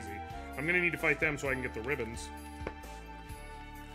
And then Zeromus himself. So, any boss I can avoid using Hermes sandals. Do you not get any more? No. This is every single one you can find. No enemy drops them, and they aren't sold anywhere in this version of the game. I think in the 3D version you can get more copies, but you cannot. That is specific to the 3D remake on the DS. But in the 2D version, this is that is every use I have left. And so if I can get through the demon... I am almost positive I won't need it for the Lunasaurs, because the Lunasaurs have like 23,000 health, but their whole thing is they are dragons, and they're weak to holy and fire damage. Edward's Apollo Harp has a bonus multiplier against dragons and deals fire type damage. There is it is almost guaranteed that when I get to them, if I equip his Apollo Harp, and if he can survive in the front, even if he can't, I can just have them, because I think they do heavy physical attacks, I can do the decoy strategy, and then just wail on them, and I should deal 9999 damage, and they only have like 23k health. So... they're going to be easy out of the 6 remaining bosses. if I can beat the demon wall without using the Hermes sandals, which is my goal, then that means I can use it on the elemental lords, I can use it on the CPU, I can use it on Zeromus, and I can even use it on the Gigas Worm if I find I need to. Gigas Worm I probably won't, which is Edward's unique boss from the Cave of Trials to get his Apollo's harp, and that's because of the fact that Gigas' Worm's whole thing is it's basically like a souped-up version of the Antlion, which is, it doesn't really do anything on its own as far as I remember, but it counterattacks every time you hit it. So I'm going to need to hit and heal and be able to handle that. Which is going to be fun. So yeah, so the more I can avoid using it, the better. I do know I can slow the demon wall with the spider silk, which I will do. But other than that, it's just about dealing 28,000 damage before it crushes me. So I'm gonna have to get to a high enough level to do that.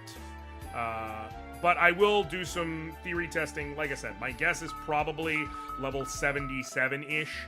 I will be able to kill those doors reliably. I will test and make sure, and then I will also decide. I won't kill any off-screen, but I will test to make sure. And then other than that, I will decide if I want to go further on leveling yet, or if I want to just continue the challenge next time, because the longer I push off leveling, the more options are available to me with my leveling. Because once I beat the demon wall, essentially I'm going to be able to access buying Yoichi arrows, which will help me. I'm going to be able to access going to the moon. As soon as I go to the moon, I'm going to have access to getting... I will have to grind for it, but I can serve the dual purpose of grinding for levels and trying to get my hands on an Artemis bow, which is going to be one of my 2 best weapons. So, like, yeah. So, yeah, I'll be back Tuesday, and we'll continue with this.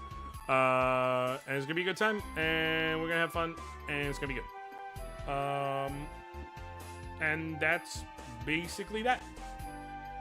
Thank you all so much for hanging out with me. Love y'all. Appreciate y'all. Thank y'all. Until next time. I'll catch you later, fam. All right.